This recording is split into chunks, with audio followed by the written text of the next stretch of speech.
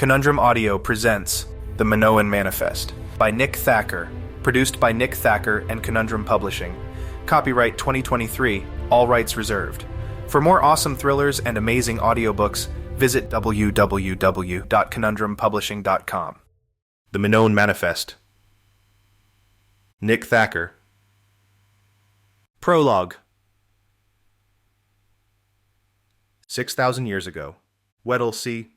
The molten pine resin spilled up and nearly over the sides of the great bowl. Rusa gasped and lunged forward, grabbing the sides of the wooden bowl to steady it just as another massive swell tipped the entire vessel to the side. He strained against the force of gravity, but the swell was too large to fight against. The bowl toppled, spilling the hot, slow liquid onto the linen floor covering. Steam immediately escaped into the air, the brutal cold of their surroundings once again taking a victim. This time, the victim had been some of their most essential supplies. "Rusa!" the young man behind him yelled. "The waves are too much. We must turn back to sea." Rusa watched as the linen became soaked with the resin, and the waters outside of the craft smashed into the hull once more. As his father used to say, once spilled, the resin cannot be returned.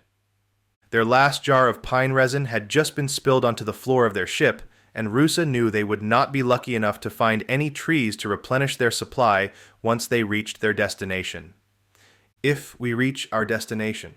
The resin was a crucial element in sailing. Rusa's own cousin, a master shipbuilder, and his team had crafted the ship.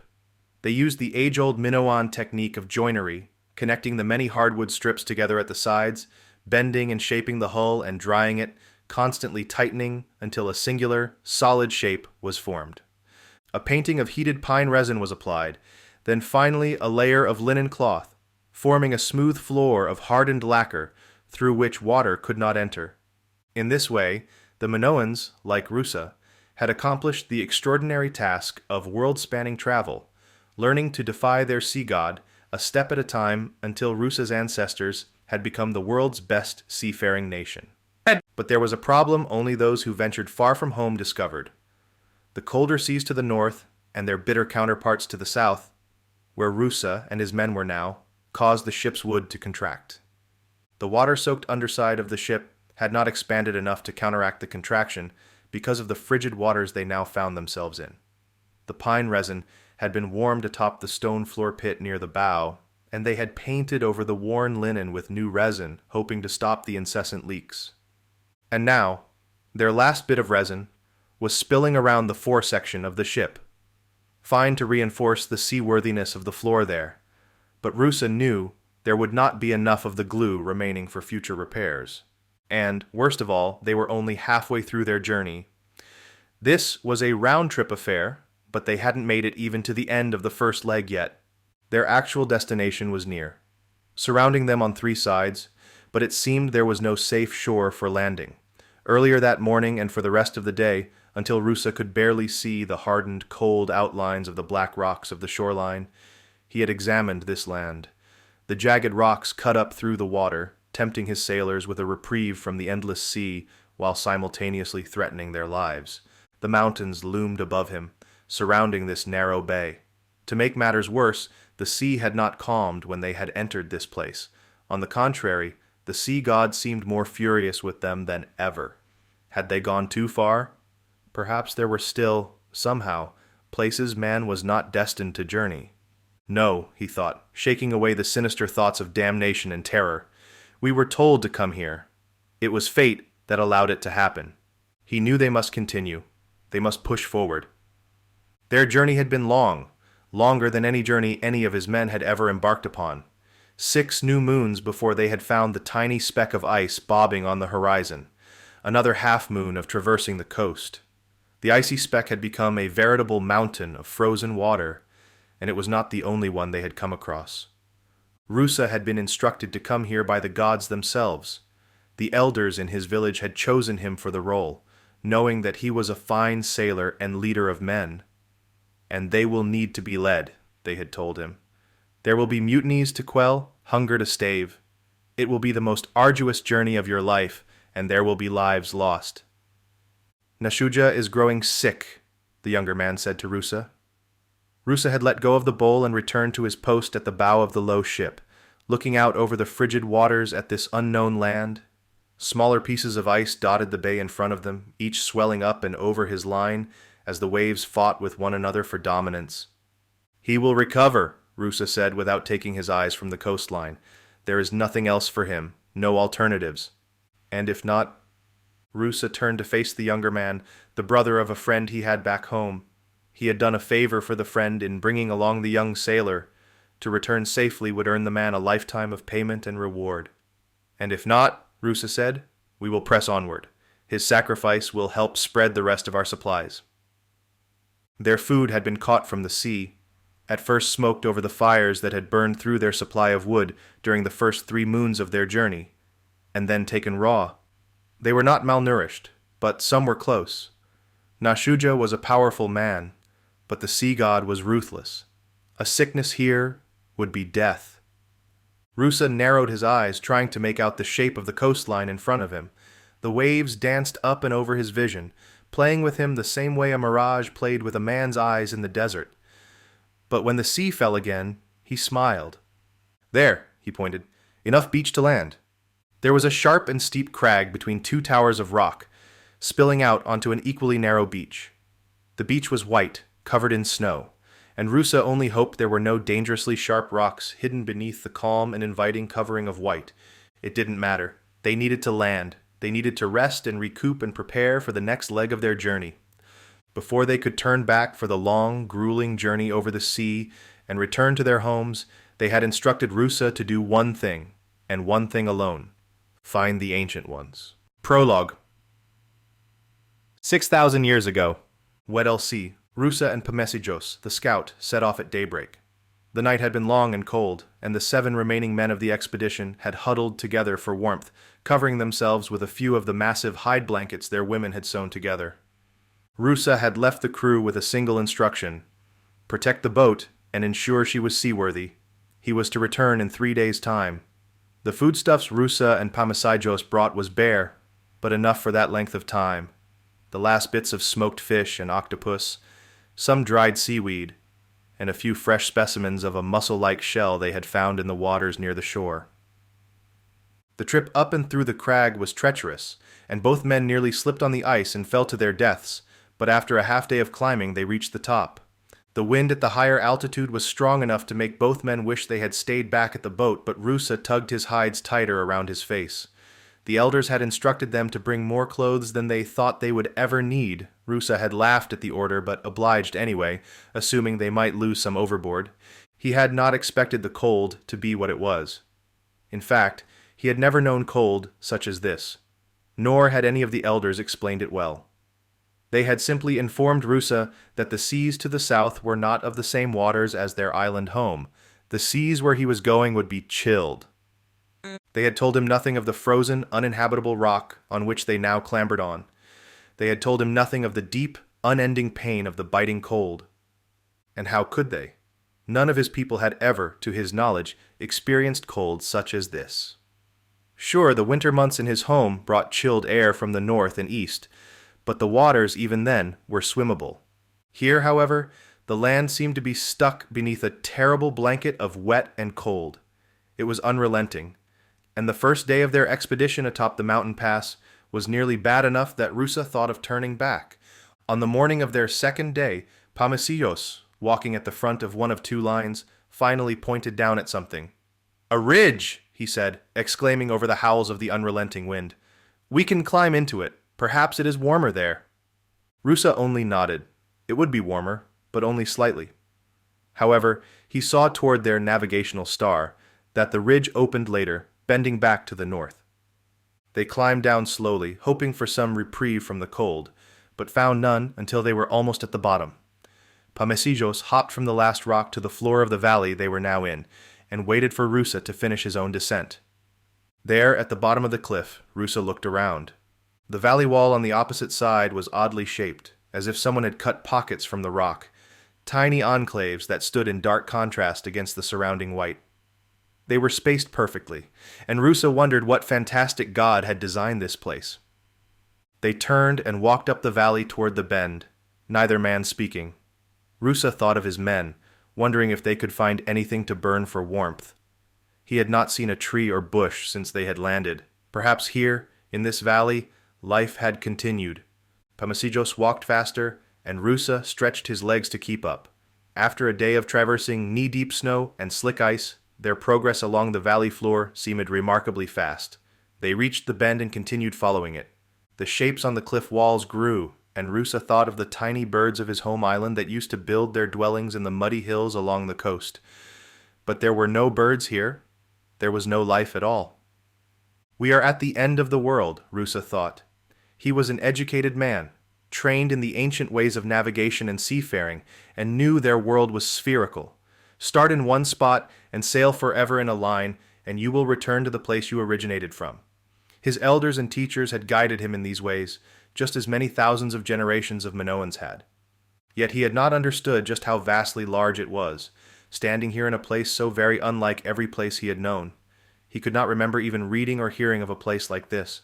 Covered in white, the cold powdery substance, snow he knew it was called, at once beautiful and deadly in its constant suppression of heat. The valley lurched back in the opposite direction, south. They continued following it, each man silent. Rusa thought of warmth, thought of the summer sun and waves warm enough to bathe in. He thought of his wife and son, the two he loved most in the world, and the two he could not wait to return home to. Around another twisted section of the valley, Pamasijos stopped, pointed. Rusa stared. "What is it?" he asked. "That shape," Pamasijos said. "It is stone, yes?" Rusa nodded, not seeing what the man's point was. "But does it seem unnatural?" Rusa examined the shape, finally understanding. The structure was stone, and it was difficult to see the edges of the thing against the white backdrop, but after a few seconds of focus, Rusa knew what he was looking at. "It is a building, Pamasijos." "It seems so." Rusa was about to say more when his eyes drifted to the right, noticing for the first time more of the shapes, each half hidden against the snow and ice-covered cliffs. There are many," Pamasijos said. Rusa nodded again. "I count at least 10. Could this be the site the elders told us about? The place where the ancient ones finally came to rest?" Rusa did not know. He did not want to decide without more information. This place was clearly a settlement of some sort. But how? In this climate? And it seemed to be deserted. There was nothing but the buildings to give the two men the impression that anyone lived here. That anyone had ever lived here.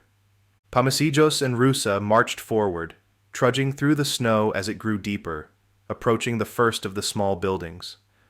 Much like the constructions of his own people, whoever had built these had used rock, carving larger pieces into stone blocks and affixing them together somehow. The roofs were flat, but Rusa could not see what they were made of.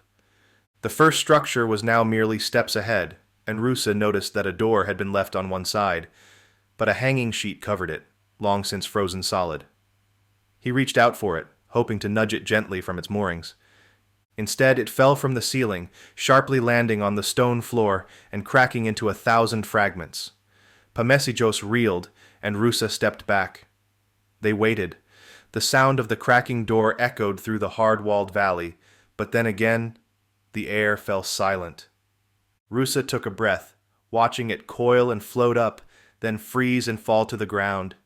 He stepped back onto the stone foundation and into the building. Pamasijos was right behind him, and Rusa moved forward another step to let his scout into the structure. It was a single room, small, no larger than the boat itself, had it been the same shape. Rusa took in the dark, icy walls, his eyes finally falling toward the floor of the place just as Pamasijos gripped Rusa's arm. He heard the man suck in a breath. Rusa's eyes fell to the floor, saw the bed-like pile of stones in the corner, saw the twisted, disfigured shape of the thing laying on top of it, a person, and yet not human, and Pamasijos screamed. Chapter 1. Evgeny. 3 weeks ago, Weddell Sea Rana Ice Shelf, Antarctica, Evgeny Volkov pulled the 444 close to the other two. The large, modified cruisers were powerful enough for short-distance travel over snow and ice, and in this location there were plenty of both. Volkov's partner, Luka, sat behind him on the cruiser, watching and waiting.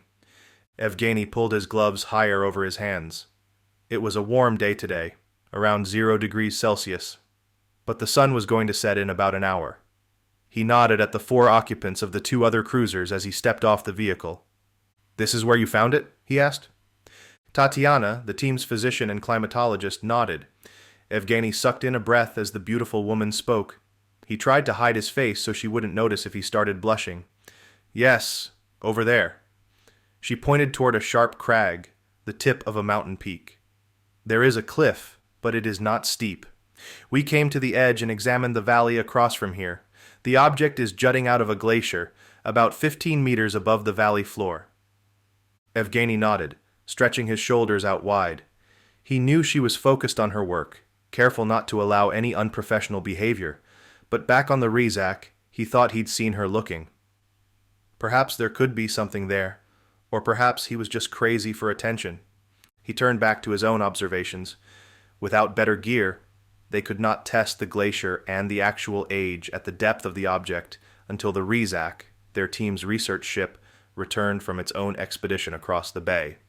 It was scheduled for tomorrow morning, but there were also signs of inclement weather that could postpone the Rizak's return, which meant there could be more nights of sleeping in the tiny claustrophobic pods. The pods were the latest and greatest invention of the Russian science community, fully isolated, self-contained living quarters that could house a single person. The pods could be connected via tunnels made of the same vinyl reflective material as the pod shells, and the floor throughout all of it was attached via Velcro to the walls and tunnels. They were testing the units for the Roscosmos, the Russian space agency, to see if they proved to be a viable method for building a colony on Mars. So far, Evgeny's laptop journal recording his thoughts were that the tests proved exactly what Roscosmos needed to know. The pods worked flawlessly, were cramped as hell, and were miserable to live in for any length of time. A near-perfect score in their world. His team had lived in the pods now for going on 8 days, since they'd disembarked from the Rizak. They had set up the pod village in a star-shaped array, connecting each to a central, larger hub, and then each side to another pod. The central hub was large enough for 3 people, so there were no communal dinners or gatherings. Most of their interactions during the hours they were holed up inside happened via web conferencing. The ironic part of their isolation here was that Evgeny had faster internet connectivity than he did back home. While the service was satellite-based, there were no other humans besides his team members in a 500-mile radius to clog up the connection points. Their web conferencing with one another was lag-free, and even his calls home to his family were relatively high speed. "Can we investigate, Evgeny?" The voice had come from Mila, a beautiful 20-something who had somehow impressed the powers that be enough to land a role on Evgeny's team. Her doctorate was in applied chemistry, which was not exactly a useful skill for this fieldwork, but she had a brilliant mind and played well with others. Evgeny nodded. "I believe so. We have the climbing gear, and the weather seems it will hold. What is the estimate to reach the object?"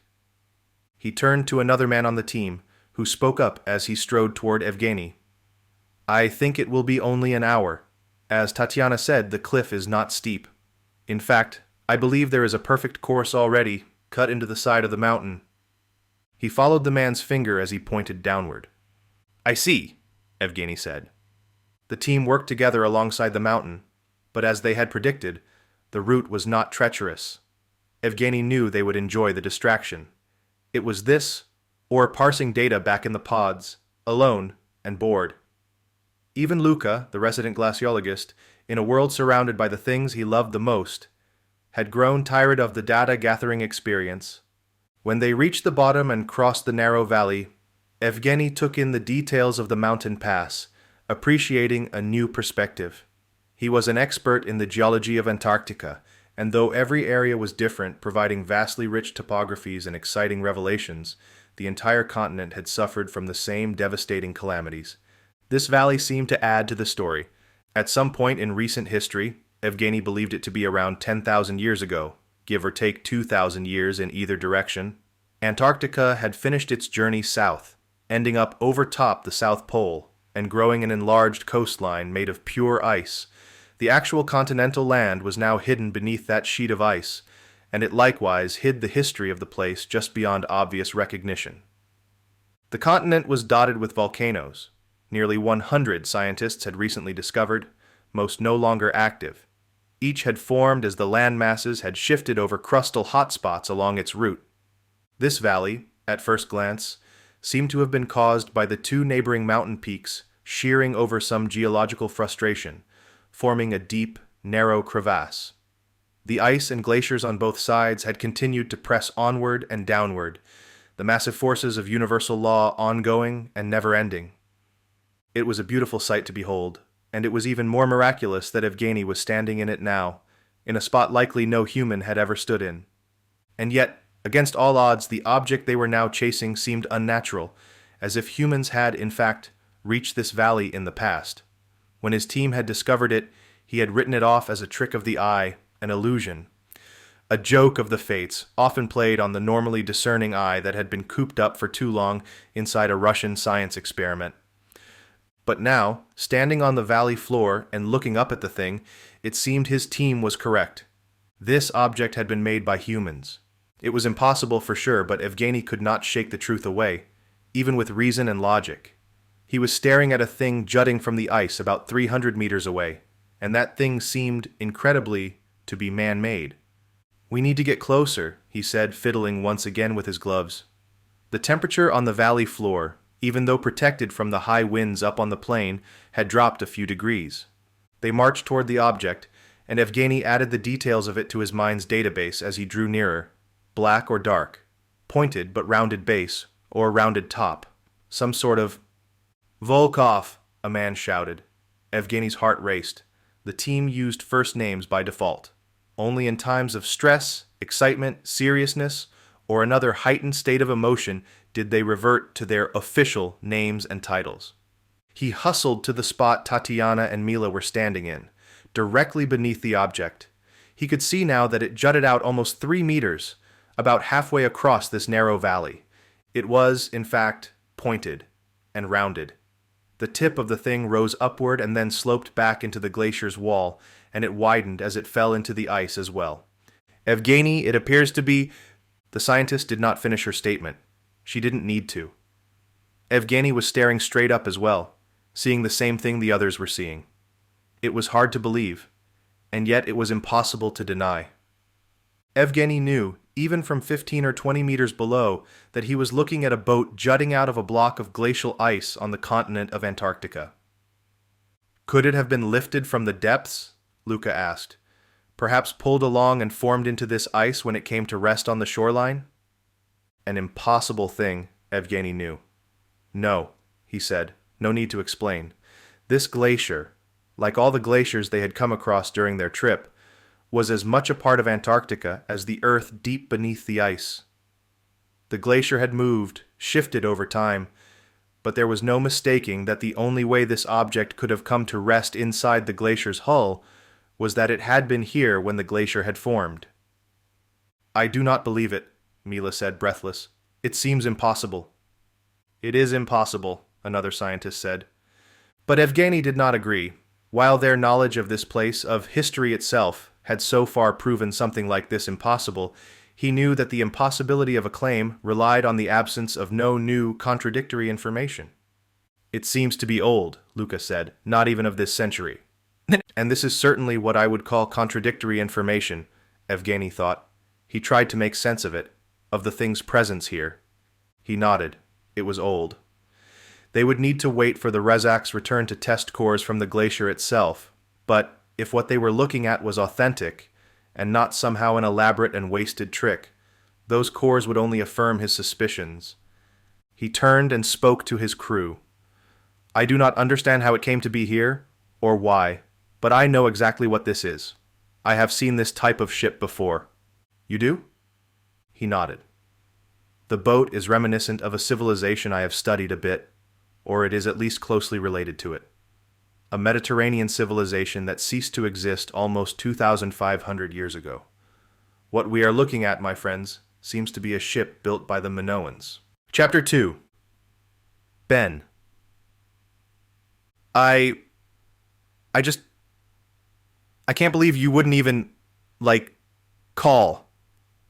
The sentence was, technically, complete, but Ben's mind parsed it slowly, as if an old-school tape machine with dying batteries had uttered the words.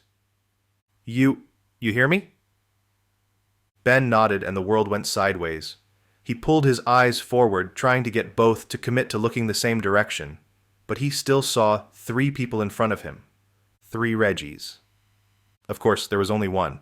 He knew that, but it was still, Hey, Reggie said again. Reggie tried to stand and stumbled to the side, one foot nearly tripping over the other. All Ben saw were 3 blurry, out-of-focus men stumbling their way in sync toward the small kitchen. Ben did not know if Reggie was going to make it or not. It didn't matter. There was no way Ben was going to stand up and help. Instead, he chuckled, which turned into a full-on laugh, which turned into a roar of amusement, matched by Reggie himself. Ben opened his mouth to answer the question he assumed Reggie was asking, but while his lips moved and his chin fell, no words came out. He felt as though he were thinking clearly, yet the world around him seemed odd, unrealistic. It was as if he were sitting in a vat of clear goo, viewing his surroundings through a viscous fluid. It was going to feel like hell tomorrow, but tomorrow was many hours away. Reggie yelled from the kitchen of the small apartment. So, what are you drinking? Same thing?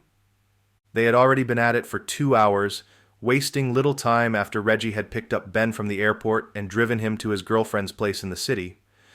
Dr. Sarah Lindgren was currently at the nearby university preparing for 3 back-to-back presentations, the last of which would be tonight at 7 p.m.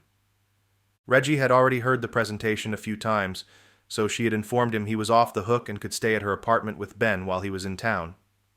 Ben had just returned from Switzerland, stopping off in Anchorage for a week before heading down to St. Louis to visit Reggie. The bottle of bourbon Ben had purchased for Reggie sat on the end table in the living room, still unopened. While Reggie was just as much a fan of trying new bourbons as Ben was, lately the man had branched out into slightly more obscure flavors. The 2 friends were currently making their way through a selection of Jamaican rums Reggie had picked up over the last few months. Sarah, being part Jamaican, had turned him on to the fruity, gamey spirit. Usually found in mixed drinks and rum punches, which Jamaica was famous for, Reggie had taken to mixing a bit with any fruit juice they had on hand.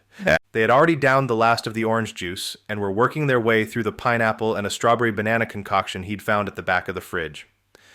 Ben smiled, trying to stifle the laughter, but noticed one eyeball seemed to droop consistently to the left, creating even more Reggies than had existed before. He did his best to speak. The pineapple... His head dipped, and the sentence was indeed short, but Reggie apparently got the message. He brought Ben a tall glass of half rum, half juice, and held up a pink-looking beverage to toast. To us, he began. I mean, to what? To who, we, and Julie and Sarah and stuff. Ben clinked Reggie's glass and both men took a sip. I wouldn't said it myself. Better. Ben felt his phone vibrating in his pocket and frowned, trying to push away the surreal numbness surrounding his face. He placed the drink on the end table next to him, his tongue poking out of his mouth as he tried to guide the dangerously unstable drink onto the coaster that Sarah had placed there. She was laid back, but Ben knew she had a few pet peeves. Water rings on her brand new furniture was certainly one of them. His phone had finished vibrating, but he pulled it out of his pocket anyway and pulled his eyes together to focus on the tiny screen. He blinked a few times, working his eyebrows down and up to make sense of the text message. It was from Julie, that much was clear. The rest, it seemed, was completely indecipherable. Just got, Reggie began, pulling his own phone out of his pocket. He didn't finish the statement, and Ben glanced up to see all 3 Reggies concentrating feverishly to make sense of his own message. Ben unlocked the screen and navigated to the message, hoping that the bright background would help with his comprehension levels. It did, to an extent. He pulled the drink back up from the coaster and held it to his lips as he focused on each word, one at a time. From Julie, Ben said. Need to meet. He closed his eyes. It was no use. Whatever the message, it would have to wait until tomorrow. Likely until tomorrow afternoon.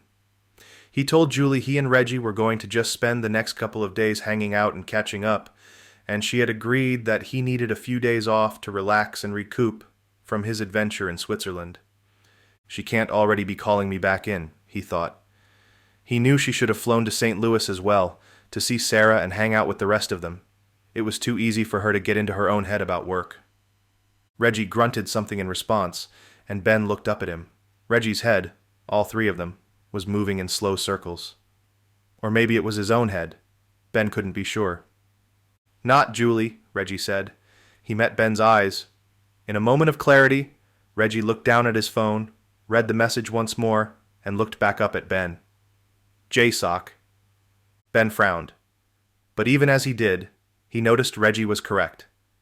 It was a message requesting a meeting, but it had not been sent from Julie. His eyes, and his mind, had played a trick on him. He had seen the J and assumed the rest. Reggie was right. Who is that?" Ben asked, his words slurring.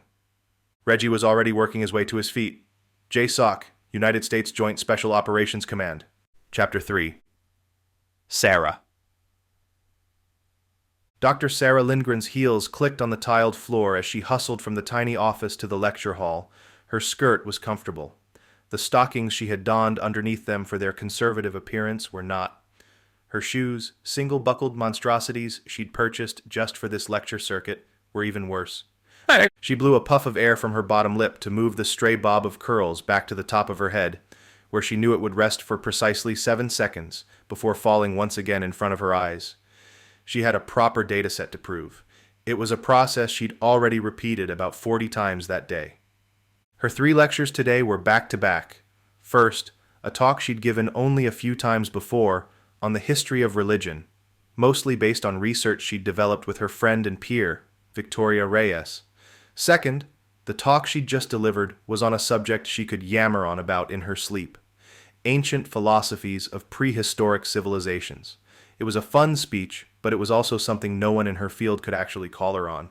Philosophy itself wasn't something that was easy to pin down, and since prehistory literally meant all that happened before humans started keeping track, talking about beliefs and philosophy of human life before anyone was recording tended to be a straightforward job. Her third talk was set to begin in 37 seconds, and she was at least 1 minute away from the university's second lecture hall she was scheduled to appear in. Unfortunately, that lecture hall was in a completely different building. Why this place had moved anthropology into the chemical and biological sciences building, she would never understand. She slowed down and took a deep breath. She was going to be late either way. No reason to stress herself out and elevate her heart rate about it. Anyone in attendance had come to see her and hear her talk. They could wait an extra minute. She felt her phone buzz in the tiny pocket of her skirt, but she ignored it, pressing the button on the side of the device. She had meant to leave it in the office she was borrowing, but she wasn't sure if the shared space would be occupied during her lectures. Sarah blew the fuzzy piece of hair out of her eyes once again, continuing her clacky route through the hallways. She'd spent more than enough time in university buildings all around the world, and she could never understand why all of them had decided to build lecture halls on the top floor and near the back of each building. The daughter of an esteemed archaeologist, Dr. Graham Lindgren, Sarah was no stranger to college and university life. At a young age, she had excelled in academics, both in the classroom and in the political realm most professional educators eventually found themselves in. She was a driven, hard-nosed woman, but she had a delicate, sweet side that allowed her to endear herself to her male counterparts, more often than ostracize herself from them.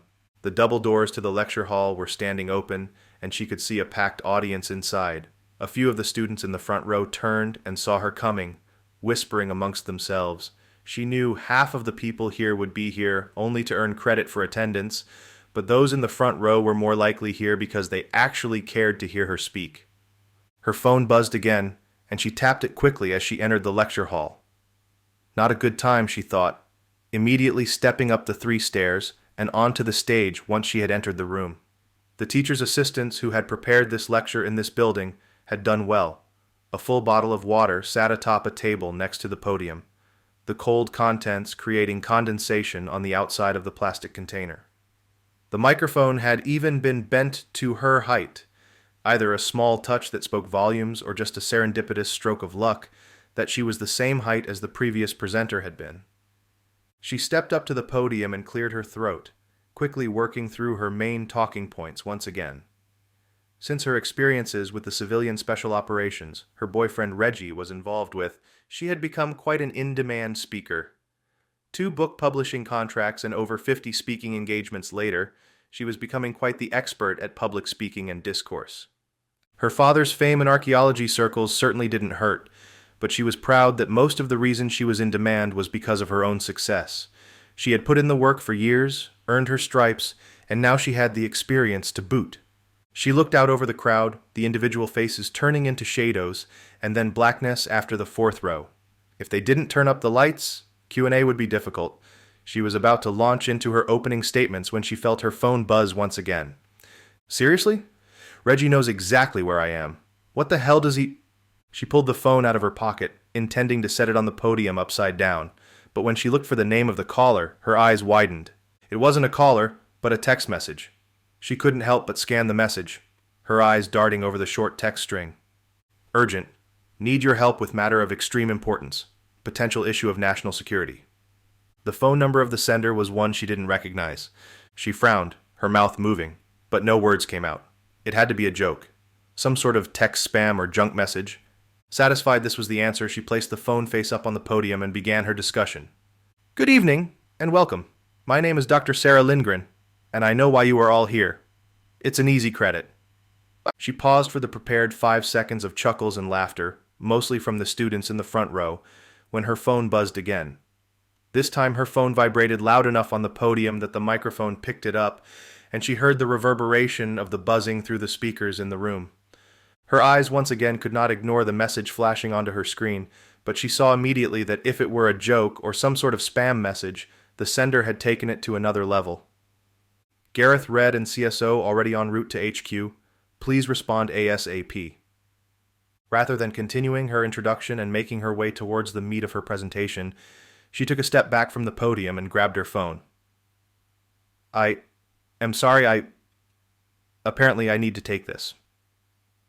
One of the teacher's assistants sitting in the front corner of the room jumped up and began walking toward the stage. He asked if she was okay, but Sarah was already down the opposite stairs and heading out the door, the phone up to her ear. Chapter 4. Rollins. General Nathaniel Rollins forced a smile as he stood, hands clasped behind his back, in front of the director's desk. He hoped the permanent frown worn by most generals and other military men of his stature wasn't wasted on the director, but Rollins had the faint sense that anything but the sound of the director's own voice would be lost on him. Director Stephen Williams, a career politician, stared up at the general with eyes that told Rollins exactly what he needed to know. You serve at my discretion, and any insubordination in any way will be met with immediate political consequences. Unbeknownst to SecDef Director Williams, however, General Rollins cared little for political maneuverability. A decidedly non-political career military tactician, General Rollins cared for results and results alone. For matters of national security, he wished nothing more than for the seat of the second highest command to be filled by someone who at least understood what it meant to serve his country. But that was a battle that couldn't be fought here today. Instead, General Rollins' battle was something slightly more articulated and intentional. If I am to understand you correctly, Rollins began, you intend to invade enemy territory without the consent of Congress or the President. Williams squeezed his eyes shut and ducked his chin, then looked back up at his military commander. It's not an invasion, per se. No one owns the land, and if we move quickly and quietly, no one will know we are there. I assume the people who are already there will know we are there, Rollins said. Williams blinked twice. He ignored the comment entirely. And as for the president's involvement, he would rather focus on his golf game than worry about certain artifacts finding their way to American soil. Is that a statement admitting ignorance or plausible deniability? Does it change your operating procedure, General? Rollins smirked. I guess it does not, but no procedure is ever as clean as we hope or intend, Director. No plan. Williams raised a hand and waved it around in the air dismissively. I know. No plan survives first contact with the enemy. That's not what I was going to say, Rollins said. Nevertheless, you are not wrong. No plan survives most contact with the enemy, especially when, at least on paper, there is no plan. And there is no enemy. Williams smiled, then chuckled a bit. then finally stood and strolled around his desk. General Rollins stood almost a head taller than the short, stocky man, and he felt himself tighten up and extend to his full height as the director approached him. It was an involuntary display of power, a measuring up of sorts. General Rollins, you've served this country well. No one will ever dispute that. Your brand of leadership is a boots on the ground, missiles in the air sort of leadership. That is undoubtedly helpful in many situations. However, it is not the only brand of leadership needed to run a country. General Rollins could feel the lecture beginning to roll off the lesser qualified man's tongue, and yet there was nothing he could do to stop it or to ignore it. Williams continued. My particular brand of leadership, if you will, is just the opposite. I prefer to handle things behind a desk, to sign memos, and send emails and make things happen without ever really having to lift a finger. I understand it comes across as laziness, but what I need you to understand is that it still gets the job done, without having to wake up a sleeping Congress and a tired military force. I get that, Rollins said. But tell me who exactly is going to fight your little war for you. If I'm not sending a battalion anywhere, and I'm not asking my counterparts in the Navy to reposition a carrier group or two, who do you intend to go in? Once again, Williams smiled. Of all the games Washington liked to play, Rollins liked this one the least. It was one he called the I know something you don't know, and I've been hoping to have the opportunity to dangle it over your head game.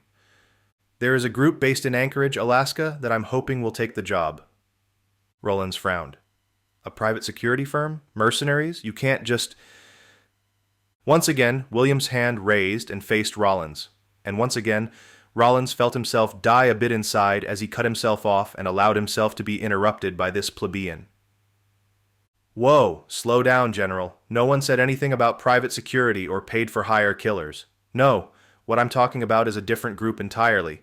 It's a group that refers to itself as the Civilian Special Operations. You can't be serious, Rollins thought. Civilians? Williams nodded. We have had representatives from the armed services on their board of directors for some time now, although they are non-voting roles. More like advisors, but they also help to keep a pulse on what the group is currently engaged with. You may not believe it, General, but this group has shown incredible promise in their dealings, and they've racked up success after success in solving certain problems the U.S. government would rather not be involved with. So, it is about plausible deniability? Isn't it always? Williams asked. If you can get the things done you want to get done, and need to get done without ever having the chance to be blamed by someone else for foul play, wouldn't you do it that way? General Rollins understood the man's point, for once, but he still couldn't grasp the idea of civilians running an operation such as this. Are they trained? How? If they're good at something like this, I imagine a smaller surgical military unit would only be better. Yes, it would be if a smash and grab were all that was necessary. But you've read the brief. You know, there is a lot more nuance to the situation than just running in, guns blazing. Even a surgical operation, something the Rangers might pull off, would send the wrong message if word got out. Still, I know exactly what you think, General, but the issue is out of your hands. We don't need soldiers, we need scientists. A healthy mix of both is exactly what the CSO offers. Rollins bit his tongue. While the director pissed him off supremely, it was hard not to admit that Williams had a point. If such a group existed, and if it were as good as Williams claimed, it would be a perfect group for the mission at hand. He extended an olive branch. Okay, it sounds promising. If what you're telling me is true, I'd like to read up on them, although I have a feeling you've already pulled the trigger on this. I like to get things done, but I'm not a dick. Understand that my hands are tied here. JSOC has already been working to put a team together for the past few hours. They're going to expect me to say something about it, so I suggest we assume our involvement. Yes, I've already made the decision, but you'll find a lengthy proposal and description of this group and their past successes on your desk. My assistant is already on his way down to drop it off.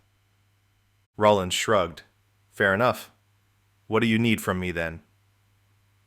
Williams hesitated, looking out the window at the campus, then finally turning back and sighing deeply before speaking again. I need you to do what you do best, General. Let's cut to the chase. The CSO group is good. I believe in them. But what we're asking them to do, what we think we might ask them to do, is at best a harebrained and half-baked plan we are forced to put into play without enough time to test alternative options, and at worst, a full-on suicide mission. General Rollins nodded. Finally, he understood the gist of what the director was asking.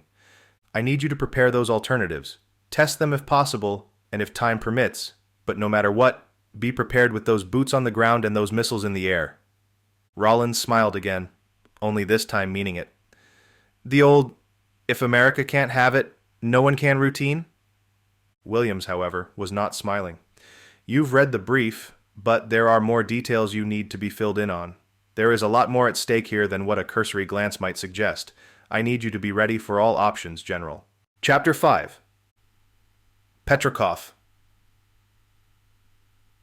Vladimir Petrov stood in the room's corner, at attention, while his supervisor delivered his practiced monologue. The man was irate, but Petrov was not sure what about. He watched as spittle formed on the corner of his mouth, watched as the man continued, not even taking the time to wipe it off. He wanted to smile. All this political bullshit used to make him angry, but now it was simply theater. Poorly acted theater, but theater nonetheless. His boss finally finished, staring down his ambassador for the project that was now known as simply the project. Do you understand me, Petrov? Petrov nodded. Of course, you have made yourself clear. There was to be no revelation of the project until you and the board signed off on its completion. The man stared bullets. And you have not yet signed that proclamation? No, Petrov, his boss said. I have not, nor will I for another year, at least. I thought you understood that. Petrov sighed, glancing down at the floor, then back up at the man seated behind the massive desk, the one that Petrov couldn't help but admire for the way it made his boss seem that much smaller. I understand that, Mr. Mikhail. However, as my report on the matter stated, this breach of conduct, as you insist on calling it, was no such thing. Their mandate down there has been to study and explore, in addition to the stated mission objectives for the project, and since the upload and dissemination of the information was not in any way associated with the actual... Mikhail held up a small, puckered hand. It was hook-shaped, as he had suffered from a debilitating disease as a young boy that had left part of his body disfigured. He was small and somewhat grotesque-looking in Petrov's mind. But where Petrov saw a lack of physical strength, the rest of his country saw political clout. Thanks to his family's money and their connections to Vladimir Putin himself, Mikhail had risen through the ranks of the Russian bureaucracy and had landed in a coveted, protected position at the Kremlin. He was now in charge of many arcane, top-secret projects that were deemed to be in the interests of national defense. The project was just such a thing, a slippery, oddly shaped array of tasks and goals that had little to do with one another, in Petrov's opinion, all wrapped up in a massive ploy that was known only to a few. The entirety of the project was likely known to one man alone, and Petrov was interacting with that man at that very moment. Petrov, Mikhail interrupted, that is where you are wrong. I do not hold you personally responsible for the oversight, as the information regarding this facet of the project is not within your purview. Suffice to say that I want the matter resolved. I expect you to resolve it, and I expect it done swiftly and quietly. Petrov's eyebrows danced on his forehead. I see. In all his years as a Russian patriot, he had trained for many jobs and challenges. He had not, however, had much training in playing unknowing subordinate for a man who could never be his equal. If you were to give me more details of this facet, perhaps I could... I have told you what you need to know. I have a problem with the scientists revealing the information about their discovery of the Minoan artifact, and I need that problem solved. They will be in custody within a day, Mikhail. What else is there for me to... They will be in custody, Mikhail said, but they are not my concern now. I have a team ready to collect them from the Rizak, but it is the party they may have alerted that has me concerned. Petrov frowned. The Americans? Who else? Mikhail smiled, an evil-looking grin from just the side of his mouth that mixed dental implants with real decaying teeth. They, no doubt, saw the live stream of the Rizak's presentation, as well as a copy of the initial report the crew uploaded to Moscow's university servers. Petrov shrugged. Fine, But what am I supposed to do? Simply walk around America and hope someone mentions the project? I have no leads. No, Mikhail said, his voice lowering. Petrov knew the drill. He knew what his boss was about to say. You don't have a lead, because I have a lead, and I have not yet given it to you. He sniffed and wiped his nose. Consider this a warning, Petrov. I need this job completed on time, without delay, to move to the next phase. There can be no more questioning, no more breaches of conduct or trust. I will give you this lead for you and your team to seek out and destroy the American involvement in the project before it gets off the ground. But, and I cannot stress this enough, I need you to understand that this is my project. It will always be my project, Petrov. Your cooperation is appreciated, and yet it is also completely at my request. Understood? Petrov wasn't surprised to be receiving a formal dressing down. He'd expected as much as soon as he'd received the summons, but he was very surprised at how strongly worded Mikhail's argument had been. Petrov had done nothing wrong. He had allowed information from the scientist's discovery to be released online, but now he knew that was unpalatable for the powers that be. Fine, he could live with that. Top secret, eyes only, code names for everything. He'd operated that way before. But it was Mikhail's delivery of the order that had surprised him most. He wasn't angry. Mr. Mikhail was scared. He was working for a man who was also working for someone, and that someone was very interested in producing a result that succeeded without a hitch. That someone had expressed their dissatisfaction in Mikhail's treatment of the project, and Mikhail was simply passing it down the chain. Petrov would receive the details of Mikhail's lead before leaving the office. It would be sent directly to his secure line over an encrypted cell phone as always, one he would toss into the trash as soon as the call ended. It would give him a direction, a target. This part was simple, and it was the part he enjoyed. He would receive the last known location of an operative or a cell, and it would be his job to remove those pieces from the playing field. Petrov was very good at this part of his job. He left the office, pulling the phone up to his ear to call his second-in-command, his best friend, and a man he trusted with his life. "Brother," he began, "get the plane prepared. We are going to America." Chapter 6. Ben. Ben's call to Julie had gone quite the way he'd expected. To be fair, he had expected little. He was still reeling from the effects of the alcohol he and Reggie had consumed, and he knew it was going to be at least 4 or 5 hours before he could likely put a sentence together. Julie, for her part, hadn't seemed impressed.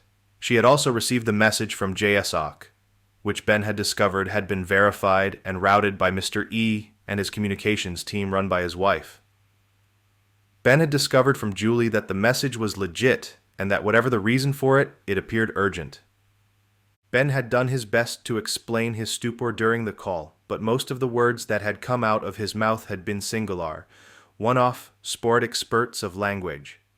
He wasn't understanding much now, and he got the feeling Julie wasn't understanding anything he was saying either. I've met him. Reggie seemed to have fared better with his call to Sarah. She had walked out of the beginning of her presentation and called him, and the two had chatted for the better part of half an hour. By the time they finished the phone call, Ben was nearly asleep on the couch, and Sarah was a minute from home. Reggie did his best to tidy up the house and fluff the many pillows on the chairs and couches in the small space, including the ones they hadn't even sat on, and he collapsed into his previous spot on the couch just as Sarah opened the front door. Ben stood, working his way to his feet slowly and methodically, and standing there like a fool, trying to decide which direction to walk. Sarah smiled at him and waved her hand. "Sit, sit," she said. "We don't need to hug. It's great to see you, Ben. Glad to see you made it safe and sound and could relax a bit." She tossed her purse and bag on a table in the entranceway and entered the living room. Ben noticed Reggie seemed to relax a bit as well, realizing that his girlfriend was in high spirits. He opened his mouth, but Sarah shushed him. "Nothing out of you, Red," she said, smirking. "You, unlike Ben, have not just flown halfway across the continental United States to come see me, so there is no excuse for you to be acting like an idiot." "But we just talked," Reggie said, then stopped. He frowned down into the dying remnants of his drink and tried again. "He didn't come to see you. He came... Are you going to just sit there like your tongue just fell off, or are you going to make me a drink?" Reggie smiled, then nodded. It took him a few seconds to get back to his feet, but the maneuver was successful. He planted each step carefully on his way back to the kitchen. While he was gone, Sarah turned to address Ben. JSOC, huh? She asked. Apparently so, Ben said. I'm surprised I got the message as well. Ben shook his head. Don't be. Whatever it is, it's serious if they are reaching out to us like this, and they don't really know who we have on payroll anyway, so Mr. E was probably informed to send it to all of us. Did I miss anything? Sarah asked, pushing a large coil of hair back up over her ear in a way that made Ben think she had been doing that exact motion all day. Did they send anything else? No, and they probably won't. It's government stuff. Military. You know how it works? When it works slowly. They're probably still putting together a brief and arguing about who oversees this whole thing. Reggie returned with 3 more drinks, which made Ben's heart sink. He wasn't sure if he could handle more, and he knew it was probably not in his best interest to try. He reached for the glass, feeling the cold comfort of a brand new concoction awaiting him inside. This one is an Appleton Estate 25-year, he said. It's worth at least a taste, definitely not as funky as the rest of the stuff we've been messing with. You both seem a lot more sober than when we talked on the phone, Reggie, Sarah said. Reggie shrugged. Something about the presence of gorgeous women allows us to turn on our swagger, he answered. She raised an eyebrow, taking a sip of the drink. Then her eyes closed, and she basked in the satisfaction of the new rum. Ben followed suit, finding that Reggie had, in fact, held out on him. Whatever was inside his glass was far better than what Reggie had been serving him prior to Sarah's arrival. Swagger, huh? Sarah asked. Red, you go to the bathroom recently? I just peed. Why? Nah. Ben and Sarah looked over at the man now seated on the couch across from him. This swagger you think you have, does it prevent the ability to zip up your pants when you're done? Ben laughed and watched as Reggie struggled with his pants. Sarah turned back to him. What's the plan now? She asked. Regardless of their disorganization, I'm assuming they want to meet soon. Well, Ben said, they want to meet as soon as we can all be in one place together. Julie and Mrs. E are still in Anchorage, but we're almost at their doorstep. They're coming from North Carolina, and they'll be here tomorrow. Meeting is set for 3 p.m. tomorrow afternoon. Brief to come tomorrow morning, as soon as they can get it completed. Doesn't sound like they're very disorganized at all, Sarah said. I'm assuming Julie is going to fly over here? Ben nodded. Yes, exactly, which means Reggie and I have the rest of the night to hang out and drink. Chapter 7. Ben. Ben looked across the table at Reggie. From what he could tell, Reggie was completely fine. Either he was an excellent actor or the alcohol had burned off sometime between yesterday and today. Ben felt like he'd been hit by a truck. Mr. Bennett, the voice returned, can you tell me a bit more about the CSO? He frowned, then shook his head. Sorry, I can jump in if that's okay, Julie said. She squeezed his hand from under the table. Ben was seated at a conference room table at the same university Dr. Lindgren had given her presentation the day before. She'd been able to explain her situation to the department head, and when some high-ranking military official by the name of General Rollins had followed up with a cryptic yet intriguing explanation of their meeting request, the dean herself had swooped in to make things happen. The meeting was described by the black-tied men who'd prepared the room as a closed-door, no-comm, ears-only event. Apparently that meant no note-taking, no computers or phones, and the single camera in the room had been taped over with black electrical tape. The CSO is a group dedicated to the preservation of humanity through the exploration of... The man seated across the table from them, previously identified by one of the black suits as a 3-star general, raised his hand, and Julie fell silent. Cut the crap. I appreciate the effort, but I'm going to need you all to spare the bullshit and cut to the chase. Ben looked at Julie, noticing that he'd moved his head a bit too quickly. He blinked away the fatigue and hangover. Julie didn't budge. She set her jaw and stared down at the tall man across from her. Cutting to the chase, sir, would require you and your team to actually explain what the hell it is you hope to accomplish during this meeting. Ben met Reggie's gaze, and he found his best friend ogling Julie as she dropped the comment. Ben understood. Reggie had, at one point in time, been a career army man. A sniper, best of his class, hotshot, sought out, all of that. His service time had been cut short by a poor decision and mission gone awry, but Ben knew the soldier was always going to be in him, and a soldier always knew when to follow orders. Ben wasn't questioning Reggie's loyalty. He was on the side of the CSO no matter what. But Reggie also couldn't help feeling uncomfortable at Julie's immediate and nonchalant defense. Ben chuckled. Julie, and the rest of the CSO, was not military. He had no intention of showing disrespect, but he also had no qualms about standing his ground. His wife, Jules, would feel the same way. The general considered her statement for a moment longer than normal, but then he sucked his teeth and turned to his aide, one of the black-suited men who'd accompanied him.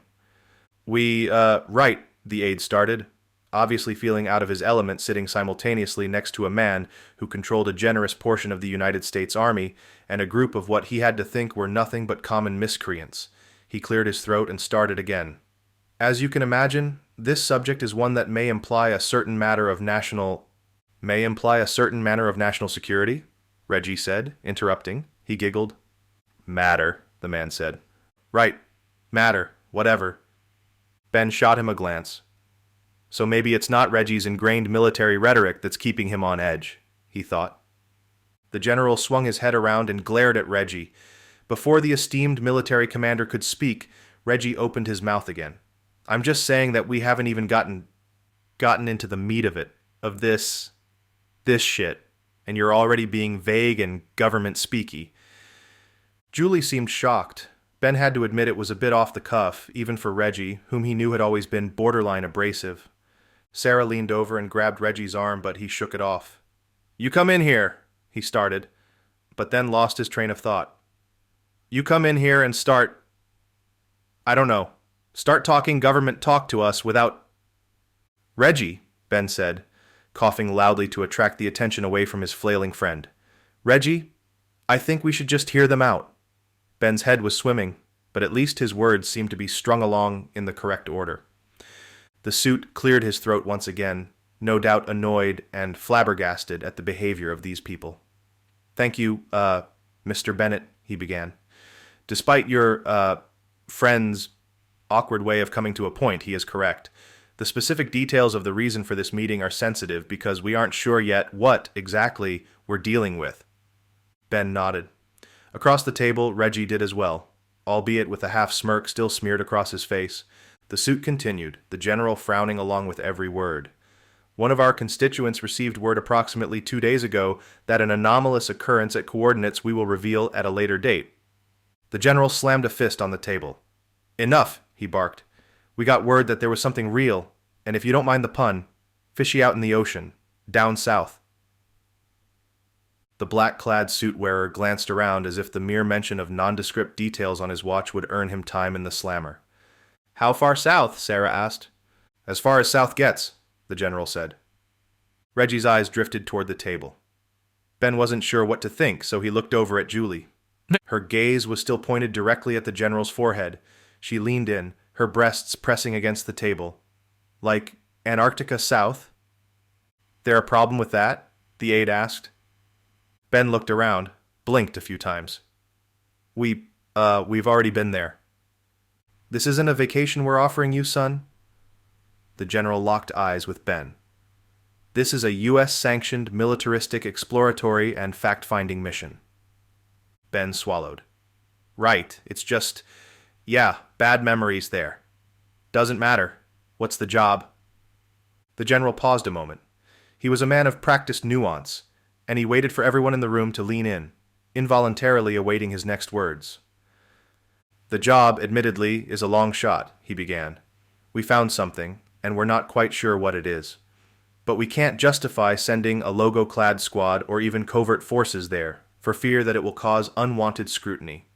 Instead, we want to send a team of trained professionals, under the guise of researchers, aiding a team of specialized construction workers. The goal, of course, will be to do some poking around for answers to a few specific questions. He looked once again around the table and saw that everyone's eyes, even Reggie's, which were drooping and bleary, were on him. We want to send someone who can get the job done, but make no mistake. If it doesn't get done, there's probably no coming back from this one. Chapter 8. Sarah. There's no coming back from this one. Dr. Sarah Lindgren heard the words from General Rollins's mouth and immediately looked over at Reggie. If there was a time she needed her ex-military boyfriend to not be inebriated, this was it. Instead, he looked back at her with a goofy grin. She shook her head as she listened on to Rollins's explanation. About 3 days ago, we received satellite imagery of a region between the Antarctic Peninsula and Coates Land, the general began. He nodded a quick, serious-looking face toward the black-suited aide seated to his left, and the younger man quickly jumped up and walked over to a briefcase. Sarah watched him open it and extract some stapled documents. This area, which includes the massive frozen sea known as the Rana Ice Shelf, extending from the South Pole to the ocean, is British-claimed territory. Ben frowned. I thought it wasn't possible to claim an area on the continent, he said. The general grunted. Yes, very discerning. So you're all familiar. Jacobson here is passing out documentation, including maps and legal explanations of exactly that. Yes, Mr. Bennett, you are correct. Since 1961, there have been 53 signatory countries involved with the Atlantic Treaty System, or ATS. The ATS governs, albeit loosely in my professional opinion, the ability for any nation to control certain stakes based on the continent of Antarctica. Sarah felt a 5-page printout with the top left corner staple being placed into her hand. She saw that the cover page simply read, U.S. Department of Defense, Antarctic Commission. It didn't need to be stamped with top secret. She wasn't about to be the person who leaked whatever this meeting was about. Yep, you'll see essentially what I'm describing now on the second page of the handout. Suffice to say, although it is technically against the rules of the ATS, the United Kingdom and 6 other nations have in fact claimed territory for themselves. Reggie wobbled a bit, but he seemed to slide out of his stupor. How did they manage that? Well, the general said, the same way you claim anything. They simply decided it was theirs, and they told the world. The signatory countries in the ATS, of which England is a part, argue against the claims of their peers and for their own, but as there is really no enforcement arm of the treaty, it's theirs to claim, Ben finished. Indeed, one provision of the treaty is that there shall be absolutely no military involvement on the continent from any nation, and although Argentina and Chile have been most outspoken about Britain's claim in Antarctica, there's not really any international interest in kicking them out.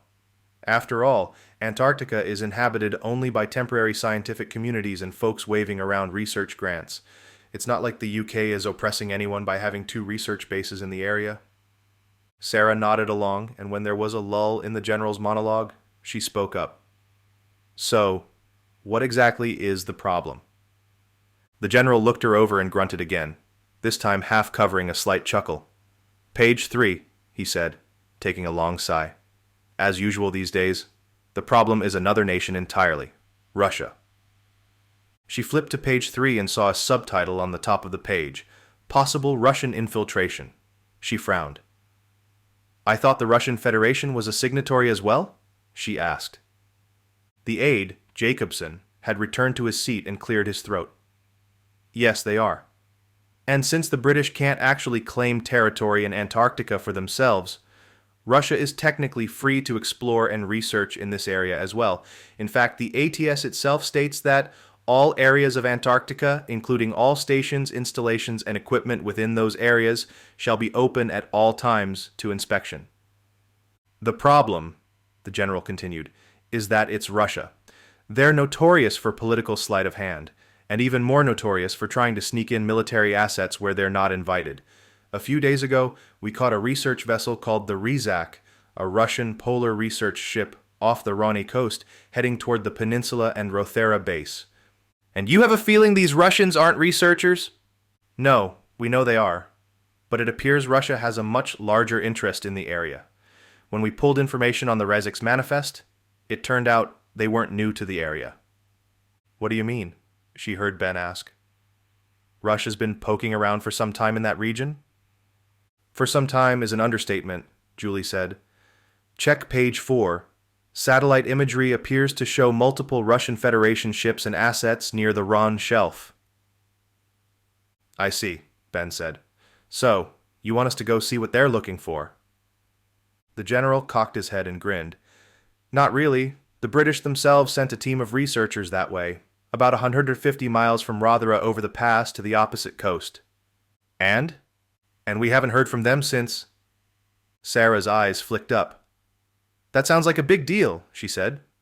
And I'm surprised we haven't already heard about it. You won't outside of this room, the general said. And that's by design. He paused, leaning back into his seat and looking at each of the people in the room. Listen, folks, he began again. I've been a military man all my life, and my father and grandfather were before me. There are certain ways I'm used to doing things, and that rarely involves starting in the civilian sector for help. He sniffed. That said, I also know pretty damn well when there's something brewing, something real suspicious. I'm not sure what it is, but I'm already past the games and diplomacy. Russia is doing something down there. The British are trying to contact their lost team, and we've got satellite imagery of Russian Federation ships all over the place. They're screwing around with something, and they're keeping their lips sealed about what it is. I don't like that sort of thing, and I want to end it. Ben waited to see if he was going to continue before speaking. So, you need us to find out how to stop what they're doing. Officially, yeah, the general said. It's you, as civilian researchers. Unofficially, and no offense, I think you'll need some help. That's what page 6 is all about. Sarah felt concern falling over her face as she flipped to the end of the packet. But there are only 5 pages here. The general looked at her, then nodded ever so slightly. That is correct. I think we're done here. Page 5 discusses your next steps and timing. I'll be in touch, but I want an answer before the end of the day. Chapter 9. Evgeny. The extraction process was going about as well as Evgeny Volkov would have expected, meaning, of course, that it had not even begun. His country was like any other modern nation. There were piles of bureaucracy countless low-level government officials needed to wade through before anything would be removed from the ice here. The ship remained fixed in the glacier, and it would stay there until someone high enough in his government deemed it important enough to remove. Evgeny sighed. At least they were no longer in the pods. His research team had retired to the warmer and more spacious quarters on board the Rezak, where they were joined by the vessel's 8-man crew. The captain had come down to debrief with them, but instead of intermingling, the researchers and crew had so far stayed apart. It gave Evgeny time to review his notes on the find. He was confident it was from a pre-Greek era, though he couldn't be sure without seeing more of the ship. He also was no expert in that sort of thing, so one thing he'd requested during his debriefing call the day before was for someone trained in ancient maritime history and oceanic navigation. Still, it was strange that they had found the object here of all places. Every search he could find with the ship's limited internet access had turned up only documents proving that no pre-civilization had even come close to circumnavigating the globe.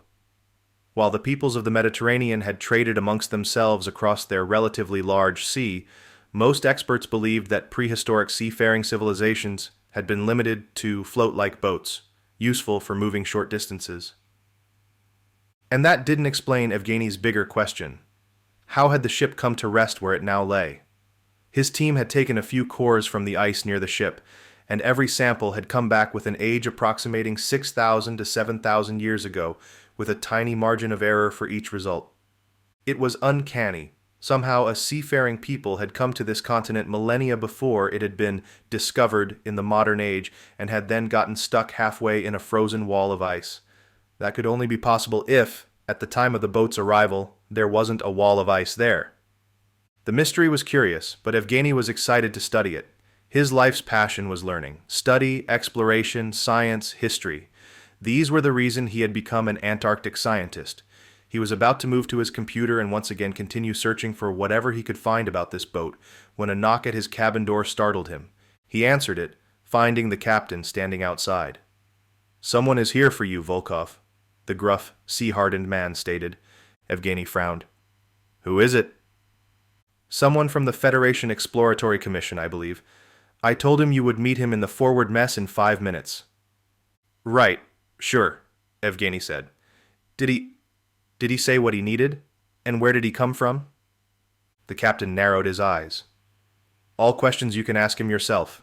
He is waiting now." The captain turned on a heel and left, his girth nearly hitting the walls on both sides of the narrow passageway as he strode back toward his bridge.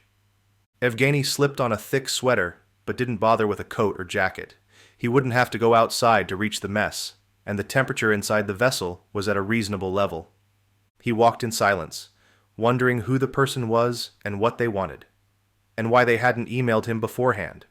It was strange to simply show up on another ship off the coast of Antarctica without warning. He reached the mess and saw immediately that the man waiting for him was not accustomed to meeting in locations such as this. He wore a suit beneath an overcoat, and besides the thick wool cap and heavy gloves sitting on the table in front of him, he seemed utterly unprepared for Antarctic weather. Hello, Evgeny said, stepping into the room. The captain informed me that, I am to remove you and your crew from the Rezak and return you to the Alejandra within the hour. A helicopter is waiting. A helicopter? Evgeny asked. I did not even hear it arrive. It is on the deck now. He couldn't help himself. The first thought he had was, where is Tatiana? He wanted to check on her to see if she was safe. The man nodded, already standing up. Can you have your crew ready in 10 minutes? Evgeny was about to nod, but then stopped himself. No. That is not enough time to even get a piss. What's this about? And what is the Alejandra? A tanker about 5 nautical miles from here. There is an important message from our leadership awaiting you on board. If it is so important, Evgeny said, why not send it along with you? Is it that sensitive that you must... You now have 9 minutes. The chopper is warm, but the weather is closing in. My pilot will leave, with or without us. I, however, will not leave without you. Evgeny swallowed. Federation Exploratory Commission, he thought. Now that he considered each word in turn, slowly, he realized he had never heard of it before. Is this some kind of joke? Evgeny Volkov stared at the man standing in front of him, feeling out the situation. He noticed out the small porthole window that the weather was indeed closing in. Blackish clouds were forming over the long, flat expanse of white, and they were slowly creeping out toward the sea. The Rezak could weather any storm Mother Nature intended to throw at it, but he knew a chopper would fare considerably worse. Whatever this is, it seems serious, he thought, and I want to find out. The learner and explorer in him won out over his better judgment. He nodded at the newcomer. I will have my crew on deck in 9 minutes. You have 8 minutes now, Mr. Volkov. Chapter 10. Sarah. Dr. Lindgren hung up the receiver. Her cell phone was charging on the nightstand in the small hotel room, so she'd taken advantage of the free long-distance calling feature and dialed her father. The conversation was brief. He had used the excuse that he was preparing for his own lecture series to cut their time short, but Sarah had known her father to be more than happy to deliver a mini-lecture to her whenever prompted. No. Sarah knew the real reason the man had been excited to get off the phone. He was dating, and she had seen on his town hall profile earlier that day that he had dinner planned that evening with a lady he quite fancied, in his own words.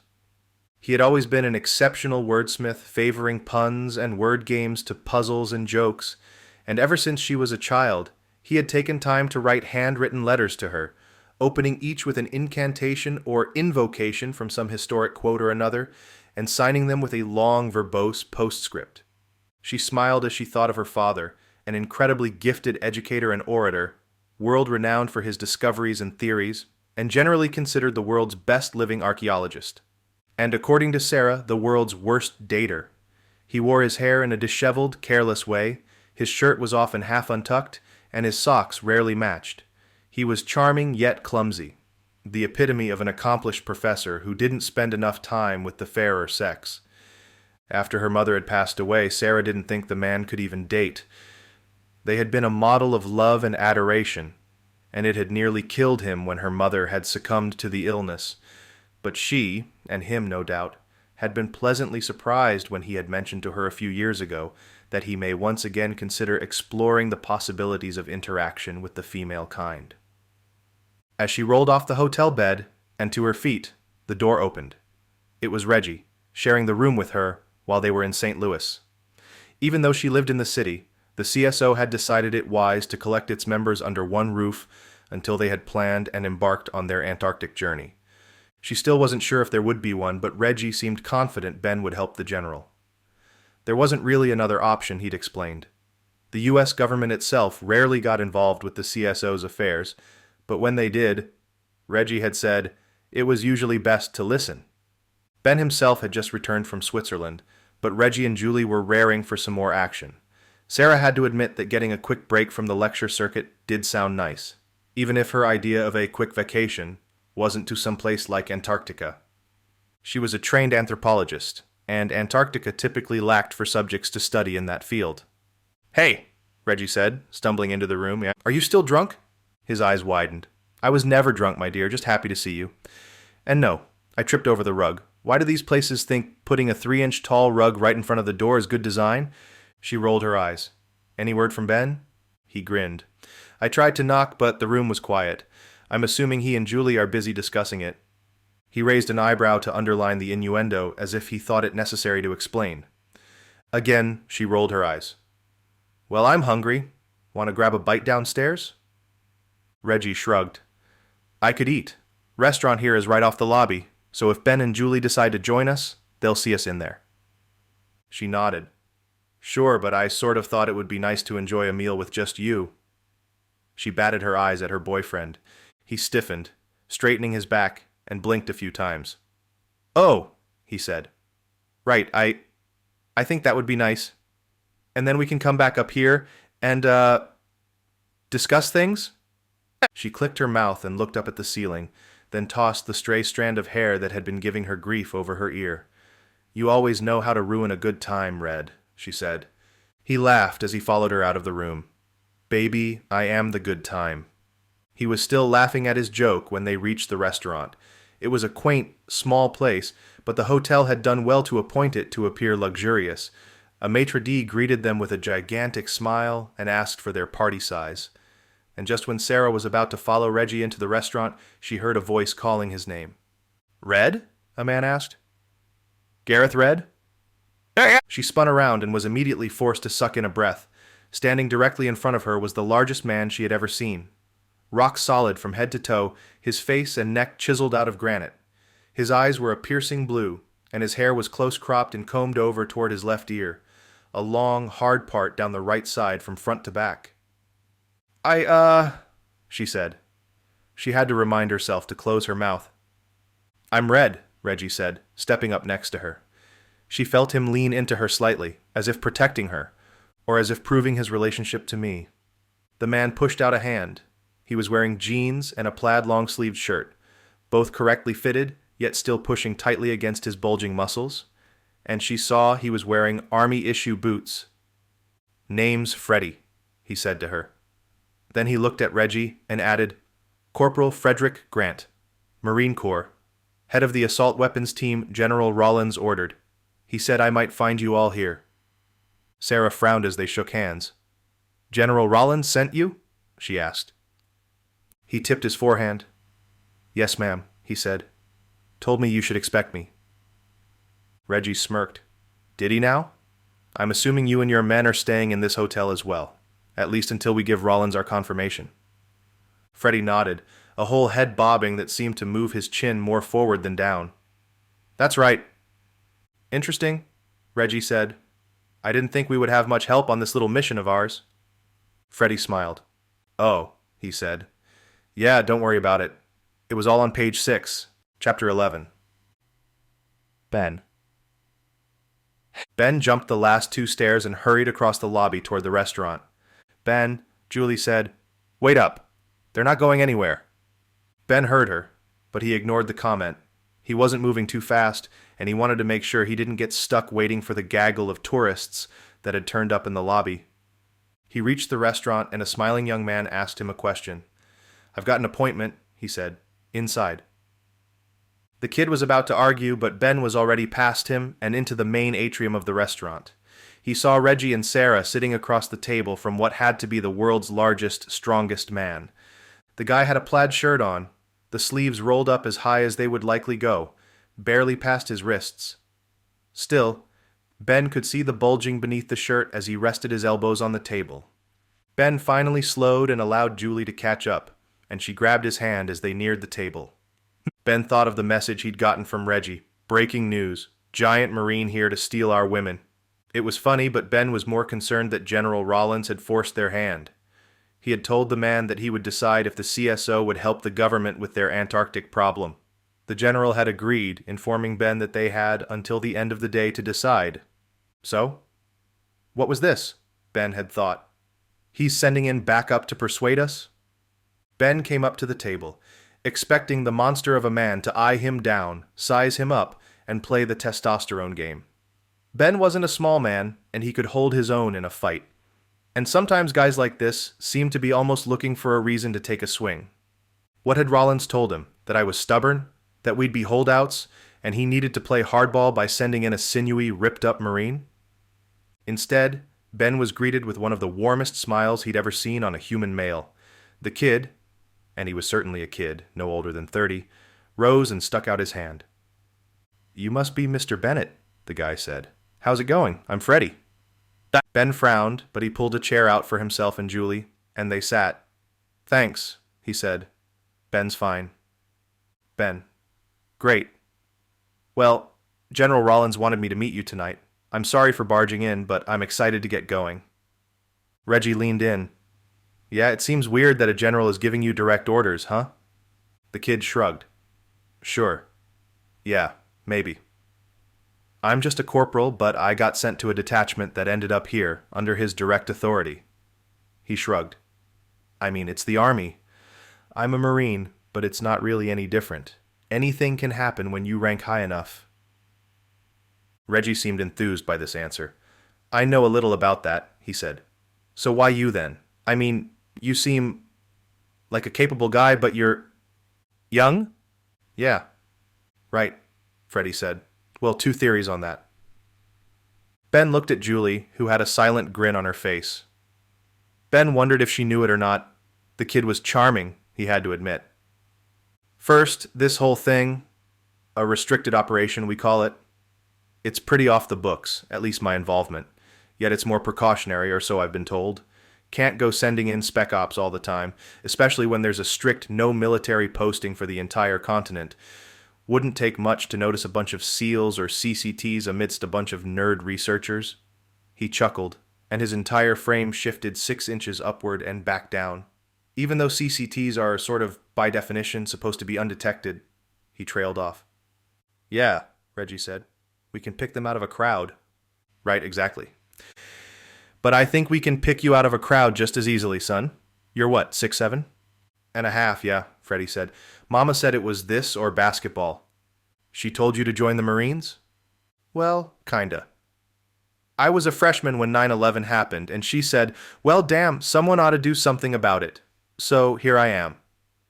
Ben couldn't help but smile at the kid's easy slide into his southern drawl when articulating his mother's words. "I'm sure that's what she meant," Reggie said.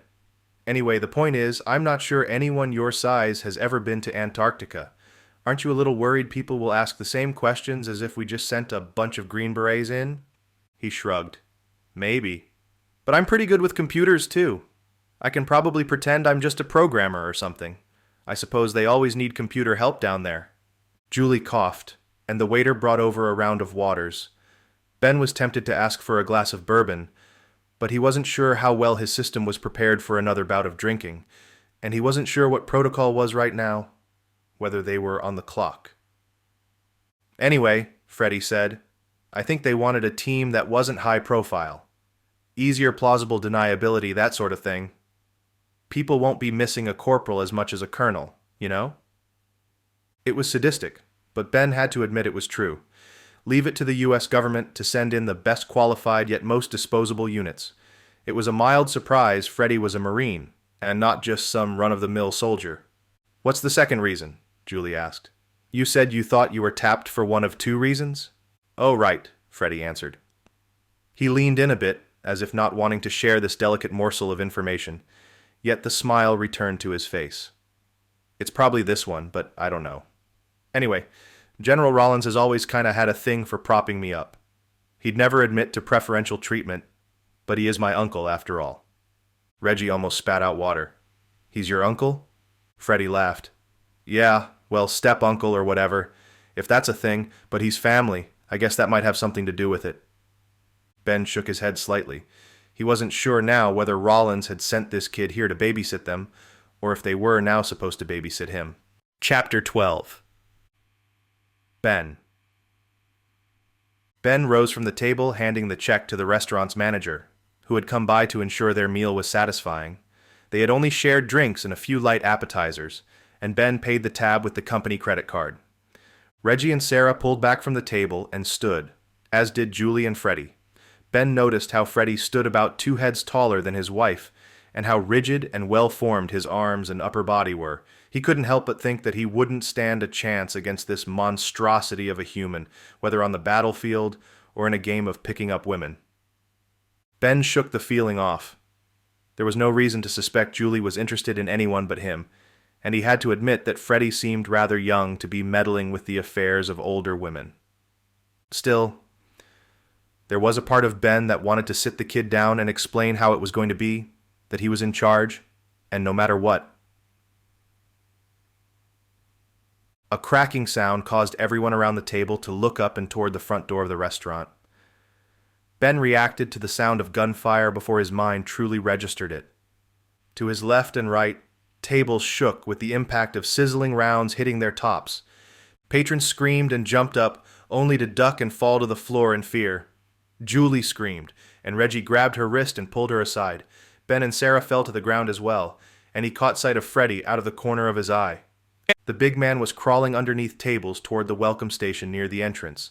Ben looked up and saw that there was a man standing there, holding a subcompact machine gun that looked like an Uzi, glaring into the depths of the restaurant. It didn't take Ben longer than 2 seconds to understand what it was the man was looking for. He's here for us, he thought. Freddie crawled forward, and Ben turned to Reggie and Julie and delivered an order. You all stay here. Get a table flipped over when you can. I'm going to flank this asshole and keep his eyes away from you and Freddie. He wanted to make sure the gunman was paying attention to him as he crawled forward, rather than to the man sneaking up toward him, and the rest of the CSO group corralled into the corner. The man seemed to be looking for a target, but he wasn't approaching their table. Ben found that odd. The man had opened fire almost immediately when entering, and the shots had landed around the CSO's table as they stood, paying their bills. Ben knew the man had seen them, or he wouldn't have opened fire. Which meant shit. Ben started crawling faster, keeping tables, restaurant patrons, and other objects between him and the shooter, hoping to remain unseen. But he now realized why the man at the front of the restaurant hadn't moved from his position. Because he's not the only shooter. Ben pressed forward, reaching the end of a row of booths near the center of the hotel restaurant, where he could get a better view of the space. There had been about 5 or 6 other parties in the restaurant when Ben's group was preparing to leave, and most of them were parties of 2. Those people were now cowering beneath tables, behind pillars, and near the doors to the kitchen with other restaurant staffers, all wide-eyed and terrified. Ben felt the anger rising in him. He'd been shot at, beaten, and battle-hardened, and while he was worried about his own safety, he was more pissed off at the blatant terrorist attack and fear it would cause in the other innocent civilians here. And then he saw him. The second man, the one who had actually shot at the CSO group when he'd entered in front of his teammate. This man knew exactly where he was aiming, right toward the CSO's table, waiting for one of their heads to pop up. He'd missed the first shots, run into the center of the small restaurant, then turned to retarget the group. His partner, standing at the entrance, would also aim toward the section of booths in the corner. Neither man was looking toward Ben. Ben would approach the shooter from the side rather than from fully behind him, but it was better than nothing. He hoped to at least get the attention of both shooters to give Freddie a chance at a counterattack. The bear of a man was, hopefully, still crawling silently underneath the tables, using chairs and draping tablecloths to stay out of sight. 3 more seconds, Ben thought. He was about to reach the edge of the rows, putting him in range to sprint toward the first shooter before the man could get his gun up and aimed properly. Ben prepared for the 20-foot sprint by rising to a crouch and stretching one leg back like a runner on a starting block. And then he heard a commotion to his right. The gunman in front of him turned to the side, just as Ben brought his head up to look.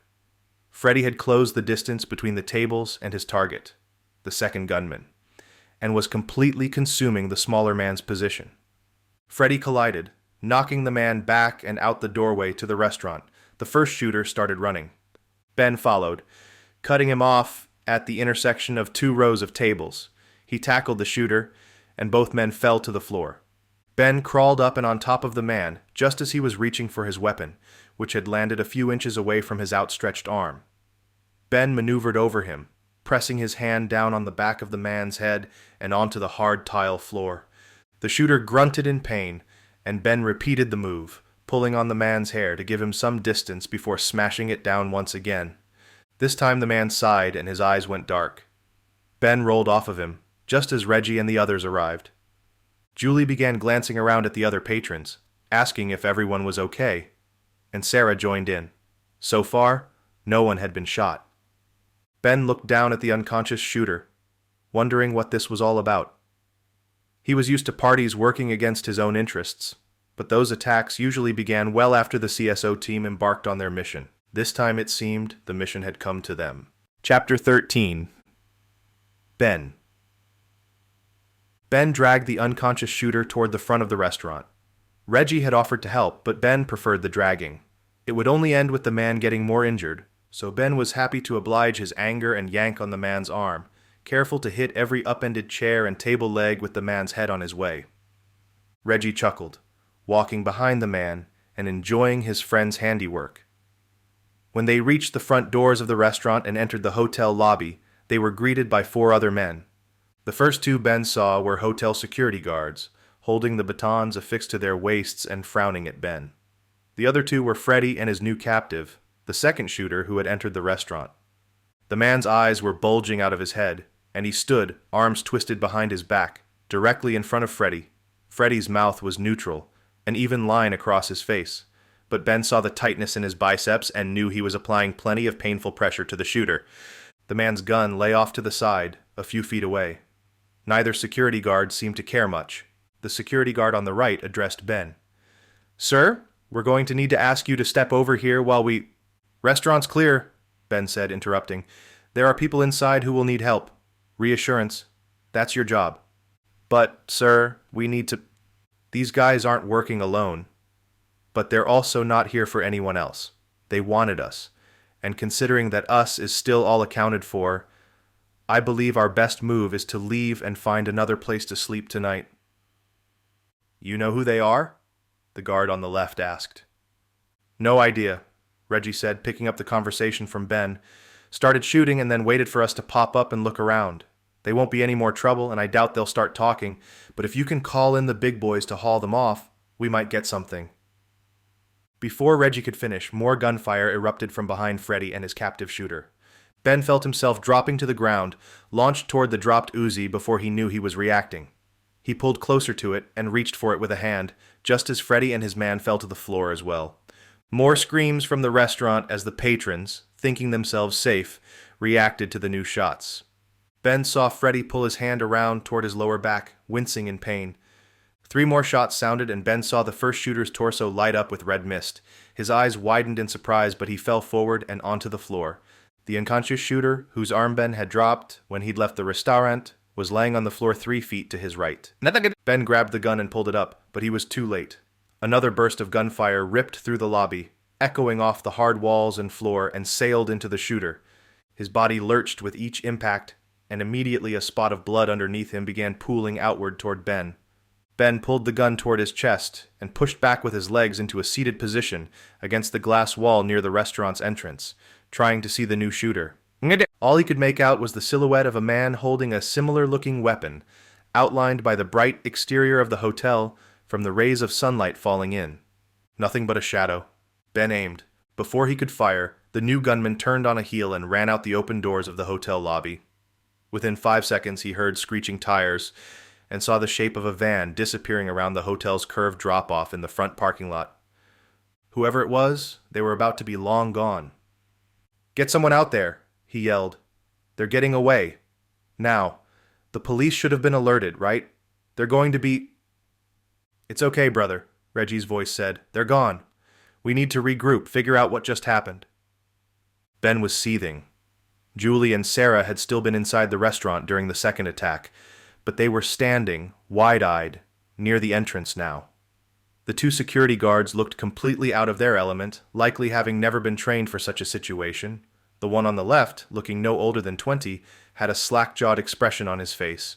His partner was fumbling with his phone. They came for us, Ben said, trying to piece together the events that had just transpired. None of it made sense. None of it seemed to have a purpose, but Ben knew there was one. They just didn't understand it yet.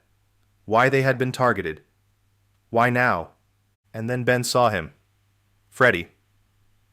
The kid was lying on his side, his hand pushed back behind his torso. There was blood around him, but Ben wasn't sure if it was his blood or the blood of the first shooter he had been holding.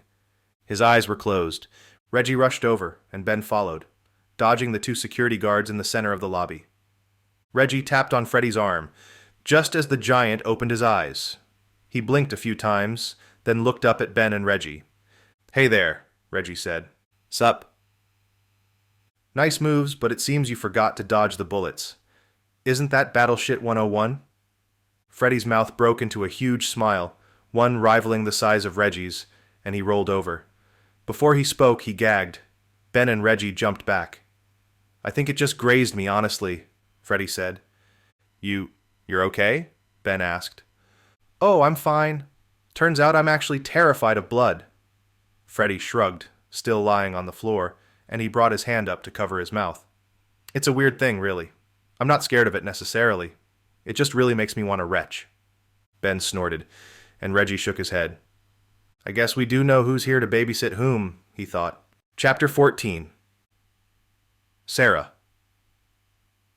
Sarah was hunched over the sofa in the hotel room, tending to a miniature wound in a leg that was the size of a tree trunk. Freddy was grinning from ear to ear as she worked, and she noticed that Reggie, standing in the opposite corner of the room, was not grinning at all. "Pull the shorts up a little higher if you need to, darlin'," Freddy said. Sarah held the gauze pad she'd been using to wrap his leg tightly in one hand, and then flicked the wound with her other. Freddy's upper body shot up, and he seethed in pain. "Damn," he said. "Why'd you gotta do that?"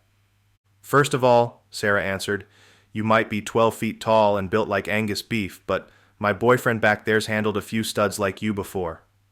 She pulled the gauze around the elevated leg once again, and then tightened it and tucked the end under itself. "Second, call me darlin' again, and you'll find out how well I can take on a stud like you." Freddy's grin disappeared, and Reggie snickered. "Okay," Ben said from behind her, addressing the room. "These guys were Russian, all here for us specifically. Anyone want to challenge that assumption?" Heads shook. Ben continued. "So, the next logical leap is that they came here to prevent us from getting to Antarctica." Julie stepped in. "And that means there's absolutely something down there they don't want us to see." "Right," Ben said. "But how'd they find us? How'd they even know about us?" "Doesn't matter," Reggie said. "They were here to kill us. That means, in my book, they're dead."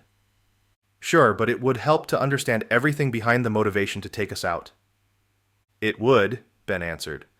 "But we don't have that information right now. What we have is an order. General Rollins wants us wheels up ASAP. Has a plane already fueling and waiting." "So, we're going to roll out now?" Reggie asked. "I thought there would be, I don't know, another briefing or something." "There will be," Julie said. "Mrs. E is sending over any helpful information about the destination, but we can brief for the actual mission on the plane. We've got 2 hours here, then we're heading to the airport.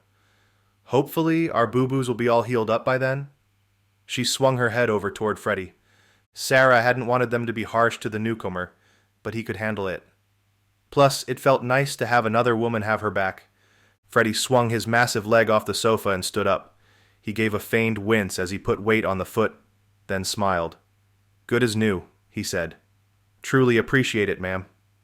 Sarah winced, and hers wasn't feigned at all. "You can add ma'am to the same list as darlin'." "Noted, ma'am. Sorry, Sarah," he said. "Anyway, I'm ready to go. My bag's still at the bellhop counter. Just a duffel for me." "An Antarctic trip with just a duffel?" Reggie asked. Freddy shrugged. "Never been there? Is it chilly?" Sarah grinned, and Ben laughed out loud. "We've got a plan for that," Ben said. Your uncle is providing military gear, including proper cold climate outdoor clothing. Should have all our sizes. We just need to get to the airport. All right. Any reason to suspect more of these Russian operatives on the way? To the airport? Ben asked. I doubt it. This was a targeted attack, and if they'd had more operatives prepared, they'd have sent them. I think we're good until we're on the ground in Antarctica, but, as always, let's stay vigilant. Who knows where they'll come from next? Sarah nodded along, but she couldn't help but feel the rising anxiety inside her. She was an anthropologist, not a soldier. With the CSO, she'd seen more action than most actual soldiers, and she wasn't sure how she felt about it. Ultimately, she wanted to research, to discover new things, new possibilities, uncover new threads of ancient history. Somehow, against all odds, the CSO had provided her with that opportunity. She enjoyed her academic career, but she had to admit there was something compelling, something real and immediate, about the missions she was taking on with her boyfriend and his friends. If this mission was like the others, she knew it would be one she'd hate to have missed. She wasn't interested in guns and battles and fighting for her life, but if what the general had described was true, there was something in Antarctica the Russians wanted to get their hands on, and she wanted to help find it. And the general had requested her presence as well. She wasn't an afterthought. That meant he didn't think of her as a useful yet minor tool in a toolbox. Her presence there was key, and he knew it. As the team prepared to march through the hotel and catch their rides to the airport, she wondered where this mission would end up. Chapter 15. Petrov. Repeat that, the voice said. Petrov sighed. The Americans are on their way to the airport. You were tasked with preventing that from happening, were you not? Petrov pulled the phone away from his ear for a moment. He wanted to curse, to tell this person on the other end how he really felt about him. This man was no soldier. He did not understand the mindset of a trained killer, how these things, no matter how much preparation went into a mission, always had a large helping of randomness. I was, he said. The man on the other end made a sound of disapproval. That is unfortunate. It is. He wondered how long he would have to keep up the charade, how long he would have to pretend to answer to this fool. Petrov had been given a task to accept this man's word as law, to provide him support, no matter where or when or what it was. He was told to act as the man's subordinate. Sure, there was no actual chain of command between the two men. That would be uncouth. This was an off-the-books project, just as Petrov's actual boss had described. It was a bit of political maneuvering from the state. They wanted a job done, but they wanted it done in a very specific, controllable way. Yet they also wanted full, plausible deniability. If anything came out about this man's mission in Antarctica, Russia would be quick to deny knowledge of the project. Petrov's role was to play ambassador between the two parties. He was charged with getting this man on the phone whatever he needed to complete the mission on the ground, and then report back to headquarters at the Kremlin about the goings-on down there. It was a pedantic, annoying role, and he hated every aspect. It was government at its finest. Miles of red tape and paperwork that was nearly undecipherable. With one caveat, nothing was actually written down anywhere.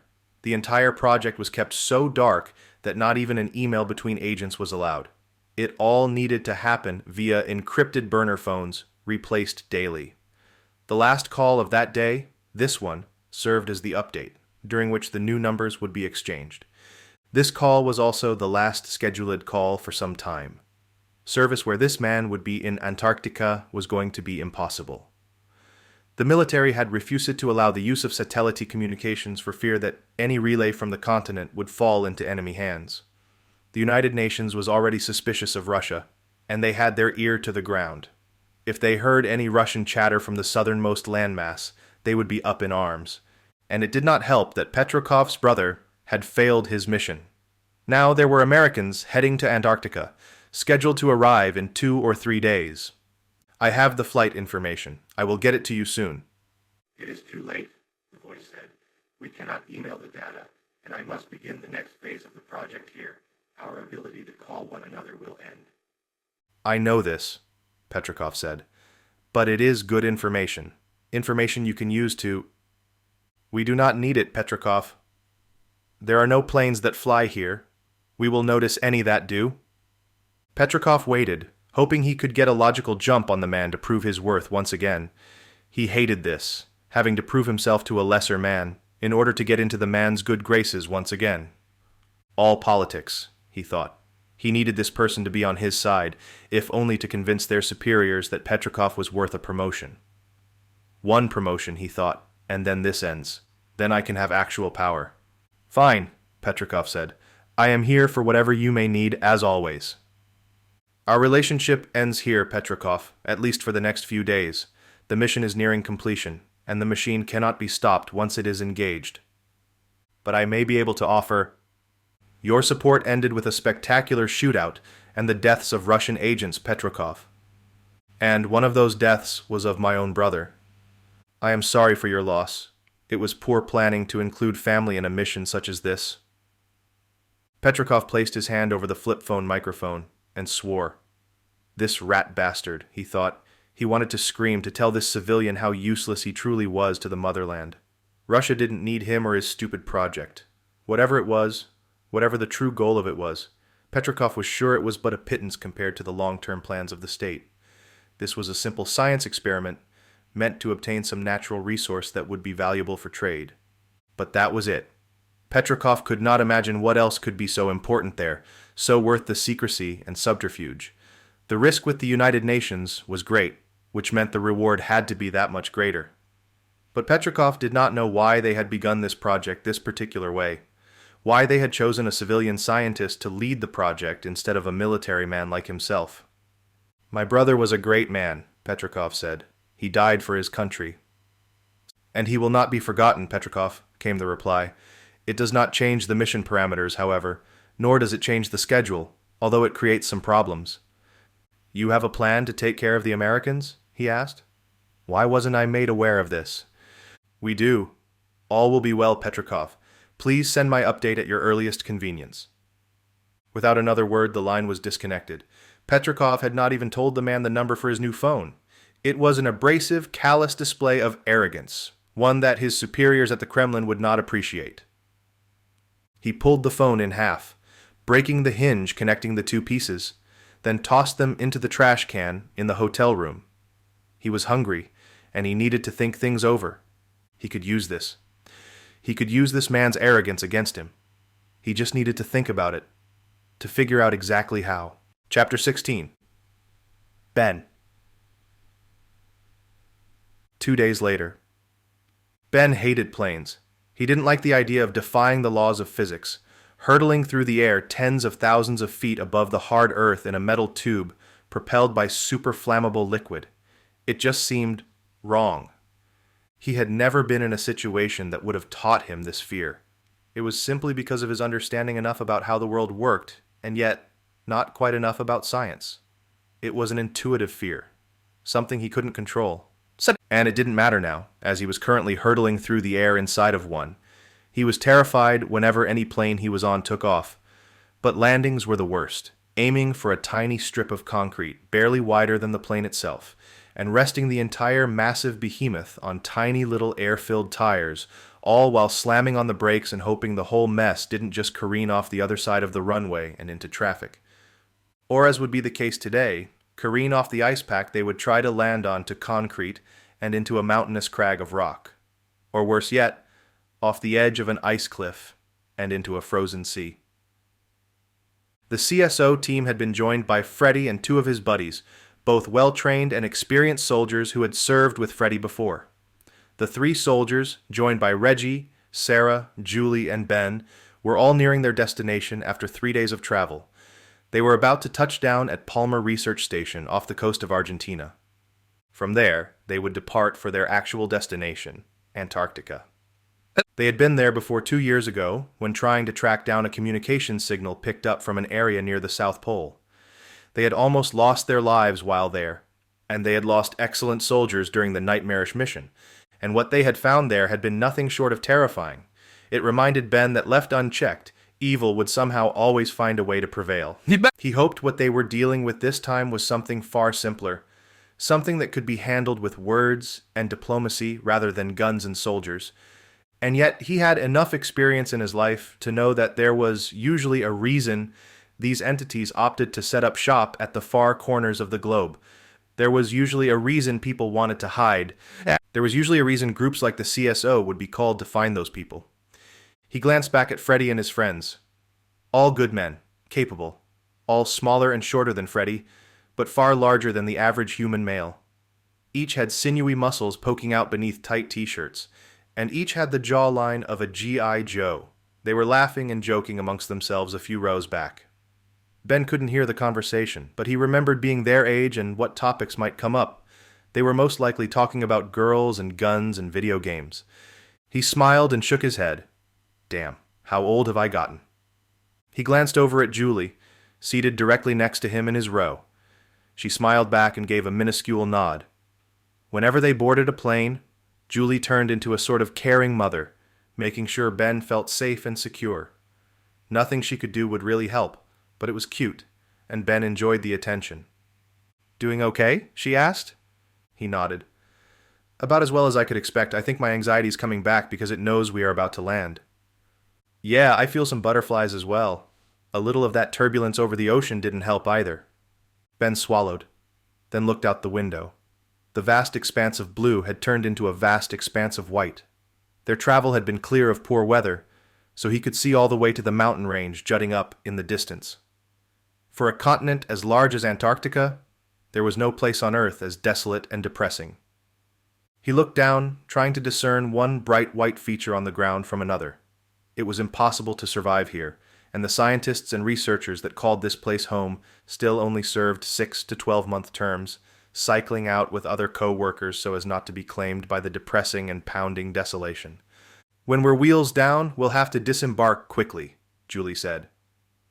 The brief the general wrote has us meeting with the head of the research station here within the hour. Ben nodded. Yeah, he said. Seems like the general is trying to turn us all into little soldiers, whether we like it or not. I have half a mind to show up late to the meeting just to see what the old man's going to try to do from 3,000 miles away. Julie arched an eyebrow. Ben held his hands up. What? He asked. I'm kidding, but still. Sheesh. Julie tossed her head backward toward Freddy. It's not for us, Ben. It's for him. Good a soldier as he is, he's the man's nephew. There's no way in hell he's going to let down his guard when it comes to his nephew's safety. Ben shrugged but nodded. The same protective instinct Julie had when watching Ben struggle through a takeoff. And landing was probably the same feeling the general had for his nephew. Sure, the man had been trained to keep things professional and calm no matter what, but he was still human at the core. Maybe. The plane jostled a bit, and Ben inadvertently and involuntarily gripped the handle of his chair a bit tighter. The last time they had flown into Antarctica, they had been in the back of a cargo plane.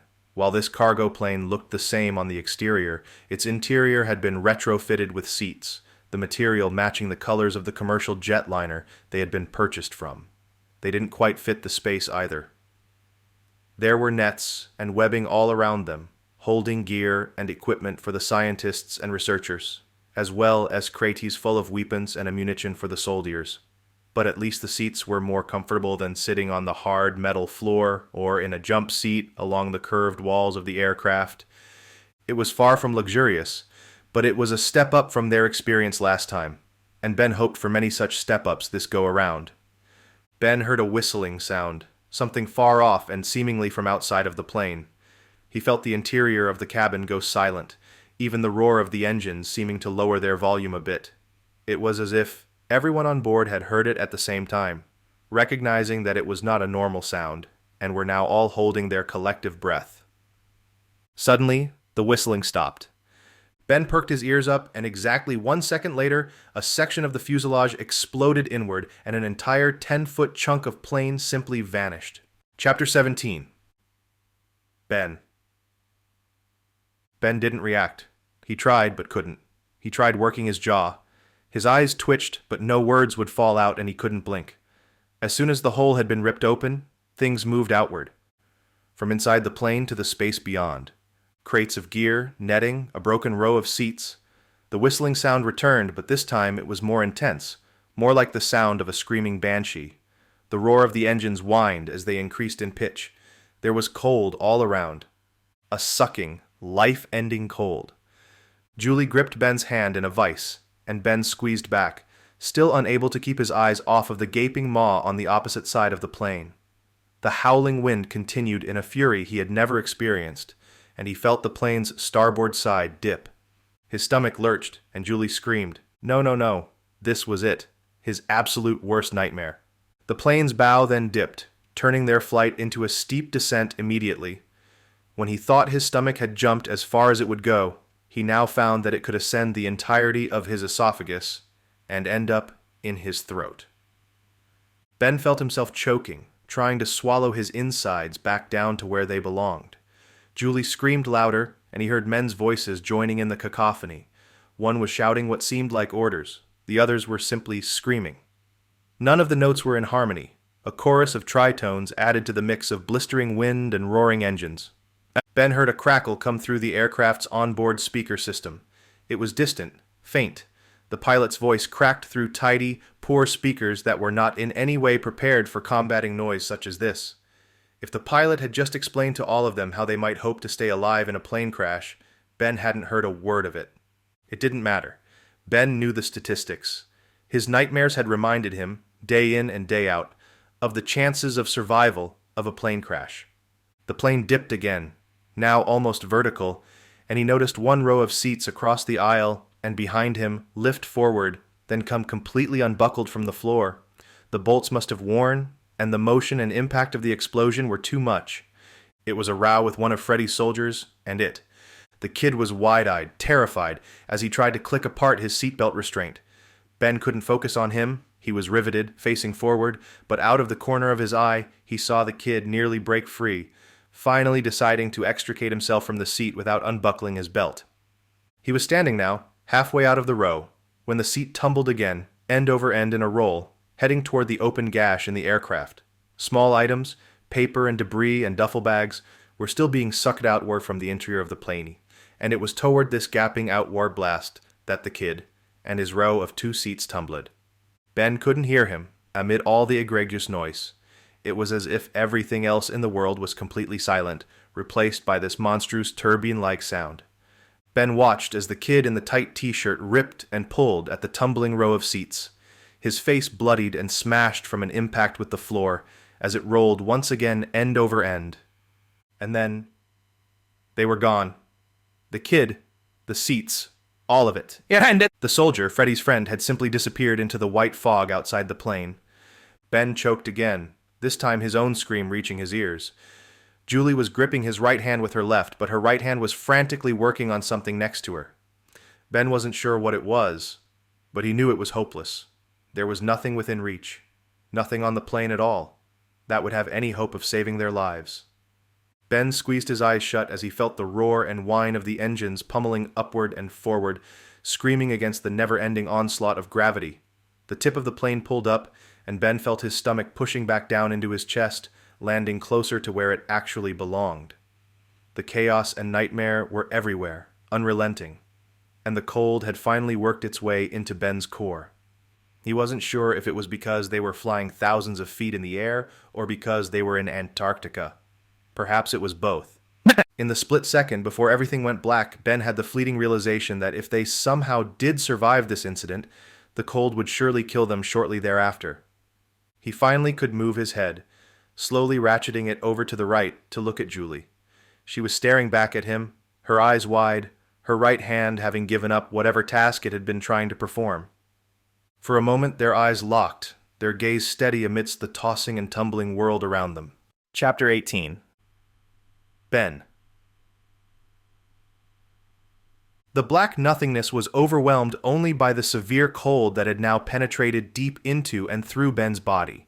He felt like he had become one of the many trillions of pieces of ice that made up the landscape. Ice. There was ice here. In the plane. The snow had gathered and somehow entered the plane. He felt it piled on top of him, around him. He was blanketed by it, and though it was dark, and he could see almost nothing farther than a few inches in front of him, he knew there was snow.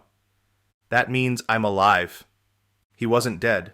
Somehow, against all odds, against every understanding he had of aircraft flight, he was alive. The pilots had somehow lifted the nose and skied the plane onto an embankment of snow, smashing out windows and ripping off shards of fuselage, and allowing snow and ice to seep into the interior of the massive cargo jet. But he was alive. He opened his mouth to speak and felt a horrible soreness in his throat. He tried turning his head, felt it held in place by some sort of metal bar, so he focused on his extremities instead. Fingers, toes, all wriggling free and able to move. Cold, but no pain. He tried his hands. One wrist ached, but there didn't seem to be anything broken. One elbow felt as though it had been crushed, but upon further examination he realized it had just slid under the space between the window and the armrest and smacked hard against one of them during the crash. So far, all the outward parts of his body were working and in fine order. He used his hands to feel around his torso and legs, trying to get to the spaces he couldn't reach with his eyes, as his head still couldn't move from its perch between the bars. He slid his hand up his left side, feeling cold and ice and then wet. Blood? Ben stabbed around with his fingers, poking into the soft parts of his stomach and gut until he found it. And it didn't take much of a poke for him to lurch, his body flying upward in the seat and smacking his shoulder against the bar that was still holding him in place. The pain was excruciating. He clenched his jaw and poked again, a bit higher up. Again, excruciating pain. He decided to rest, to try again later. This barbaric form of self-diagnosis was probably not helping anything, and all he needed to know was that he was injured. He had no idea how badly the injury was, but he assumed that the only reason he was not in constant pain was the fact that he was crunched into a sitting position in his chair. Pushing aside the pain for a moment, he turned his attention to the more important question. Where is Julie? The bar that was holding him in place had jostled a bit when he had involuntarily lurched upward, so he used his right hand to reach upward and push against it. With a bit more force than he had wanted to expend, causing more grief to his injury, he could push the bar up and back enough to get his head free. He immediately felt a welt forming on his forehead and a bruise on his shoulder where the bar had been pressed against him. He must have rattled against it quite a few times as they had landed, but in the whole scheme of things, he was willing to take a welt and a bruise over something far worse. It was still dark, so he couldn't see much of anything, and certainly not enough to get his sense of bearings about where they had gone down and in what configuration they were all in. He thought he heard a crunching sound from somewhere farther away, but he focused again on the task he had intended. Find Julie. With one final heave, he pulled himself forward in the seat, but then groaned in agony as the deep gash in his side seemed to scream back against him. Defeated, he gave up and sat back down, panting heavily. He wasn't going to be able to move, at least not on his own, at least not right now. There was an inkling of an idea deep in his brain that told him he was going to die from this injury long before he died from the cold, but then he argued with himself about it. Maybe the cold will set in first, and I'll freeze to death in less than a minute. He truly did not know how cold it was, knowing that adrenaline and dopamine were shooting through his veins, keeping him awake and alert and alive. For now, he knew those chemicals would recede, leaving him very much at the whim of the elements. Elements that were not particularly keen on keeping humans alive. He shifted sideways, eliciting yet another scream from his injury, but he was able to work his right hand over to where Julia's seat. No, it wasn't Julie who was missing. Julie's seat was gone. The entire metal frame, once attached to Ben's own chair, had been ripped away. He felt the sharp spots where it had been connected to his own only moments ago, felt the empty space as his hand hung down in the absence. His panting grew heavier. He was going to hyperventilate, surely not a good thing for his injury. He tried speaking, but only whispers of the first half of her name rolled out. He croaked. Julie, he said it a bit louder. The pain was immense, and it was going to be the end of him. He could not continue calling out for her, not like this. He felt tension in his heart, the tightness that preceded a panic attack, much like what heart attack victims felt before the throes of cardiac arrest set in. In that moment, he would have longed for a heart attack to just take him and end it all. He would have hoped it could have taken him long before the plane went down, for that matter. Now he had cruelly survived the plane crash, only to end up barricaded in his seat in the dark, icy wasteland of Earth's southernmost continent. Alone, he reached down with his left hand again and felt his torso. There was more blood there now, He was able to poke at it and get blood all over his fingers without causing any pain, which only told him he was bleeding out. Whatever he had done had just quickened the pace. He wondered what it would feel like to die of blood loss. Perhaps it was like dying of exposure. Perhaps it would take him quickly. He would simply close his eyes and fall asleep, and everything would just cease to exist. Or perhaps it was like drowning. Excruciating minutes of pure agony as he thrashed for survival against an unrelenting force that permeated his very being, and then, and only then, a final few seconds of calm, sweet bliss. Either way, the end was inevitable. Julie had been sucked out of the plane, much like Freddy's soldier friend, and now Ben had been left here to die a slow and painful death, while he thought of both of them. And what of Reggie and Sarah? What of Freddy and his other friend? The pilot and co-pilot had to be around here somewhere as well, didn't they? Ben almost chuckled as he imagined each of them independently dying a slow, agonizing death only feet from each other and unable to call out for help. It wasn't funny, but in this moment, Ben wasn't thinking clearly. He reached again for Julie's seat, feeling the tears pooling in the corners of his eyes. They hurt, almost frozen as soon as they found open air. But he didn't blink them away. As soon as they broke free from his tear ducts, they rolled a few inches down his cheeks and completely froze in place. He saw his breath now. Whether there was actually more light or his eyes had finally adjusted a bit, he wasn't sure. But it was there. His breath, like the tears, froze. They fell gently forward and then died, falling as droplets of ice onto his lap. He wondered if freezing his wound was a way to postpone blood loss. He didn't know. He had never studied medicine or first aid beyond simple field dressing of a wound. He put his hand over the spot on his side that was causing the most pain. The searing jolt of warmth hurt, then felt immediately better. Ben dropped his head back onto the hard metal bar he had just moved out of the way and closed his eyes. He would not let this environment steal his tears for Julie, nor was he going to let it take his blood any faster.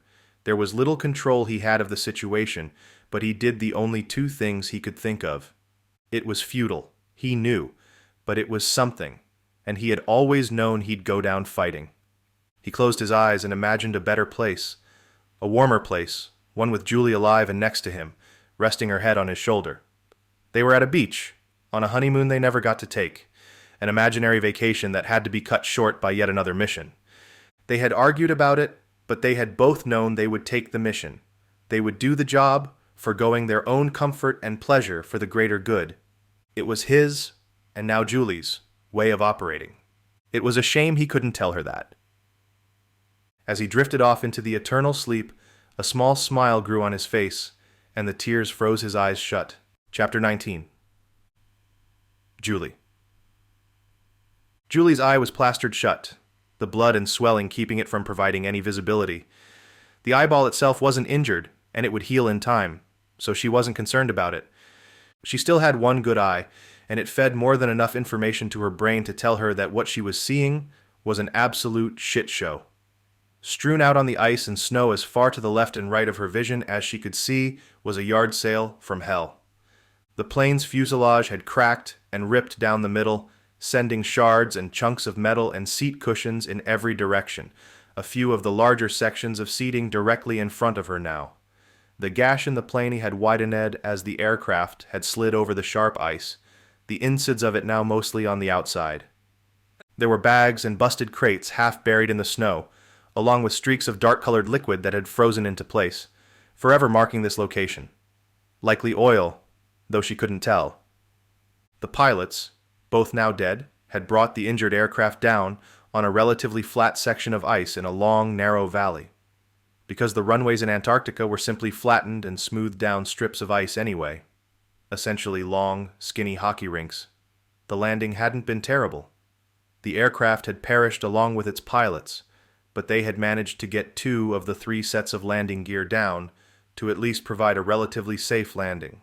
The landing had not felt safe, however, and Julie had nearly broken her neck from the whiplash. Still, she was alive, except for the poor soul who'd been sucked out of the cabin and the 2 unfortunate pilots who had a front row seat to the destruction.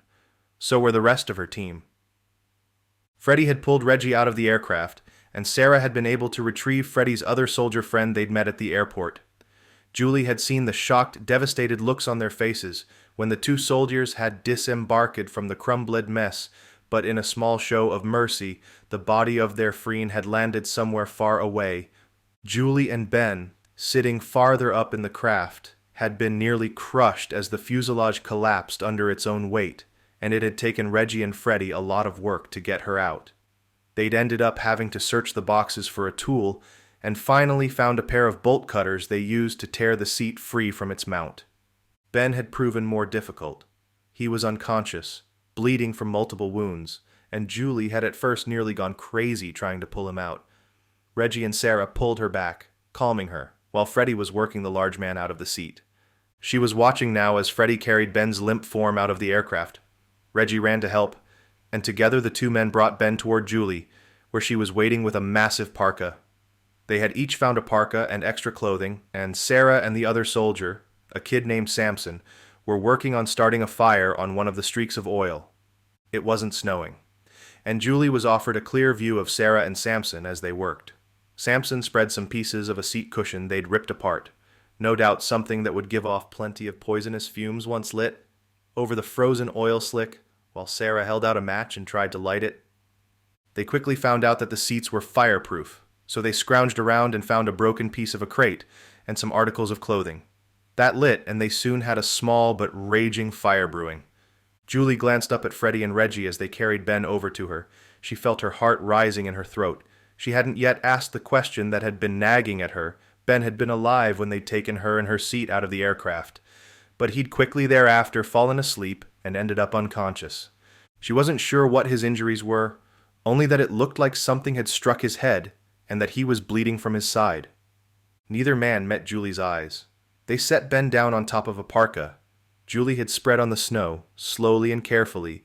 Then Freddie tucked another parka over his still body. His head was bare, but no one moved to cover it.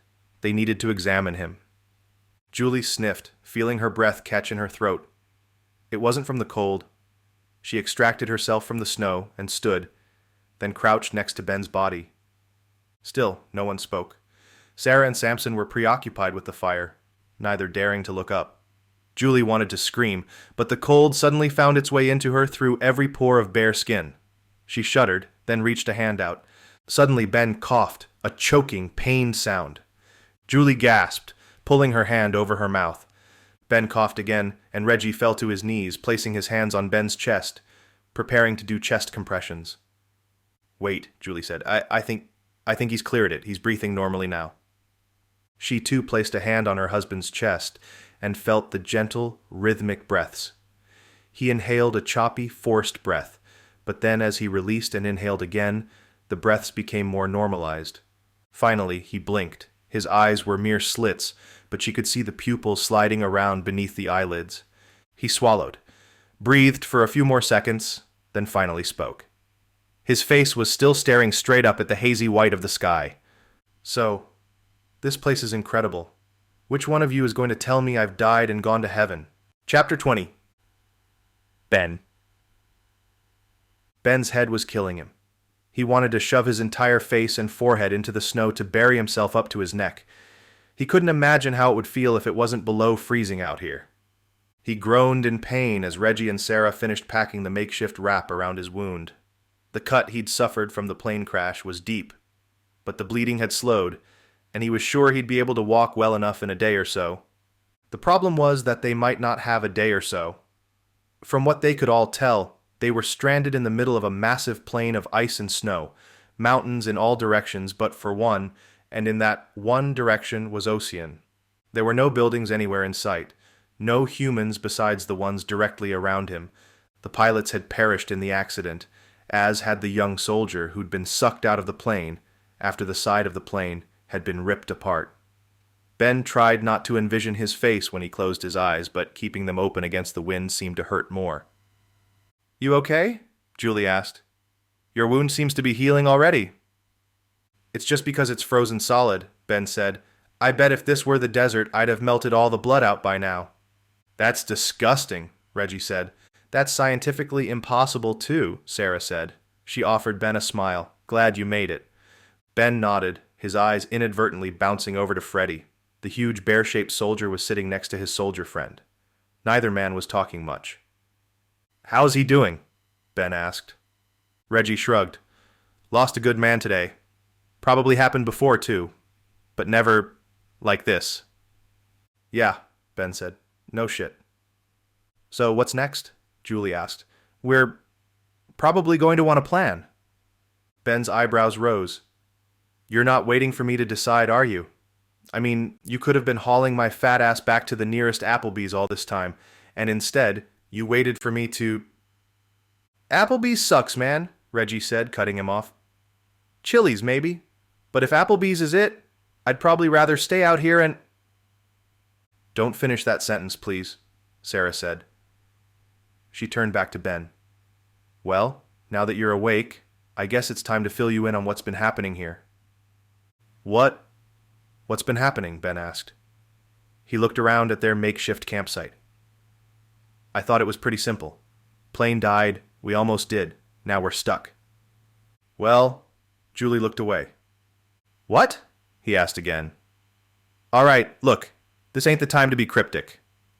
"Right," Reggie said. "So, look, you see the plane over there?" Ben squinted through the haze of fresh falling snow. The fuselage of the cargo plane was half buried in fresh powder, but Ben could see the jagged lines of the blackened burn marks striping up from the ice and covering the back half of the object. Where it slid, he realized. The plane was cracked in half around the mark where the side had been splintered open mid-flight, and the front of the fuselage, and no doubt the dead pilots inside, was lying about 200 feet farther away. It was almost impossible to see. "What about it?" "Well, you said the plane died. That's not entirely accurate." "What's that supposed to mean? Planes live in the sky. This one stopped flying. That's the problem." "Ben," Julie said, her hand on his arm. "Ben, look again." He squinted once more, trying to understand what had his team all riled up. It took him a moment, but then he noticed. "Oh," he said. "Oh, shit." "Yeah." The fuselage section he had been in, the one closest to them, had a massive round hole in the side of it. He'd seen it happen in real time, so he hadn't noticed it until that moment. But now that they'd pointed it out, it was clear as day. The hole hadn't been caused by a mechanical failure. It wasn't a failure of engineering, or simply a freak accident. The hole had been blasted out of the airplane by something monstrous, something explosive. "We were attacked, man," Reggie said, finally putting words to what Ben had just realized. "We were shot down." "Yeah," Ben said, nodding along. "Yeah, I can see that. That means—" Julie continued. "It means we probably don't have to wait long out here, and we might not have to even walk back to civilization if we could even find it." "Because they'll be coming for us," Ben said. "But—" "Right," she interrupted. "They're probably only coming to finish the job." He felt a tug on his arm, and Freddy was there suddenly, hovering over him. "Hey, boss man," Freddy said. "Glad you're doing okay and all, but I wanted to mention that, we see something." "What?" Reggie and Sarah shot up, focusing in the direction Freddy was now pointing. His soldier friend was rummaging through a case, probably looking for something to arm himself with. Ben couldn't see anything at first, but a minute passed, and he suddenly recognized the flash of shadows against the ice. He watched them materialize over the course of another minute, finally realizing how quickly they were moving. He saw they weren't running on their own, but riding atop large, flat vehicles that plowed over the snow as if it wasn't there. There were also larger ATV-looking vehicles with glass-enclosed cabins and smaller traditional-style ice trawlers.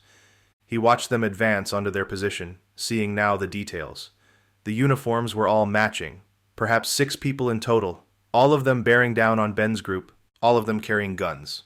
Chapter 21. Ben.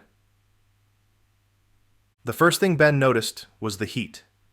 Compared to the below-freezing temperature outside combined with a wind chill factor that plummeted the effective temperature down into depths he couldn't even imagine, the heat inside felt almost stifling. And if he wasn't already in severe pain from his injured side, he may have actually enjoyed the warmth. The Tucker snowcat they were riding in had split off with another vehicle, heading to a simple ice-encrusted doorway one man had swung open. They were all pushed along by 4 black-clad soldiers, roughly tossed down a staircase that led to a wider, dimly lit hallway. The door behind them swung shut and the noise was sucked out of the space. He heard the telltale sound of a locking mechanism sealing the door shut from the outside. He tried to make mental notes for conjuring later, but Ben was woozy and unstable. He knew he was bleeding, and he knew if it continued, he'd have far bigger problems. The second thing he noticed was that at the bottom of this staircase, Julie and Sarah had been plucked away from the group and sent down the hall in a completely different direction. He, Reggie, and the two soldiers may have argued, but in the state they were in, and the fact that their captors were brandishing shining black subcompact machine guns, meant they couldn't do anything about it. The third thing Ben noticed was that Julie and Sarah had, in fact, been sent down a hallway. Only then did he consider how strange this all was. They'd been corralled into a tiny space beneath the Antarctic ice, through a modern metal doorway, but then into an ancient-looking space that seemed to have been formed in stone. He figured he was hallucinating, as it seemed odd there were any structures large enough on this continent to be big enough to house a true, actual hallway. Yet that was exactly what he was looking at. He winced as the soldier, a giant generic Russian who hadn't had the common decency to introduce himself, yanked Ben's arm and pulled him to the side, sending him toward another doorway whose metal door stood open, leading to another space. He pushed Ben along, Reggie and the two American soldiers just behind. The soldier holding Ben's arm barked something in Russian at another similar-looking man standing guard just inside this doorway. He couldn't understand what words were exchanged, but it didn't seem to have any effect whatsoever on the soldier's mishandling of Ben's injury. He felt blood oozing from his wound as the man forced him over the threshold. The floor beneath him felt uneven. He looked down and realized again that it seemed to be lined in stone. The smooth surfaces of the rocks rubbed raw beneath his boots. He couldn't figure out what it was about the place that struck him as odder. That someone would build a building out here, or that they would do it using stone. As if these people had cut tunnels into the ice and then chosen to lay linoleum. He wondered if these Russian assholes had a secret affinity for interior design. Yeah, I must be hallucinating, Ben thought. The 4 male members of the CSO group were left in the room, the guard leaving. The space they were in was similarly decorated, stone floors, walls, and ceiling. No other insignia or designs anywhere to be found. Ben quickly saw that this space was not actually a singular space, but an antechamber that led to multiple open spaces, each separated by a narrow, deep inset doorway. 3 in total, 1 against each wall, not including the doorway he had just been shoved through. As soon as all 4 of them were in the main space, the Russian soldier pushing Ben back, pedaled and slammed the door. "What the hell?" Reggie yelled. "Who the hell are you guys? And where the hell—" "Hello," a new voice called out. It had come from the room to Ben's left. "Welcome to Ice Base," the man said. The voice was heavily accented, also clearly Russian. Ben turned to face the doorway, trying to brace himself for whatever might show. Rather than being met with another large, brooding Russian soldier, Ben suddenly saw a relatively small, thin man with glasses. He had a shaved head and looked to be about Ben's age. "Ice Base?" Ben asked. The man nodded.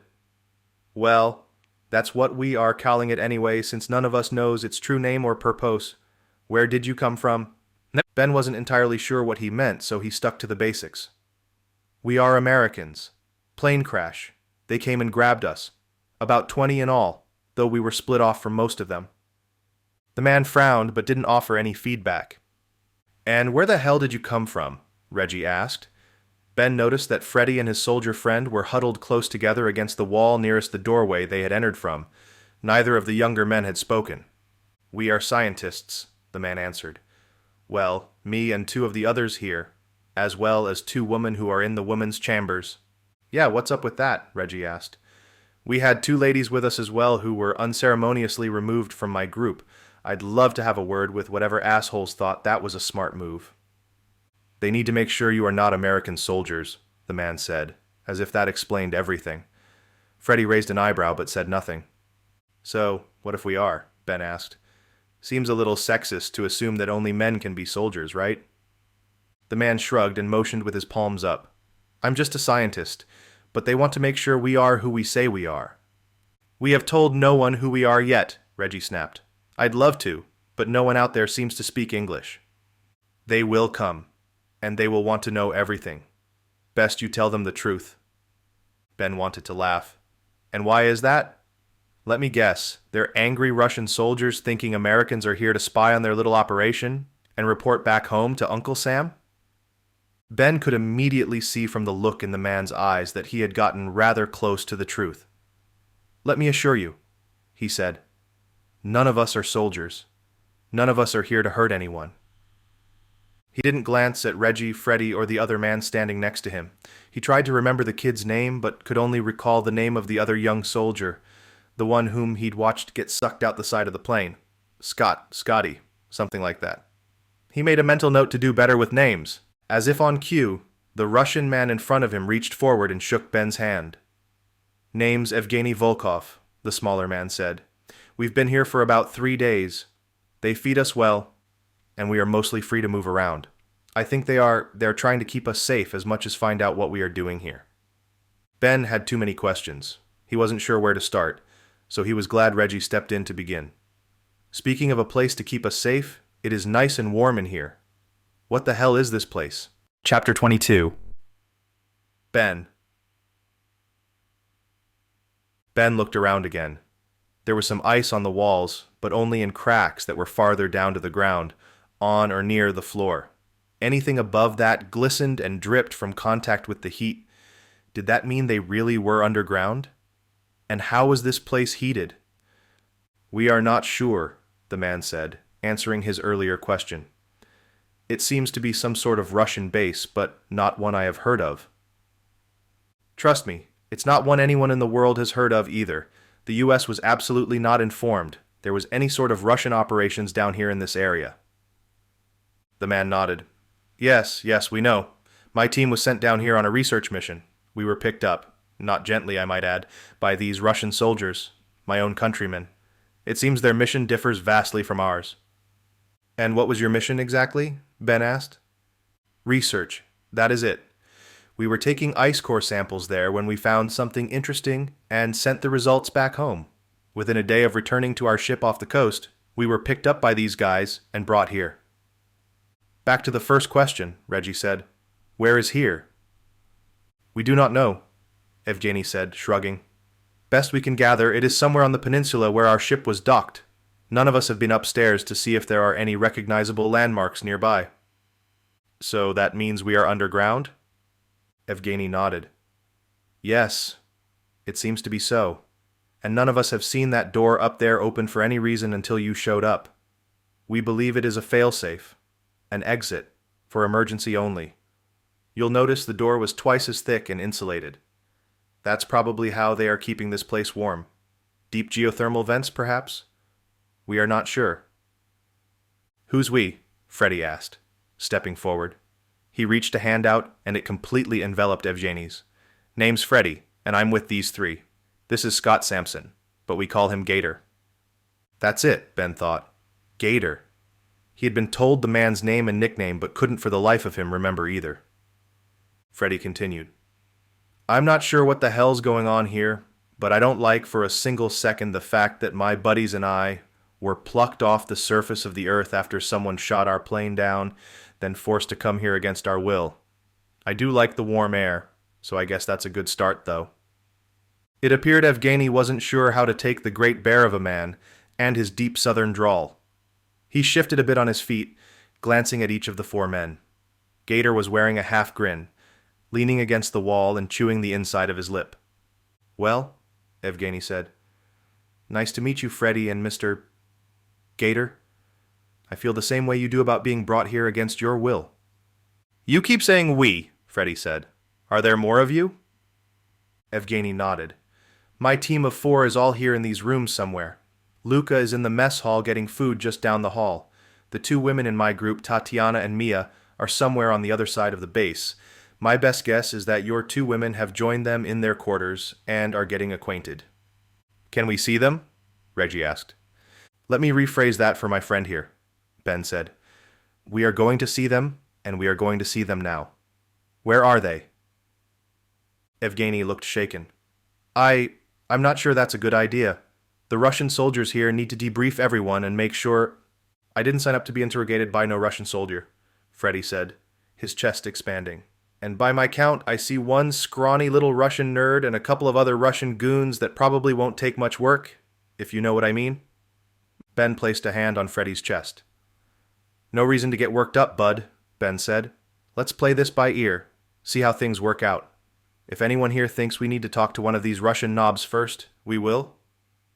He wanted to believe this guy. He wanted to trust that he was being told the truth, that the Russians had merely brought them here to make sure they weren't American spies. But there were two things wrong with that assumption. First, from the perspective of these Russians, Ben wondered if they might actually be spies. Their mission here was vague on purpose. They had been sent down here to investigate whatever it was these Russians were doing, to find out if there was any sort of foul play they needed to worry about and whether they needed to call in the big guns from back home. Ben had a sneaking suspicion that to anyone, that sort of thing would seem an awful lot like espionage. The second problem he had with his assumption was that the reason for what they had just been through was still unanswered. He still had an injury, and he and his team had been brought here against their will, pushed and jostled around like cattle in a slaughterhouse. And no one had yet answered the real questions on all their minds. Why the hell had their plane been shot out of the sky? And who had done it? Chapter 23. Julie. Julie felt her heart rate rising as soon as she had been separated from Ben. This was a foreign place in the most inhospitable landscape on the planet, and their hosts had so far not been any less hostile after being separated from the men. Julie and Dr. Sarah Lindgren had been tossed into a small room, hewn from the same stone as the rest of the place they had walked through, and quickly found that they were not alone. They had joined two other women, both Russian, who had greeted them with questioning and confused expressions. It hadn't taken long for all four women to introduce themselves to one another and realize that neither of them was a threat to each other. They had been part of a Russian research team taking ice core samples for further environmental research, and Julie began to hit it off with one woman, Tatiana, who seemed to have taken a liking to her as well. They swapped quick stories about how they all ended up here, both Russian women aghast that the two newcomers had survived a plane crash not 2 hours prior, but Julie was more concerned with figuring out what their next move should be. So, you are free to move around in here, even though these soldiers are holding you hostage? Julie asked. Oh, well, it is not like that, the woman replied. They are asking us questions to find out whom we are really working for, to see if we are spying on the Russian government.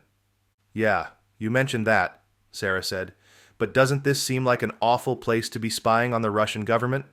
Who would send spies to Antarctica hoping to find Russian political strategists? The researcher seemed to not understand what Sarah was talking about. She turned to Julie and addressed her instead. Truth be told, I am glad we are here, where it is warm and dry at least, compared to the boat. The Rizak was no warmer than the ice out on the expeditions, it seemed, and the food here is not bad either. But how long will you be here? Julie asked. They can't just keep us all indefinitely. The woman shook her head. No, of course not. We think they are going to take us back to our boat in another day or so. Have they said that? The two Russian women exchanged a glance, then both shook their heads. Not really, she said. But where else would we go? Why would they hold us here? That's exactly the question I'm going to find an answer to, Sarah said. First, though, I think we need to get reunited with the rest of the group. Why did they take all the men and separate them from the women? They assume the men are soldiers, American or Russian spies. Sarah frowned. Women can't be soldiers? She shrugged. I guess they are a little more traditional here. And if you are all Russian and the soldiers are all Russian, shouldn't you all be on the same side? Yes, assuming whatever this all is about has something to do with furthering the Russian goal. But it seems pretty obvious that they are not taking any chances, for whatever reason. Julie could guess the reasons, but she didn't want to. They all ended with this brief stay becoming a much longer and more painful experience. She looked around once again, realizing for the 100th time that this was not some simple humanitarian mission, and it certainly was not a vacation. Wherever they were, it seemed to have been purpose-built for keeping people safely inside, away from the elements, or keeping people securely inside, locked up, like a frozen underground prison. She felt the chill and rubbed her upper arms with her hands. "This place gives me the creeps," Julie said. "Why would your country build such a place, especially way out here? These rooms too. It seems like they were expecting a lot more people to show up." Tatiana nodded. "Yes, that is what we assume as well. As of right now, we have only seen a handful of Russian soldiers, maybe 5 or 6, as well as a few other countrymen who are wearing civilian clothes. Mostly the soldiers come here, but we believe there is another space somewhere we are not allowed to go, where the other people are." "All those other people were who brought us here," Sarah said. "They plucked us off the ice and brought us here. But there is a lot of food, and the infrastructure we have seen in the base suggests they are prepared for more." "And you said we are free to move around?" "Eventually, yes, but they will want to ask you some questions first to make sure you are not lying to them." Just then, the door opened. It was a large metal thing, bolted into the stone and ice surrounding it. It was the only non-natural-looking structure around besides the work lights hanging from the mounts on the ceiling. Julie had seen 3 just like this one on the way down here, not including the massive double-paned door that led down here. A huge Russian man with a scar for a smile entered the room and looked at Julie and Sarah up and down. Julie was almost impressed at his ability to simultaneously check them out and show disdain. "You come with," he said, motioning 2 big, beefy fingers at Julie and Sarah. He flicked his hand toward the door and hallway behind, where Julie could see the shoulder of another similarly shaped soldier. "I heard there was food," Julie said. "Any chance I can grab a burger and fries before we get interrogated?" The man frowned, either not understanding or not caring to humanize the twisted conch shell he wore as a facial expression. "Now," he said. "Food later." He stepped out of the room, waiting with his counterpart while Julie and Sarah decided what to do. Julie shrugged, then looked at Sarah. "I'm guessing we don't have much of a choice," she said. "I'm guessing you're right," Sarah answered. "I don't like these guys, and I'm not sure what to think of these 2 nice ladies, but something tells me the only way we're going to get real answers is to follow this sack of meat. Besides, it sounds like the food's on the house if we just listen to the timeshare presentation first." Julie smiled and nodded, then followed Sarah out of the room. Chapter 24. Reggie. "You are Americans," the man said. It wasn't a question. "You shot my plane down."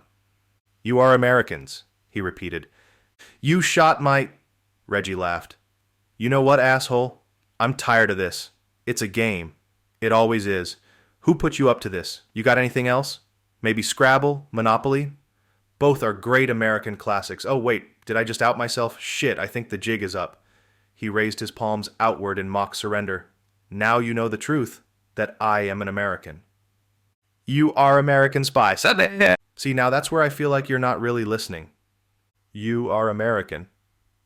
"Save it, meat face," Reggie said, smacking his hands against the top of the metal table he was sitting behind. He stood up, but immediately felt 2 vice grip-like hands on his shoulders, pushing him back down into the chair. He didn't resist. He clucked his tongue and smirked. "2 meat faces, it is? You boys think I can't take on 2 of you rinky-dink Russian nesting dolls?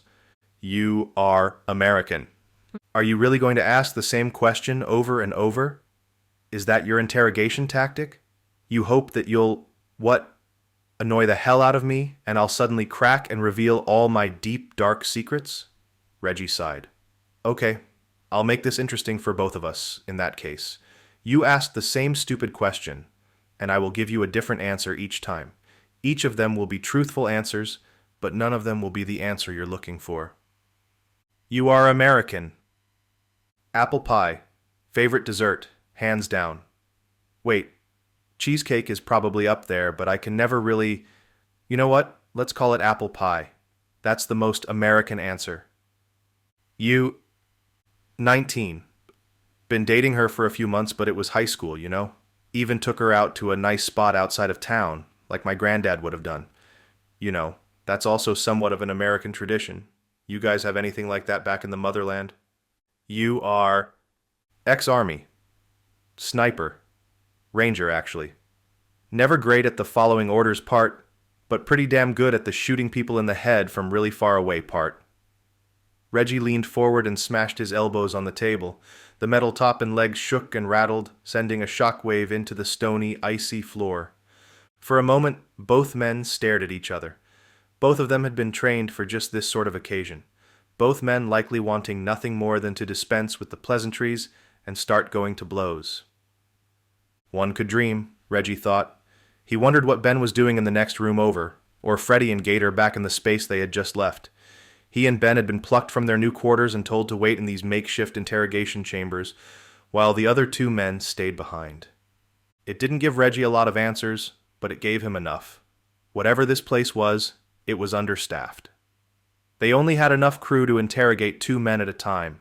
It also told Reggie that they were, for the time being, out of direct danger. If either of these guys had any interest in actually trying to extract answers out of him or Ben, they long since would have resorted to some sort of physical punishment for insubordination. As it stood, however, Reggie wasn't so sure this method was less effective than straight-up torture. He was getting past the point of being annoyed to the point of actively wanting to reach across the table and gouge the man's eyeballs out with his fingers. He had asked the same question almost 25 times now. It didn't make the man come across as a very strong negotiator. That led him to think the man standing behind him, the one who had pushed him down into the chair, was the real power in the room, the real boss. Reggie swiveled in the chair and turned his head up to look at this guy. "You in charge here? Surely you can't be stupider than this guy, right? I mean, you've got to have more English in you besides just, you are Americans, right?" The man looked down at Reggie, his eyes examining him, then his mouth broke into a tight-lipped smile. "Very well, you are correct. But that does not change the fact that we need to know the truth. Who are you and why are you here?" Exasperated, Reggie put his hands up again. "I was in an airplane, minding my own damned business when somebody shot a hole out of the side of it. Sucking out one of my teammates, I might add. And now I'm here. Why don't you tell me why I'm here?" "Planes do not fly this far south." Reggie cocked an eyebrow. "Well, I've got the remains of an otherwise perfectly good airplane out there on the ice that might challenge that assessment." "I fear you have misunderstood me," the giant Russian man said. "Planes do not fly this far south." Reggie stuck his tongue into the inside of his cheek. "Okay, guy. Playing ball the smart way. It's going to be riddles and parables from here on out." "Fine," Reggie said. "Thought we would do some sightseeing." "And what sights have you seen?" Now Reggie shrugged. "Didn't get to experience much of the scenery before the aforementioned explosion in the sky." "What are you hoping to accomplish here?" "What are you hoping to accomplish here?" "I represent a party interested in secrecy." "Let me guess. Is it the Russian government?" "It's the Russian government, isn't it?" The tight-lipped smile didn't waver. "This party has reason to believe the United States of America is sticking its nose into the operations of this project." "Well, as far as I know, the United States has a perfectly good reason to be down here on this ice cube. I don't, however, think that your country does. So, which one of us is supposed to be here?" Reggie turned and faced the man seated across from him. "Let me guess. You are American, right?" Reggie roared in laughter, wondering if it was the adrenaline still firing on overdrive that was making him delirious, or if some of the alcohol from 4 days ago had somehow not worked its way through his system. "Speaking of alcohol," Reggie said, "I could use a beer right about now. You guys have a liquor store around here? I'll even take some vodka if that's all you've got." Chapter 25. Ben. Ben looked at Reggie. "They interrogate you as well?" Reggie smirked. "If you can call asking the same question 100 times in a row an interrogation, I guess." "You tell them anything?" Ben asked. "Yeah, sure," Reggie replied. "I told them everything. We were flying, then we weren't. Then we ended up here. There's really not much else to tell." Ben cocked an eyebrow and stared at Reggie quizzically. "Come on, brother. You know I didn't spill the beans about any of the top-secret government CSO stuff." Ben just nodded and turned back to Freddie and Gator. "What about you guys?" Gator shrugged. "Nothing, really. I think they've identified you two as the brains of the operation and us as the brawn. Only question they asked me was my name." Reggie laughed. "What did you tell them?" "They don't seem to get the idea of nicknames. Whatever, their loss. It's a sweet nickname. Ben paced through the stone rooms once more. He and Reggie had returned at the same time. Then Gator and Freddy had been questioned, and then returned to the cell. The scientist, Evgeny, was lying on a cot in the room off to the left of the main chamber. Sometime while Ben and Reggie were gone, he had been joined by his teammate Luca, who was asleep on his own cot in the other space. Ben entered the chamber where Evgeny was lying down. "Wondered if I could bug you for a minute," Ben said. Evgeny nodded, rubbed his eyes, and sat on the edge of the cot. "Of course. Well, seeing as how you and your guys haven't tried to kill us yet, I guess that means we are on the same side." "I'm not sure we could kill any of you if we wanted to," Evgeny said, winking. He waited for Ben to react, then swallowed and straightened his back when he didn't. "Of course you are correct. We have no reason to harm any of your team. I assume the feeling is mutual." "So far," Ben said, "these handlers of ours, obviously Russian soldiers, they seem to want to know the answer to only one question. Are we American spies? We aren't, but I'm not sure there's anything we can do or say to convince them otherwise. Thing is, playing that game is a two-way street. I would be hard-pressed to believe these guys aren't the ones who shot our plane down." Evgeny's eyes widened, then narrowed. "I assume you are correct, Mr. Bennett. They have shown us no harm so far, but they seem to believe everyone around them is a threat. If they had the means to shoot your plane out of the sky, I wholeheartedly believe they would have taken the opportunity." "And do you think they have the means?" Ben asked. "Who knows what is on the surface of this station? We have been cooped up in here for days, awaiting any news from the outside world. For all we know, we are prisoners of the Russian government and will all be forgotten down here. None of us have seen sunlight, which is a terrible pain for Antarctic researchers like us." Ben nodded. "Yeah, I can see that. Here's the deal, though. I have no interest in being anyone's prisoner. Certainly not the Russian government, and certainly not in this frozen hell. I'm getting out of here, and I'm getting my team out with me. I am more than happy to bring you and your guys along as well, but I need your word that you aren't playing both sides of this." Evgeny seemed concerned and confused. How would we be playing both sides of this?" Ben shook his head. "You tell me, Evgeny. You don't seem to be a soldier, but that doesn't mean you're harmless. You are the only guy around who speaks fluent English and Russian, so it makes sense that you would be the one interacting with us the most. I can assure you we have no interest in harming you or your team. We are just as confused as you are as to why we are all here, and we are just as eager to escape." "Okay," Ben said. "It's not like we have much of an option either way. Trusting you helps both of us for the time being, so we'll leave it at that." Evgeny nodded, then curled his lip to the side. "There is a question, though. Where will we even go once we are out? We are in Antarctica, right? None of us were drugged when we were brought here, so we know we are still close to where we were when we were picked up. You have expressed to the same that your plane went down a few miles from here, correct?" Ben nodded. "Yes, definitely. We haven't gotten there yet, but we'll have an answer. These guys may play the dumb soldier act, but dumb soldiers have smart commanders, and smart commanders have brilliant generals. If this is all part of some political game, there's much more beneath the surface, or above, in this case, than just 5 or 6 guys walking around a sub-Antarctic base. They have support somewhere, even though we can't see it. That is our #1 priority. Find a way to communicate with the outside world, or find a way to get away from this place and head toward one of the other American or British bases nearby."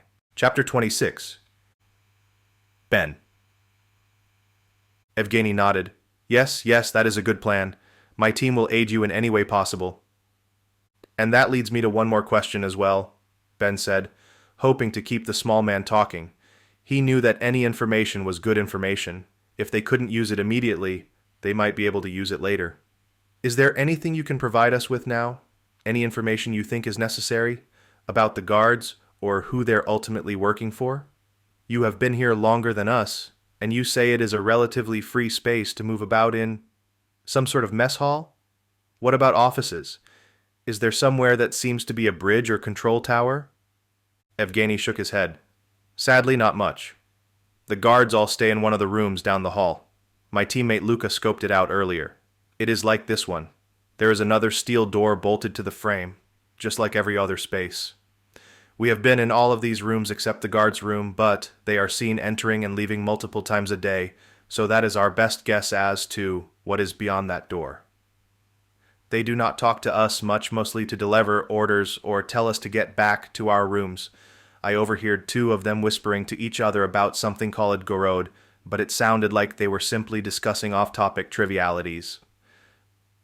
Ben took mental notes, hoping to compare them with Reggie and the others later. For now, he wanted to keep Evgeny talking. To either hear the man slip up, or to hear him give Ben more information, he could try to put together with the other pieces of the puzzle. And it is not a mess hall, just another room like this one, but larger. Where does the food come from? Ben asked. The guards have a kitchen in their space.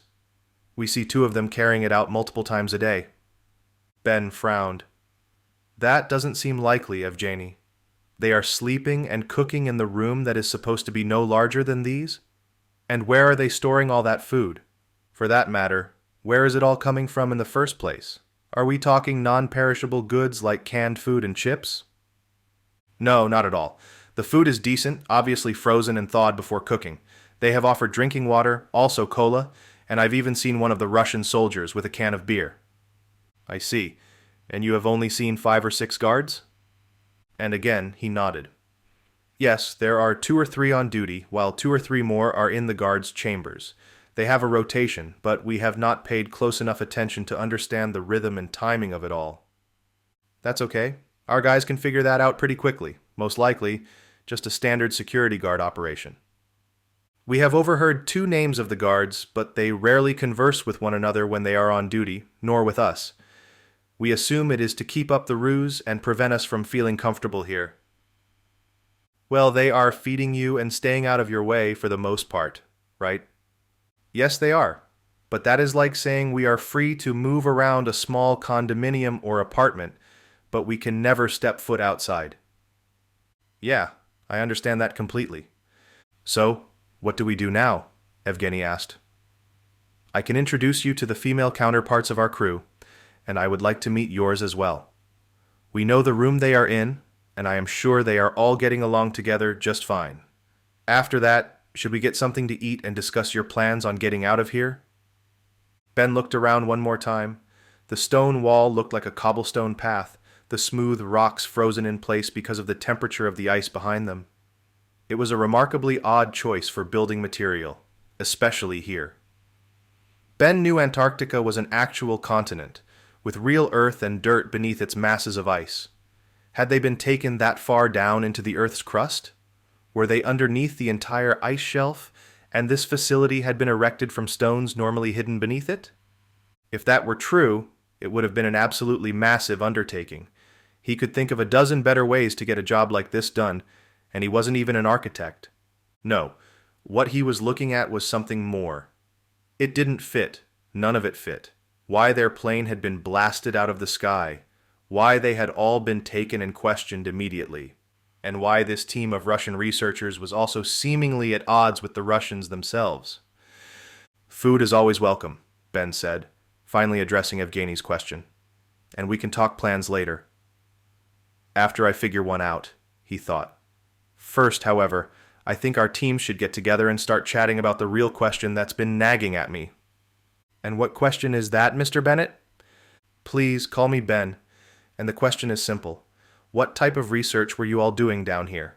And what did you find that caused the Russians to freak out and throw you in this stone prison? Chapter 27. Julie. The walk to the space they were calling the mess hall was just as short as Evgeny promised. They found Julie and the rest of the women already seated behind the 2 tables inside. Ben rushed over and hugged Julie, ignoring the pain in his side until she began poking and prodding at it, questioning if he was okay and if he needed more bandages. He waved her away, eyeing the meager display of food on the table. A plate of hot dogs and a bowl of mashed potatoes sat huddled on one side of the food table, near a yellow paste in a jar that he had to assume was mustard. Plastic plates and forks sat on the other side, and in between them, all in the center of the table, was a pyramid of sodas and water. They built a little pyramid, Evgeny said, smiling. They never built a pyramid for us. Reggie shrugged. I guess we are VIPs. Maybe we'll even get a room upgrade. Luxury class instead of stone floors. Julie followed Ben to the food table, and he began picking out 2 room-temperature hot dogs and placing them on his plate. There were no buns, no napkins, and besides the yellow paste, nothing to put on the dog. He typically ate his with ketchup, mustard, and relish, and he often even spread some mayo between the split bun. But today he would have to adapt. Food was fuel, and he needed fuel. "Everything going okay?" Julie asked. Her voice was low, no doubt trying to keep out of earshot of the others in case Ben wanted to alert her to something important. Ben nodded. "About as well as it can be. Being held captive in an underground stone building by cryptic Russians after your plane gets shot out of the sky," he answered. "Do you think they're the ones who did it?" "I do, though it seems a little far-fetched that they were working alone. A handful of dudes. Doesn't seem likely they'd have a state-of-the-art surface-to-air missile defense system just parked upstairs. Whatever did the job requires some pretty serious tech, and I have seen nothing like that around here yet. One woman in our room said there's a guard's area. Maybe there's something in there?" "Yeah, I got the spiel as well. I'm not convinced they're guards' quarters, though. Apparently all the food comes out of there. Seems like there's more to this place than just these little stone rooms, and I'd bet my life the secret is behind those doors." Julie nodded. "Oh yeah, without a doubt. There's something else here, but they are keeping us at arm's distance away until they know exactly who we are." "Did you tell them?" "Not even our names," Julie said. "They didn't ask for them, though, strangely enough. Just asked if you guys were spies and told us to prove that you weren't. We all just said we were here for research, though I'm pretty sure that story broke down." She laughed. "I told them I was here to study penguins." Ben rolled his eyes. "Really? Penguins?" "What? They caught me off guard. How was I supposed to know we would have to have a cover story? That should have been in the general's brief, don't you think?" "I think a lot of things, but I try not to. Anyway, what did Sarah tell him?" "You know her. She's too smart for her own good. She told them we were here to get ice core samples, which I guess is a pretty common thing to do in Antarctica." "It's sort of like the mini-golf of the South," Ben said. "They don't have a lot of movie theaters around here, I suspect, so ice core sampling must be the thing to do on the weekends." Julie chuckled. They walked over and found a chair at one of the folding tables where Reggie and Sarah and the 2 American soldiers were seated already. Evgeny's group had melded together once again and were seated at their own table. "Second, you told them what we were supposed to be drilling for, right?" Julie asked, addressing Sarah. Dr. Lindgren nodded and smiled. "I just said, we are measuring historic weather patterns." "Yeah, that's almost generic enough to be believable," Reggie said. "Trouble is, we might have to work on the details of it. Evgeny's research team is also here for ice core samples." "Yep, we heard that," Julie said. "Did they say what they were looking for, specifically?" Ben shrugged. "Evgeny started telling me a bit on the way over here, but I told him we should all talk about it together." Ben called his name and motioned for him to join their conversation. Evgeny turned his chair around as the others at his table watched on. They had all been introduced to one another, though Evgeny was the only one doing the talking. Just then, the metal door opened a bit wider, and one of the Russian guards stepped in. He gave them all a curt nod, walked over to the hot dog tray, and shoved a tube of meat down his throat. He swallowed, then nodded once more, and walked over to the doorway and stood next to it. He didn't say a word, and after a minute, Ben understood he was only here to listen in on their conversation. "Evgeny, you were telling us what it was you were studying. My team would love to hear the details as well." "Sure," he said. He threw a thumb over his shoulder. "We already told these guys, so none of it will be new information to the soldiers." Ben raised his voice slightly, directing it so that the Russian soldier near the door would hear it. "If anything, it should only help prove that none of us are here to steal Russian secrets." He didn't know if this man even understood English, but it was worth a shot. Evgeny nodded and began with his explanation. "We were brought here as part of the ground crew for a ship called the Rizak, which is a research vessel based out of Vostok Station. We were hoping to come to this site to drill for core samples that might tell us a bit about what the Earth was like thousands of years ago." "You mean the weather?" Sarah asked. "Yes, but also more. The weather patterns, frozen into place beneath the ice surface, can tell us so much about what the actual planet was like in the past." Is there anything in particular you were hoping to find? Julie asked. No, Evgeny said. We were just here to get the samples and return to the Rezak, where they would be studied under better laboratory environments. I see, Ben said. Do you have any idea why these Russian goons picked you up then? It seems like they shouldn't have bothered with you, especially since you are all Russian citizens, unless you found something very interesting. Ben immediately felt a shift in tension in the room. Eyes glanced at one another. A couple of Russian voices whispered. Evgeny bit his lip, glanced back at the guard, then back at Ben and the others. Finally, he lowered his chin and asked a question. Ben, what do you all know about the Minoan civilization? Chapter 28. Evgeny. Evgeny looked around the room. He felt the chill, the rush of excitement and dopamine as the revelation of their project was once again brought up. He and his team had sat with the truth of it for 4 days now. They had gotten no sense of excitement or intrigue from the Russian soldiers when they'd explained it to them. The soldiers had just seemed completely disinterested, still working under the assumption that all of Evgeny's team were liars, trying to pull the wool over Russia's eyes. But now, with a literally captive audience, an audience that may also understand some of the meaning and impact of this discovery, Evgeny felt like a kid once again. It was all so exciting. It was all too much.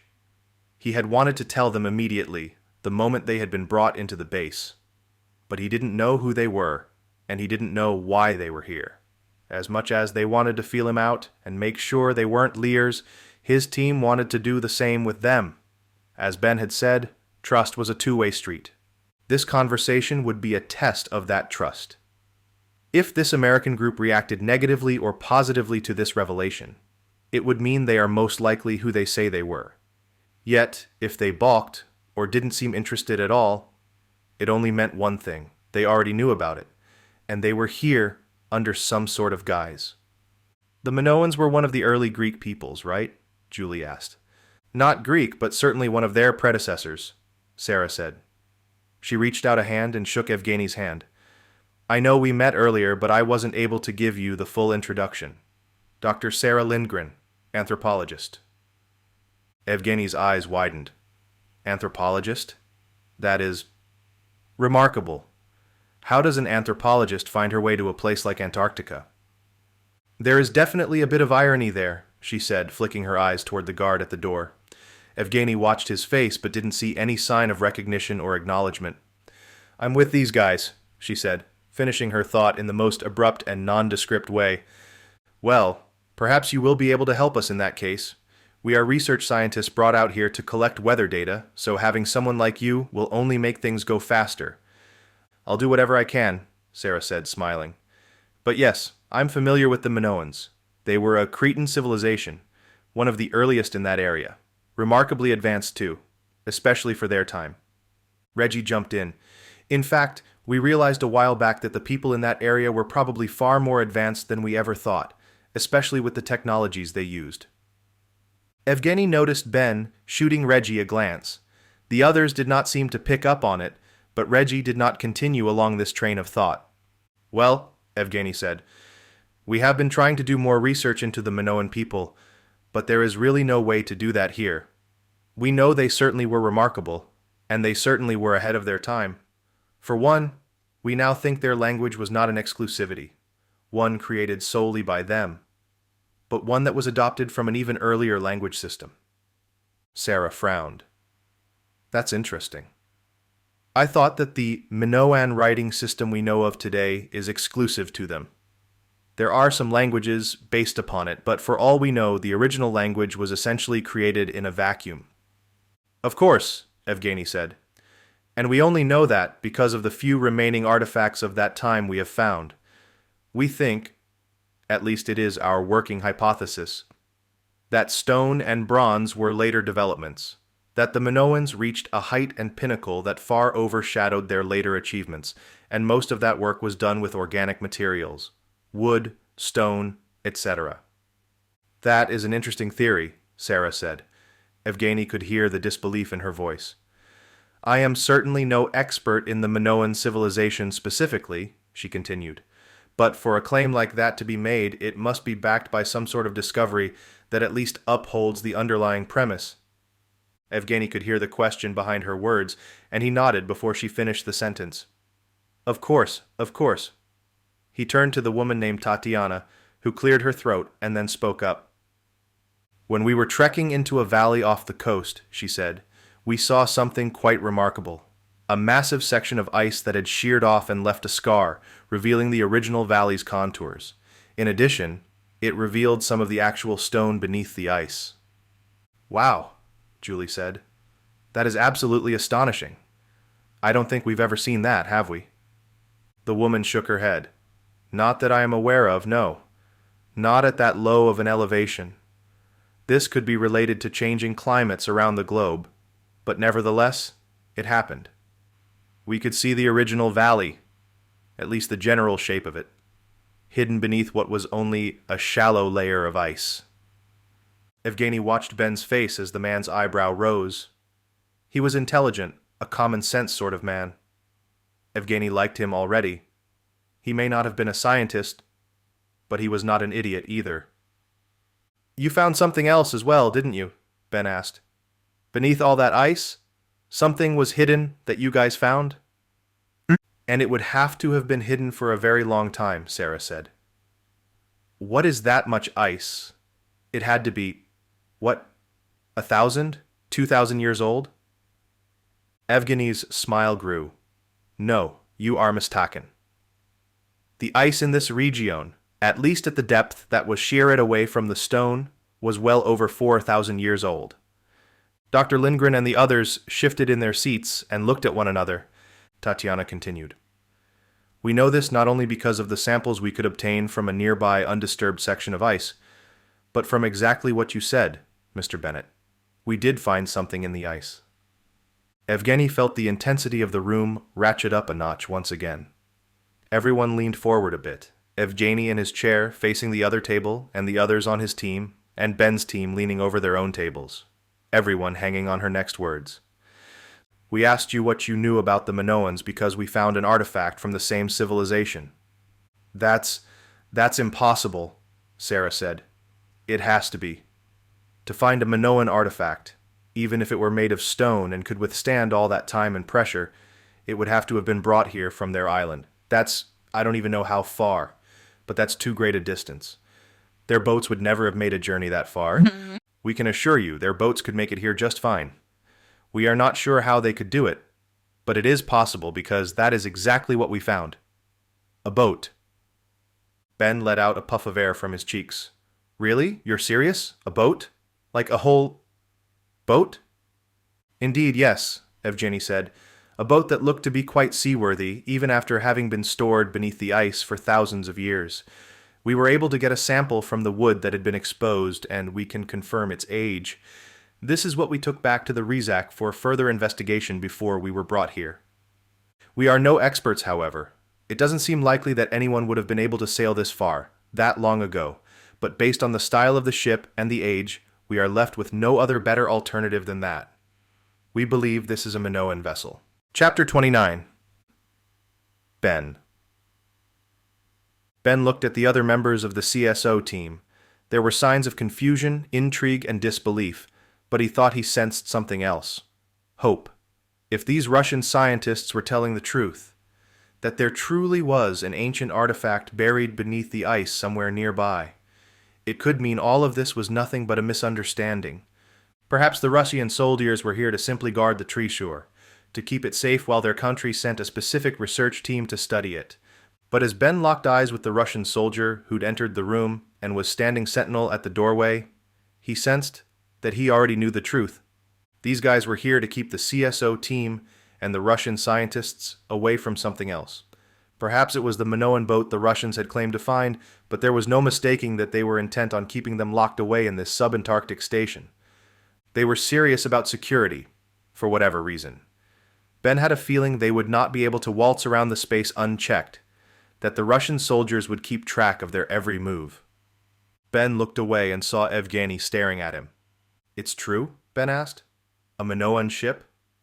Evgeny nodded excitedly. Indeed, Ben. We saw it with our own eyes, locked in the ice. Where? We were picked up from our ship, the Rizak, and taken here. We are not sure exactly where here is, so I do not know where the ship is now. I see. But there's more to this base. These rooms and the single hallway, it's just a piece of a larger facility. You mean through the guards' rooms? Ben nodded, then lowered his voice. It has to be. The food comes from there, the guards come from there, and you've never been in there. If there's anything to be found in this place, it'll be through there. Ben noticed Reggie talking quietly with Freddy at the other end of the table. They were whispering, but they kept glancing up at the guard. Must have the same idea as me, Ben thought. Evgeny seemed troubled. What is it you are thinking of doing, Ben? He asked. These soldiers are not messing around, and I would bet they are. They'll kill us, Ben said. I've got no doubt. Someone shot our plane out of the sky, and this isn't exactly a populated place. My money's on these assholes. So why ruffle their feathers? If they can just believe that we are not here to steal secrets, they may let us go. Go to where? Ben asked. No, they're waiting for orders from your country's military. They want to kill us and be done with it, or if they think we're lying about something, torture us. Evgeny gulped. Why would they think that? Ben didn't respond, but Julie redirected the conversation. Ben's right, she said. Something needs to change the status quo before it's too late. There's little chance they let us walk out of here alive, so we need to make sure that happens. If there's more of an answer in the guards' rooms, then that's where we need to go. Evgeny nodded, then conversed with one scientist in Russian, keeping his voice low so the guard couldn't hear him. When he turned back to Ben, Ben could see that the man was excited, a slight twinkle in his eye. There is a way, perhaps, Evgeny said. These doors, you will have noticed, all lock from the outside. Ben nodded. I noticed. It was just one more reason he was of the belief that these Russian soldiers were here to keep them where they wanted them. The facade of freedom as they moved throughout the space was just that, a facade. Well, we also know their schedules. 2 of them eat dinner at a time after we have eaten. The second guard joins the first here, and then they both sit and eat together. There are usually 2 others inside their rooms during this time. Okay, Reggie said, suddenly leaning over the table on Ben's left. That's great. That could work. Freddy, Ben, and I could rush the guard's room while Sarah and Julie can lock the other 2 in here. Evgeny nodded excitedly, but Ben saw that the other Russian scientists didn't seem to share his enthusiasm. They were a wild card to some extent, the language barrier notwithstanding. None were soldiers, and if he had to guess, he assumed none of them would be particularly interested in pissing off their captors. Great, Ben said. Let's make a plan, but let's do it back in our room. No need to spill the beans and have this guard ruin the surprise. They agreed, then one by one finished eating and returned to their cells. Ben waited with Julie until everyone else was gone. After Reggie and Freddy left, the Russian soldier exited the room, and Ben watched him walk down the hallway and turn left at the end, back into the guard's room. He shifted in the chair, the wound on his side suddenly lancing out in pain. He needed to stand up slowly to stretch and readjust without reopening the laceration. He grunted, pressing a hand over the top of the bandage beneath his shirt. He turned to Julie.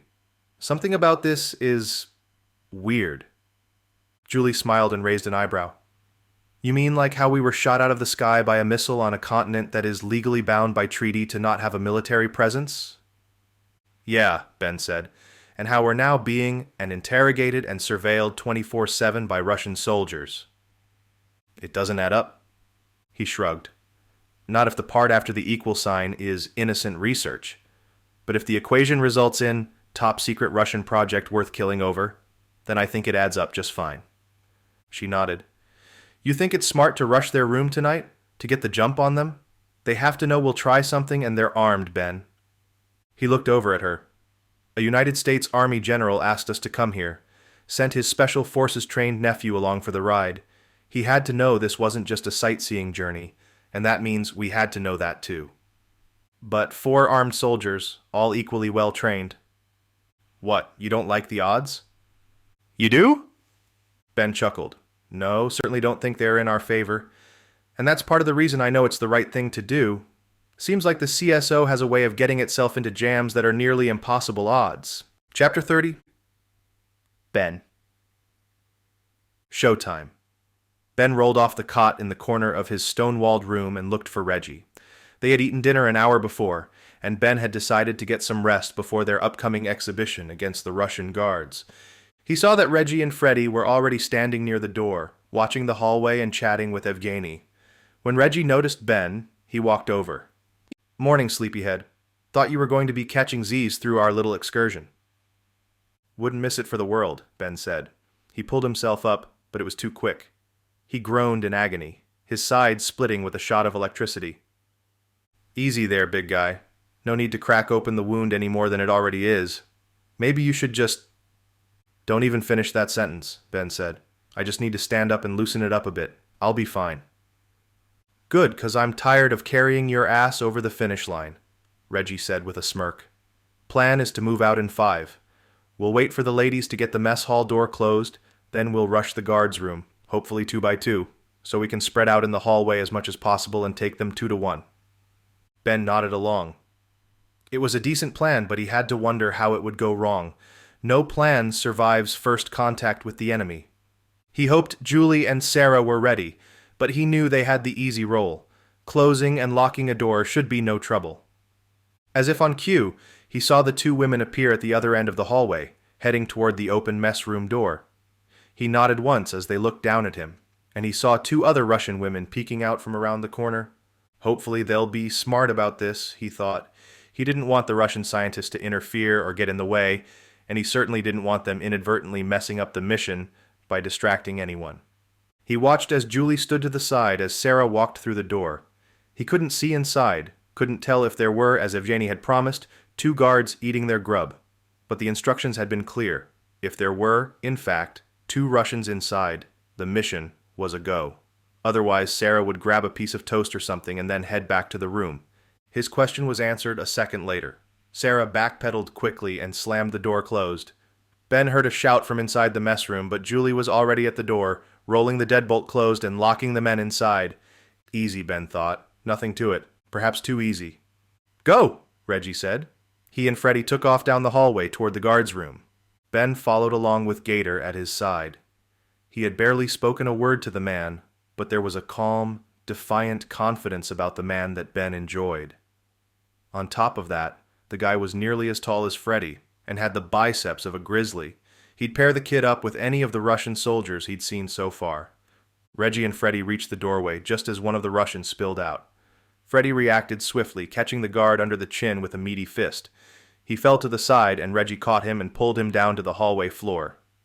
Another man, one Ben hadn't seen before, appeared at the door, eyes wide. He was holding a straight razor and had shaving cream on half of his face. Ben raced up to the man just as he dropped one hand into a fist and held the razor up in front of him, preparing for a fight. As Ben rushed toward him, the Russian lashed out with the razor in a graceful, lightning-quick lunge. The razor clipped a small chunk off of Ben's forearm. Great, Ben thought. Death by 1,000 cuts. But Gator didn't stop moving, even when he'd connected with the soldier. There was a grunt as 1,000 pounds of human muscle collided together, and the 2 simply disappeared. Ben recovered and jumped through the doorway to find the men tangled in a heap on the floor. The tussle didn't last long, with Gator ending up straddling the man's sides, raising a fist. He pummeled the Russian's head once, and it was over. The fist came down like a drill press, punching the smaller man's head straight back into the stone floor, and it was lights out for the guy. Ben almost felt sorry for how quickly it was over. Reggie was there. "I see you got a boo-boo," he said, snickering. Ben narrowed his eyes. I loosened him up a bit. My distraction worked. Freddie and Gator laughed as Gator stood once again. "Thanks, Ben. Couldn't have done it without you." He winked. And Julie and the other women walked up behind them, and together they examined the new space they'd found.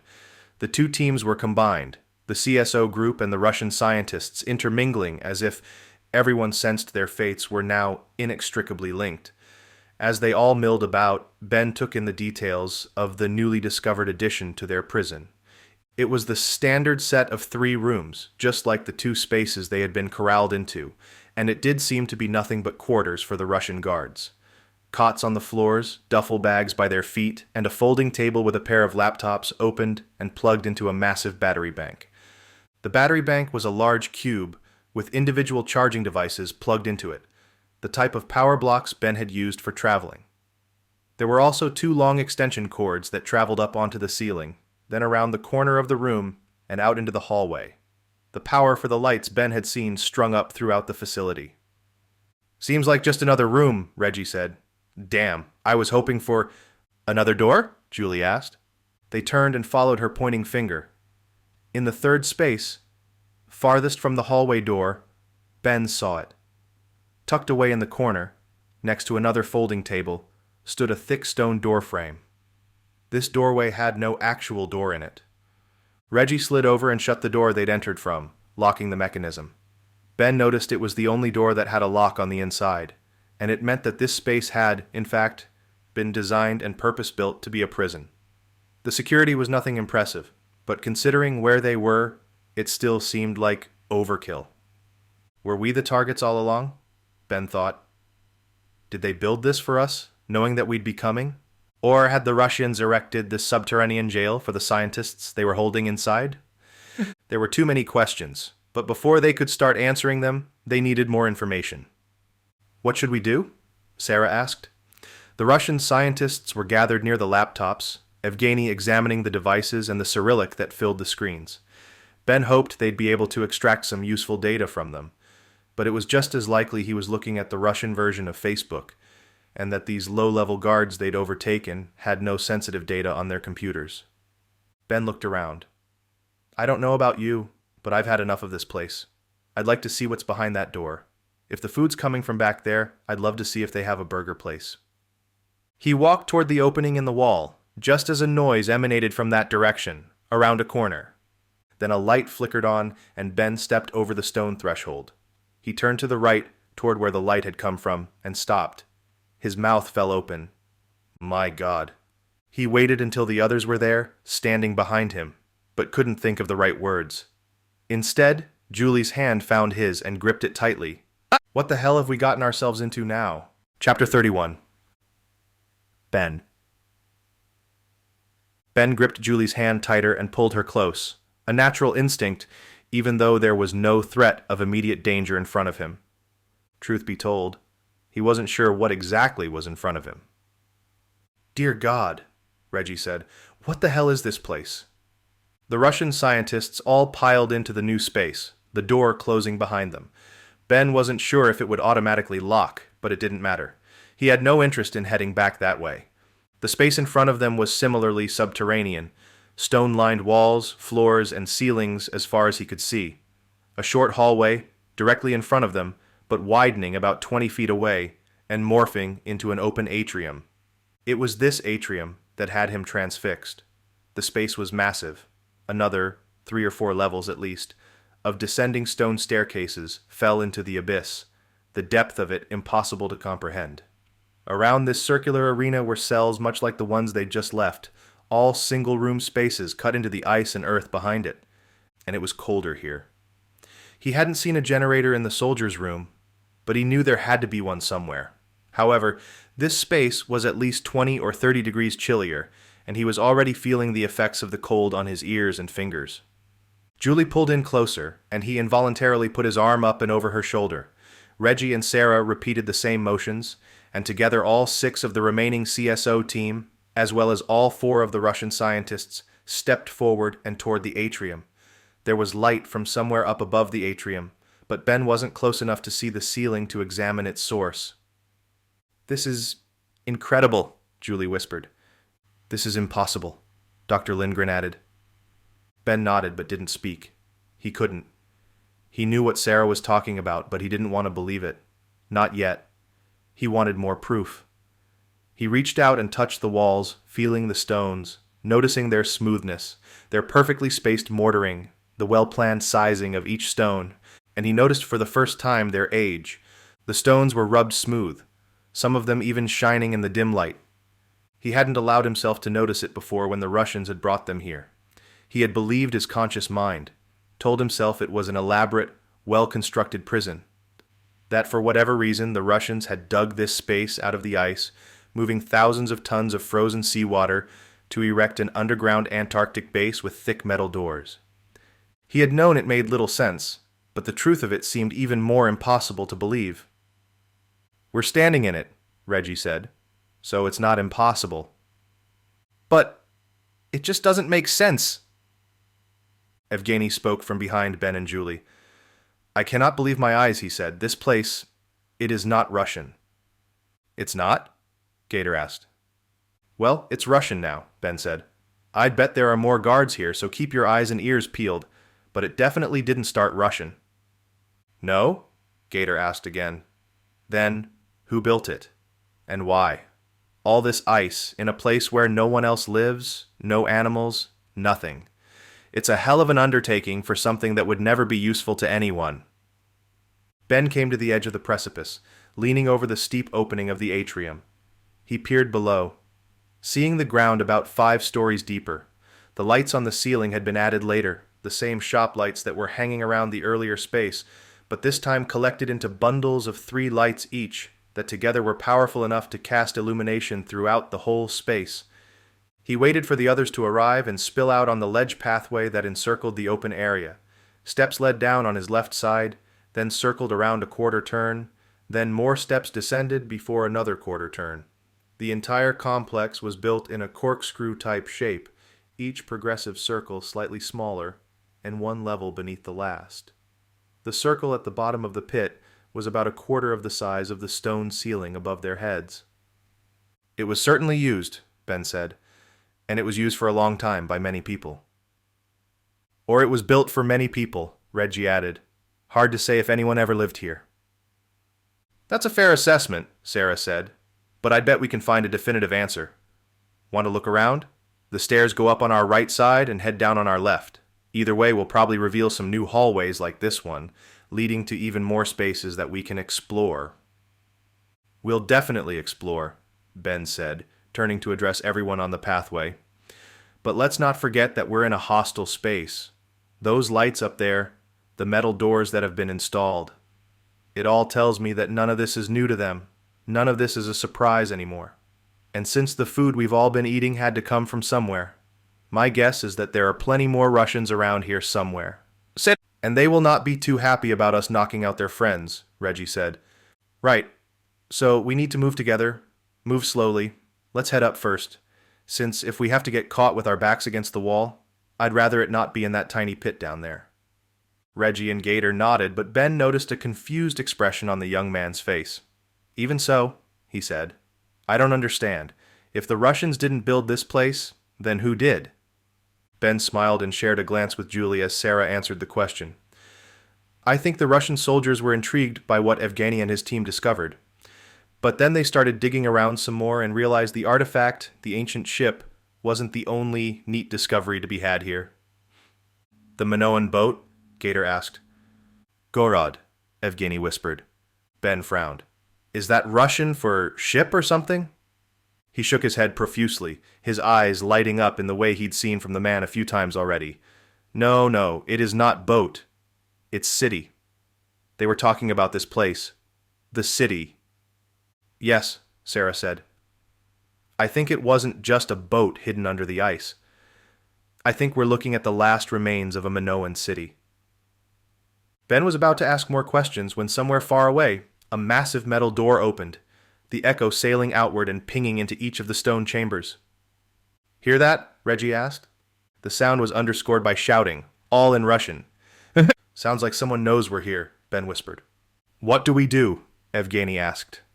Ben looked the man in the eyes. "Stay alive. That's the mission now, Evgeny." Chapter 32. Evgeny.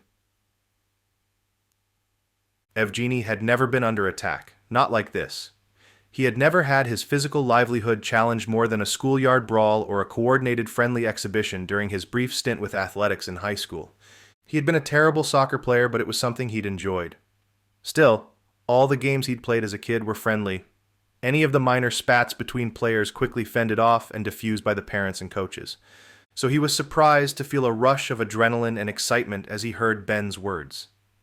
Something about the way the larger man spoke, the authority and confidence with their situation, gave Evgeny strength. What was even more interesting was that Tatiana was looking at him with a quizzical expression. The smaller, petite blonde woman wore an expression somewhere between intrigue and confusion, and possibly a bit of fear. He stepped closer to her, away from Ben and his team. "Are you okay?" he asked her. She nodded. Yes, she answered in Russian. I am scared, but we are going to be okay. "These people are good," Evgeny replied. "I trust them, and you should too." She nodded once again, but Evgeny saw she wasn't watching him anymore. She turned her attention to Ben and the others, but addressed Evgeny anyway. "I trust you, Evgeny." He felt the blush start deep from beneath his cheeks, and he tried to hide in the dim light, pushing both closer to the shadows. He laughed. "We will be okay as long as we stay with them, as long as we stay together." He was about to leave and return to Ben to ask about a plan when he felt her hand brush his.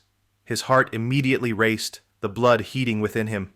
"Stop it, Evgeny," he told himself. "Now is not the time, and certainly not the place." Still, he wondered if it had been an accident. He looked into Tatiana's eyes, and the answer he saw there told him immediately that it was not. He grabbed her hand quickly, gave it a squeeze, then released it. He cleared his throat and gave her a slight nod. "Not now," he tried to tell her with his eyes. "But later. We will talk later." It gave him even more of a boost, and he felt stronger. Felt as though there was something he could now do to help, even if the muscle and experience of their fight would be provided by Ben and his team. "What should we do?" he asked Ben. "How can we beat them?" "The Russians?" the man named Reggie asked. "Not much. Not like this. They know this place, whatever it is, far better, and they're armed. They can just shoot us like fish in a barrel." "Which is why we will not get stuck in the barrel," Ben said. "We'll head up toward the top level." "And how will we fight them if they are armed?" he asked. "Even if we are not, as you say, fish in a barrel?" "We need to isolate," Julie said. "Pick them off one at a time, or as few as possible. Get them surprised, catch them on their own. It'll take time, but it's the only thing we can do to stay alive." "Not the only thing," Ben added. Evgeny and the others looked at the leader of the group. "What do you have in mind?" he asked. Ben shrugged. "It's rule number 1 for engagement. If you don't want to die, don't join the fight." "What do you mean?" Reggie asked. "I mean, Julie's plan is good," Ben said. "But it requires us to move slowly, stealthily. We need to stay out of their way until it's a damn near guarantee we can split off one or two and take them down. No chances, no missed opportunities. One gunshot and they'll be bearing down on us. All of them. Not to mention any communications they'll have set up. One of them sees us. It's over. We'll have 20 pissed off Russians running after us." Evgeny nodded. "Yes, this makes sense. My team can move quietly, Ben. We can do this." Ben smiled. "Thank you, Evgeny. Let's move up the path, see if we can't stay ahead of these guys. We'll keep our eyes open for anything useful, including any information about where we are, but the number 1 priority is to stay out of the way of the Russian soldiers." "Got it." "Yes, sir, boss." "Okay," Ben said. "First things first. No one speaks unless we absolutely have to. Noise carries, and it'll bounce off this stone forever. Quick way to give up our exact location." "Second thing," Reggie said. "Never get lost. Stay together. I'll hold up the rear. Ben takes point." Evgeny nodded and spoke a quick string of explanation to Mia, Luca, and Tatiana. They seemed scared, but they were breathing normally, controlling their heart rate. They were a good team, and Evgeny knew they would prove him correct. They just needed to not get killed. It was a tall order, but Evgeny felt confident. Just then, the unmistakable sound of bullets pinging off a surface reached his ears. Almost at the same time, the sound of shots being fired hit him. It was deafening, and he felt himself off balance, suddenly tripping, and not sure which way was up. "Get down!" someone shouted. "Get to the ground!" He fell, seeing the 3 other Russian scientists following suit. Reggie and Ben were shouting at their group, shouting something he couldn't understand, "Nah!" And then they were on their feet, pulling the others up. "Come on, Evgeny!" Ben yelled. "Let's go!" He didn't know how to react, so he simply followed the order blindly. The gunshots were ricocheting everywhere. Had they been spotted? Was it just the sound of a single gun shooting in their direction? Perhaps the echoing made the single stream sound like cacophonous warfare. Another burst landing on the rock near his head gave him his answer. He dove forward, nearly tackling Tatiana, and both crashed to the side wall as chips of stone splashed out and cut his ear. He screamed, then felt himself falling forward, toward the central atrium. Something yanked at his sleeve, jerked his arm sideways. He heard Tatiana gasping for air, calling his name. He tried responding, but only felt the sensation of falling. No words came out. This is how it ends, he thought, squeezing his eyes shut. This is how I die. Chapter 33. Sarah. The Russian scientist seemed to have had completely lost his mind. Sarah had heard the gunshots, seen the ricochets as they impacted and bounced off the stone walls and floors, and she'd seen everyone around her react. She and Reggie, along with Freddy, Gator, and 3 of the Russian scientists, had immediately fallen to the stone floor and pulled their hands over their heads. Ben had tried to do the same, but it seemed as though he wanted to be sure the Russian scientist was safe. He ran toward the scientist and yanked him up and toward the wall, narrowly missing a 3-round burst of gunfire from across the chasm. She watched as Ben pulled the man down to safety, noticing that his face had gone completely slack. He had been stunned into a stupor, no doubt having never been in a situation as terrifying as this. Julie had dived forward, toward them, then crawled closer to the edge of their hallway, near the atrium's opening. Sarah had been concerned she was getting too close to where the shots had been from, but as it turned out, Julie's gut had proven correct once again. The hallway ended in the open, circular corkscrew, and the shots had, in fact, been raining down from somewhere higher and opposite their location. But Julie had also found that there was a simple solution to their dilemma. Sarah followed behind Ben and Evgeny and Julie as they rounded the corner of the hallway they were in and entered another space, moving back against the opposite side of the same wall and into a space far enough back to be out of the way. Even better, Sarah saw that this space jutted up against another opening, a dim light hanging above an alcove near a stone doorway. They ran toward it, the other Russian scientists following, and Gator and Freddy bringing up the rear. The gunfire from the Russian soldiers across the corkscrew fell into the background and then ultimately fell silent. They had escaped, but Sarah now realized the truth.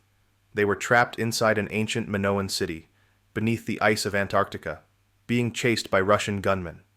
There were a few situations she'd been in that could compare, but for the life of her, she couldn't figure out how they would get out of this one.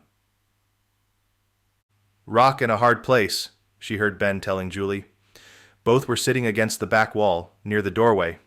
Evgeny was next to Ben, his head cradled in his hands with his elbows on his knees. "What's that?" Reggie asked, entering the room and looking around. He had a surprised expression on his face, as if he were shocked they were all stopped and waiting around. "Just telling Jules it seems that we always find ourselves in positions that are, unpleasant." Reggie smiled. "Yeah, and we always find a way out of them as well." Ben's eyebrows rose and Sarah stepped forward. "Are you saying you've got a way out of this?" Reggie backed up a foot. "Me? Hell no. I was just trying to put everyone's mind at ease." Evgeny let out a small gasp and collapsed even further into himself. "Hey," she said, addressing the leader of the Russian scientists with as calm a voice as she could muster. "Hey, it's going to be okay." "You know this?" She nodded, then pointed to Ben sitting next to him. "Yeah, I do. This guy, Harvey Bennett, you may not have heard of him back home, but he's a pretty big deal. He's been through way worse and brought us all out of it." "Well," Ben started. "Hey now," Reggie said. "I've been pretty helpful in these situations too, and—" "Would you two knock it off?" Julie said. "She's trying to help." "I am," Sarah said. "Evgeny, you and your team are still alive, and we plan to keep it that way." "H. How?" he asked. "They have guns. We have no weapons." "Weapons are overrated," Ben said. "Weapons are awesome," Reggie said. "But he means we won't need them. Everyone will have a hard enough time shooting accurately down here anyway, and I don't plan on being anywhere near the end of their guns at any point. That brings us back to the point from earlier. We need to stay ahead of these guys no matter what. See if we can't split them off one at a time. Get behind a couple at once. That sort of thing." "But they know this place better than we ever could," Julie said. "Not necessarily," Sarah said, jumping in. Everyone's eyes turned to her. She cleared her throat and continued. We're pretty sure this is an old Minoan city. Somehow that seems to be true, right? In that case, the Russians didn't build it. Sure, they strung up some lights and dumped cots in some of the rooms, but from what we've seen so far, this place is huge, and it's empty, for the most part. Which means they're only using a small portion of it, Ben said. The space we were just in, and quite likely another space similar to it somewhere else. Yep. Right, Sarah said, because they're exploring down here too. They've been here longer, sure, but they're still learning the ins and outs of this place. She paused, turning to address Evgeny. How long have you guys been here? She asked the man. He thought for a moment. 3, 4 days? It is hard to keep track. That's what I thought. We can't know for sure when the Russians first got here, but I'd imagine it wasn't a long time ago. A week? Maybe 2 tops? You said there was plenty of food, and I'd bet that's because they're still working through the beginning of their stock. They brought a lot of stuff with, and we thought it's because they're preparing for more people to get here. Ben stood up, pacing the room. Yeah, that makes sense. They sent the grunts here to set things up, to clear the way for whoever'll come next. That means this place is new to everyone involved, and it also means we should do our best to get out of here before our unknowing patrons show up. But that could be 2 minutes or 2 days from now, Evgeny said. It is impossible to know. Suddenly, the other male scientist, Luca, raised his hand. Sarah smiled. Everyone looked at him as he spoke. His English was broken, but clear enough. I actually think I know the answer to this, he said. I overheard a communication after lunch today between 2 of them. They said something about more people arriving. I assumed they were talking about you, the Americans. Why weren't they? Reggie asked. He nodded.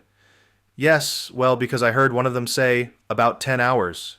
But at that time, you all had not been here for 10 hours. I was confused, but maybe it meant your plane was brought down 10 hours ago. Reggie sighed. Or maybe it meant their benefactors are arriving 10 hours from now. Sarah swallowed. She knew that had to be it. I have to agree with Reggie, she said. We need to assume that there will be more Russian soldiers or another component of their team arriving soon. Good assumption, Ben said. Okay, we need to move. Same plan. Pick these guys off, one by one. Can we try to nail down a timeline? If Luca here says it was lunchtime, what's the best guess for how many hours we have left? 2? Luca swallowed. I am afraid I ate early today, he said. That was around 10:30. You're shitting me, Reggie. Damn it, man, can't we get some good luck? Sarah looked at Luca, whose eyes were wide. Evgeny's were still on the floor. Luca, by your best estimate, we've got less than 2 hours before reinforcements show up? Luca paused, as if waiting would change the answer. Finally, after a precious few seconds ticked off, he looked around and nodded. Yes, he said apologetically. Yes, I believe that means we have less than 2 hours. Chapter 34. Ben. Less than an hour before we're trapped in a locked-down ancient city, Ben muttered. Great. And don't forget that even if we can get free, Reggie added, we're underneath a sheet of ice a continent wide. But we get to kill some Russians, Gator said. Sounds like fun. Everyone turned to stare at the young soldier, who finally seemed to notice that he was sharing the room with 4 Russian-born scientists, all of whom were huddled against the wall. He raised his hands up. Whoa, he said. Sorry, you know what I mean. Yeah. Let's just figure out where we are. We can start talking as we go, Ben said. He approached the door on the other side of the room. Keep your voices down, and let's try to talk only if there's new information we need. Judging by the sounds of the gunshots, I don't think voices will carry terribly far, but we can't be too careful. He walked through the stone doorway to leave the room, Julie and Sarah behind him. The Russians all stood up and reluctantly fell into line. Ben's goal was twofold: explore the city, try to find unique points of interest, and anything of value that might have brought the Russians here, as well as try to find anything they could use to defend themselves. Let's start with this place, Ben whispered. Why are the Russians even here? Are they trying to turn it into a museum or something? Not going to have great attendance for that, my man, Reggie said. Probably trying to get something out of it. Oil, maybe? Why send soldiers, then? Julie asked. Not a geologist or climatologist? No petroleum engineers? We don't know that they didn't, Ben answered. Remember, there are more guys on the other side of this place somewhere. Still, why keep a few soldiers all the way back here guarding prisoners? And why make it so hush-hush? Questioning us? Interrogating us is what you mean, Sarah said. Right. Seems like a bit much if you're just looking for oil. But that would be very frowned upon in the international community, Reggie said. Remember the general's brief? No oil extraction allowed, period, at least until 2048 when the treaty ends, and even then only if a third of the signatory parties agree and there's a regulatory system in place. That doesn't mean they couldn't still be extracting secretly. It's not exactly easy to police down here. True, Reggie said. They could be planning to do it all underground, using this old city as a cover. That way no satellites would be able to see them. But unless they're also shipping it out by submarine, Julie said, which is probably impossible, those satellites would see all the oil tankers lining up to be filled, right? Reggie nodded. And I don't think there's a lot of oil here anyway, at least not stuff that's cheap enough to extract and haul away for refinement and still sell at a profit. So not oil, Ben said. But I have to believe it's some sort of resource. The Russians, and no offense to our new friends here, have historically used any excuse they could find to advance their cause. Well, they're no different from any other country in that regard, Julie said. They want to be powerful, and natural resources are a great way to get there. Since it's on this continent, they'd almost have to do it secretly. No way they'd get away with it otherwise. And somehow we found out about it and got our plane shot out of the sky for snooping around. So you are spies, Evgeny whispered. Ben had almost forgotten about the man walking right behind him. He stopped, turning slowly. Spies? No. But we were sent here to find out what your countrymen are doing. Those soldiers are clearly doing something they don't want the world to find out about. So you are like police officers.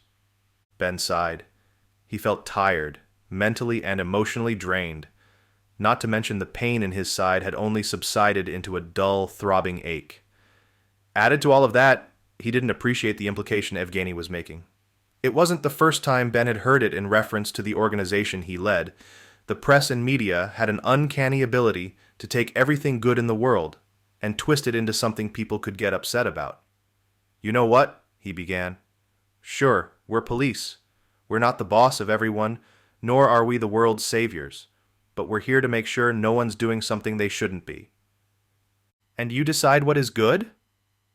Ben swallowed, trying not to let the pain get the best of him and delve into an argument with this small man.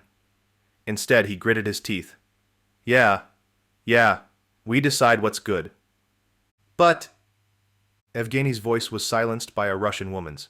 Tatiana, one of the other scientists, began speaking excitedly in Russian. What is it? Freddie asked. Ben pushed back toward her and saw where she was pointing. He had to squint to see it, but once he did, his eyes revealed more. Symbols, hieroglyphics, covered the wall.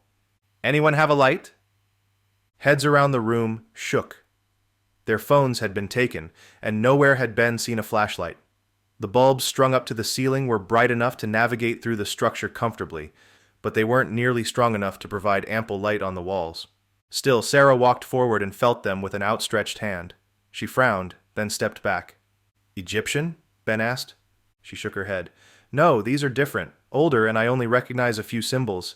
Even then, I'm not confident they're linear A. Linear what? Reggie asked.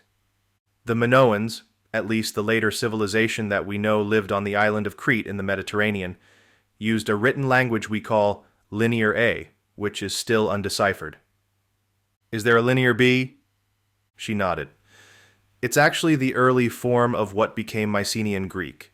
It predates the Greek alphabet by a few centuries, and it's the only early Aegean language to have been deciphered. So, we're looking at a wall of gibberish that's impossible to read? Reggie asked. Well, sort of. I can't stand here and just speak the text like in movies. Freddie snickered. That's good, because that always leads to someone accidentally invoking some ancient rites that summon a reincarnated mummy or something. Thankfully, Sarah continued, we have no record that the Minoans mummified their remains. We have no record that they didn't, Reggie added. She flicked him a glance that made Ben smile. Okay, here's the deal though. These types of things are always simpler to decipher than, say, a stone tablet found in a field somewhere. That's usually for two reasons. First, a mundane tablet like that would have been used for calculating prices at market, or it would host a simple letter to someone far away. In a word, it was unimportant. Second, those would have been written in a vernacular that would have existed at the time, whereas something like this, a wall of text found inside a clearly important location, would use the highest form of the language, the most specific, impossible to misinterpret vernacular and up-to-date understandings. So, can you read it? Still no. But I recognize symbols that are from Linear A, even though I doubt it is that language. There was a prior written language the Minoans used, which we call Cretan hieroglyphics. That's even more rare, and we've only got a handful of sources for it. Thing is, most of them are tablets that are dated to about 2000 BC. That's not old enough, Ben said. Evgeny said the ship they found was at least 6,000 years old, with a tiny margin of error. If we believe that, then that means this language and this place... Sarah cut him off. It means this place is not Minoan. Chapter 35. Ben. Then, what is it? Ben asked. Is there any way to know? She shook her head. Unfortunately, no. Not without more information. This text, though, is not Minoan. At least not any form of Minoan I've ever seen. Freddie jostled closer to the wall. But I thought you said you couldn't read Minoan anyway. I can't, she said, sighing. But, okay, think about it like this. You know how you can hear someone speak an unfamiliar language and know for the most part what language it is? Or at least what area of the world it's from? He nodded. Or, even better, you can see something written and just know it's Asian, Western, Eastern, whatever. Even modern or old. Sure, with exposure it gets easier, he said. That's exactly what's going on here, she said. I've been exposed to so much of this stuff. I've got a doctoral degree in it, after all, that I can see it and just know, generally, where it's from. This tells me it's hieroglyphics, which makes complete sense as one of the earliest forms of language, writing through pictures and symbols that represent whole ideas rather than sounds. But it's not Egyptian. And the Minoan that I've been exposed to, like Linear A and Cretan hieroglyphics, is different. Compared to this, it's modern. There's simply no way it's Minoan. Not way out here. Not without crustal displacement or something of the like, Evgeny said. Ben watched the man as he spoke, but the scientist offered no more information. Ben filed the statement away as something that must have crossed the small man's mind but was still in the half-baked idea phase. Interesting. No one else made a comment or asked for more clarification. Okay, that all makes sense, Freddie said. But it doesn't help us now. Those Russians don't care about history. I'd bet they'd blast this place without even... His voice was cut off by the sound of voices approaching from somewhere nearby. Ben still didn't have his bearings, but he knew they wanted to proceed up toward the roof of the stone building they were in. Come on, he whispered. The entire group fell in silently without argument. Ben led them around 2 more corners, then into another short hallway. The voices were getting louder. 2 men, laughing and joking in Russian. So they're not as on edge as we are, he thought. Maybe we can use that to our advantage. He noticed the hallway was pockmarked with smaller cave-like openings. Rounded instead of squared doorways, shorter, sat closer together. Inside each one seemed to be a small single space cut out of the stone. He wondered if it was an ancient caste system. Every one of the inhabitants had a place to live, but society's more elite persons and families had larger rooms and spaces like the ones Ben and the others had been corralled into. These were mere holes in the wall, space enough to sleep and eat, but barely anything else. He shuddered as he passed by. He was glad once again to be living in the modern age. Reggie grabbed his arm and pulled him to a stop. Hey, let's wait to the side, in these little hidey holes. Those guys are probably right around the corner, and it sounds like they're not paying attention. Freddie and Gator and I can ambush them from up front. Ben nodded. He stepped down and to the side, entering one of the holes. His head barely fit beneath the top of the stone doorway, even in a crouch. The others followed suit, the Russian scientists splitting into 2 groups of 2 and entering the holes on the opposite side of the hallway. Ben immediately felt constrained, claustrophobic. He hated small spaces nearly as much as he hated planes, and the irony was not lost on him that in his travels he always seemed to find himself on a plane and entering tight, cave-like spaces. He watched and waited. Julie was across from him, Sarah to his right. Freddie and Gator were tucked into the spaces to Ben's left and across from him to Julie's left. Reggie waited in the hallway, crouched down and out of sight. The 2 Russian soldiers appeared from around the corner. It was another hallway, at a perpendicular intersection with their own. They were still chatting, focusing on one another rather than the space in front of them. Each man was carrying a subcompact machine gun, the Vityaz SN, a closed-bolt Kalashnikov variant. They were small but deadly, firing the 9.6 19mm parabellum rounds many overseas manufacturers were producing. Ben had no interest in having one pointed in his direction. He felt the pang of fire in his side as he shifted. It was already getting better. The pain ebbed and flowed now instead of being a constant, and he wasn't bleeding. Still, it was a specifically annoying feature to be carrying around right now. The 2 young Russians turned up their hallway, and Reggie was there immediately. Ben had seen the man perform amazing feats. He'd seen him kill an enemy with nothing but his wristwatch. He'd seen him take out an enemy from an impossible distance. And he'd seen the stealth and power overwhelm plenty more. But he'd never seen what he saw now. Instead of fighting, Reggie was surrendering. Hey, Reggie said shakily, his hands up. I think I'm lost. Do you speak English? The soldier's eyes widened, both weapons now trained on the taller man. One of them barked something in Russian, but neither moved forward. English? Reggie asked again. He took a step toward them. Ben realized what he was doing. It was a great tactic, to invisibly urge them to come his direction. He pressed toward them. He'd guessed correctly that the young soldiers wouldn't want to just shoot him on sight. They could get a far bigger reward by bringing this American, alive, back to their leader. As soon as he did, the soldier on the left began speaking rapidly. He grabbed Reggie's arm and twisted him around, then pressed the end of his gun into his back, pushing him forward.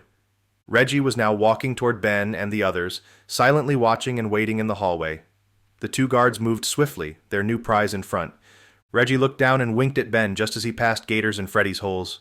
And both American soldiers exploded into action, simultaneously moving up and toward the Russian soldiers, their motions completely silent. It was incredible, and Ben was stunned, speechless. Though he had been in situations like this, and he'd seen Reggie and others operate with the training and skill sets they had gained over a lifetime of military and special forces service, he had never seen 2 working so flawlessly together. Their motions mirrored one another. Their movements were like a perfectly synchronized dance. And the Russians never had a chance. The one closest to Ben gave him a perfect view of the attack. Freddy lunged upward and swiftly drew a hand around the Russian's waist, pulling out a Ka-bar knife sheathed on the man's side that Ben hadn't even noticed. Without slowing, the knife came up and slid in front of the man's face, then pulled around the cusp of his neck. The carotid was lacerated, and blood began pouring from his neck immediately, the soldier himself gasping and sputtering as he tried to protest. Freddy held him tightly until he was down to the ground, then released and allowed him to fall face first on the stone. Every second, Gator replicated the movements, his own soldier falling into a heap next to his partner. Ben's mouth dropped open. Chapter 36. Ben. That was incredible, Ben said, coming out of his hole. Julie and Sarah were standing nearby, but the Russian scientists were still hiding inside their own stone cutouts. Don't get all hot and bothered, Reggie said, smiling. Julie might get jealous. Actually, Julie said, as smooth as that was, I wouldn't mind having another guy around the house. I'll bet they dance as well as they fight. Ben shook his head and chuckled, and Gator and Freddy smiled. Well, Gator began. I don't think Save it, idiot, Freddy said, hitting his friend on the shoulder. She's just messing around. He faced Julie, tilted his head, and addressed her. Right? All right, Ben said. I may not be able to dance, but I wouldn't go down as easily as those 2. I know a thing or 2 about fighting off would-be pursuers. Julie laughed. I didn't peg you as the jealous type, Ben. No. He ignored her and listened for any more movement from the hallway the Russian soldiers had come down. Hearing nothing, he turned to the group. Okay, let's get these bodies out of the way. Stuff them in some of these holes toward the back. Nothing we can do about the blood, but we'll have to just take our chances. They got to work, but then Ben felt a tugging on his arm. He turned to find Evgeny frowning up at him. Ben, he said, there is a problem. A problem? As in, we're inside an ancient Minoan city in Antarctica with a bunch of Russians chasing after us? Evgeny paused for a moment, then spoke up. It is Mia, the other woman with our group. What about her? She's gone. Ben froze. Gone? How? Where did she go to? I do not know, Ben. I just walked out to check on them and Tatiana said she had turned away and she was not there.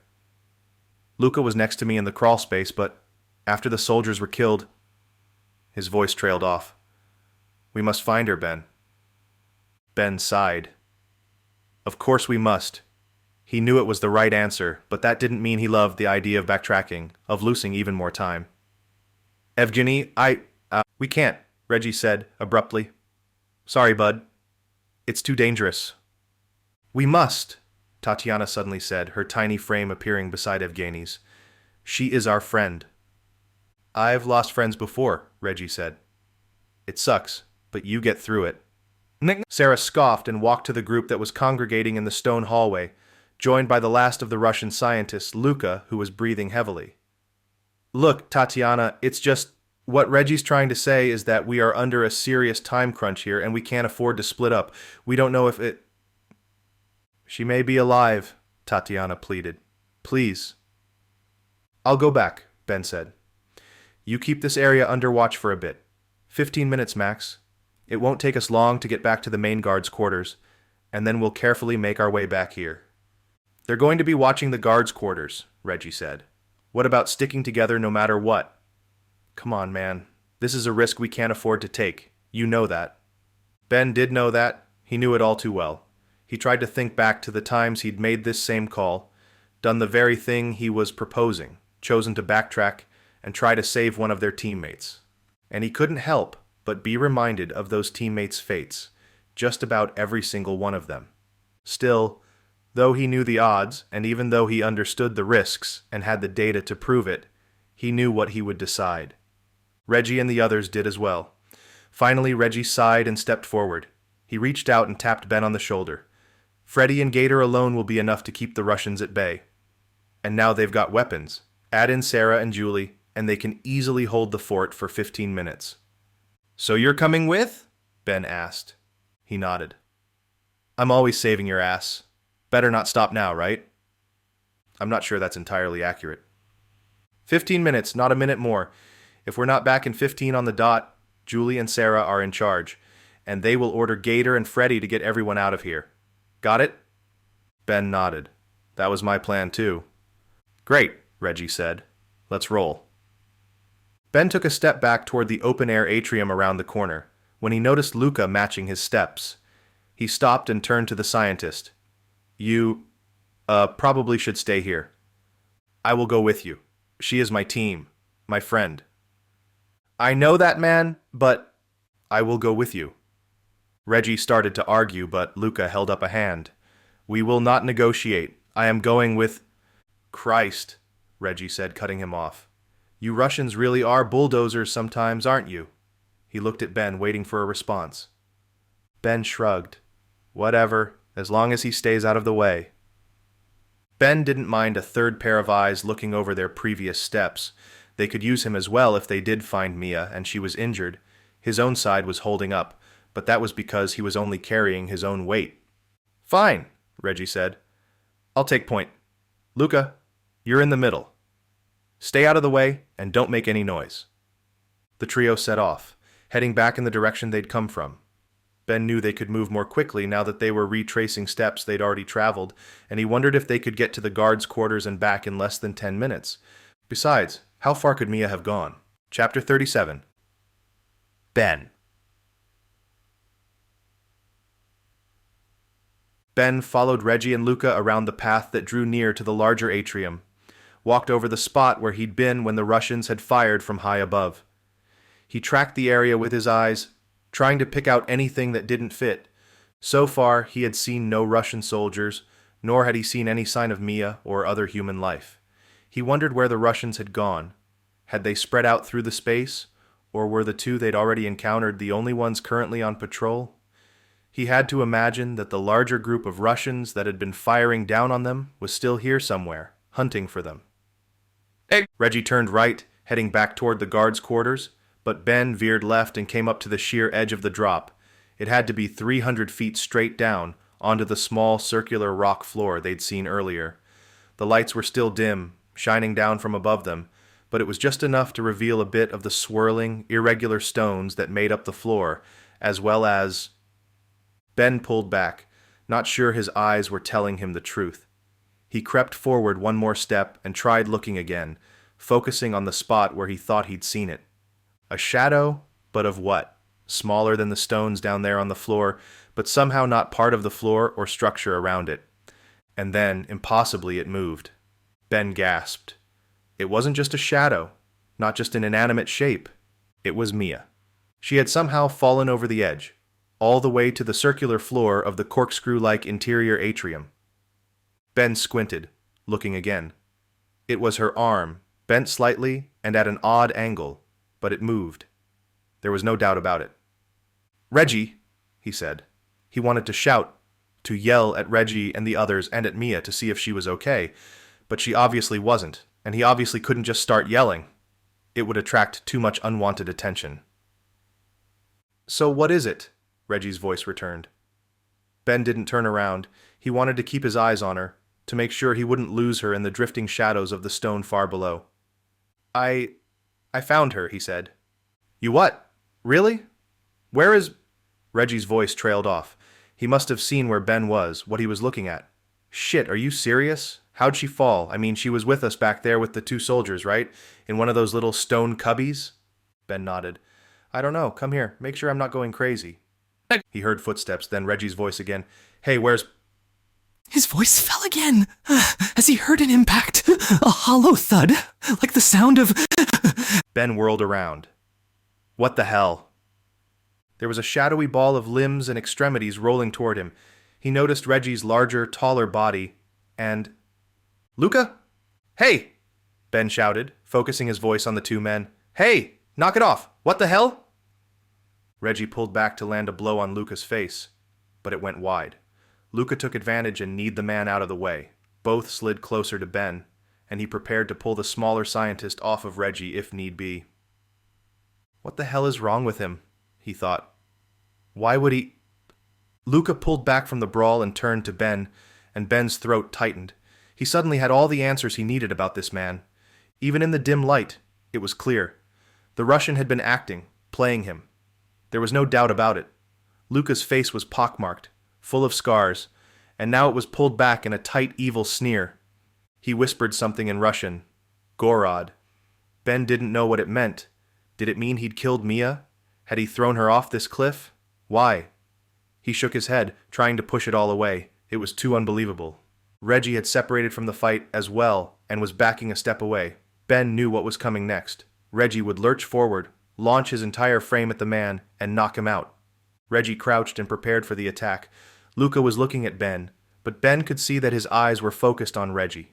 Was he waiting? Prepared for it? Ben knew he needed to do something. He stepped to the side, getting ready to jump forward if Reggie's own attack failed. Reggie moved on Luca, springing up in a blaze of speed, aiming right for Luca's center of mass.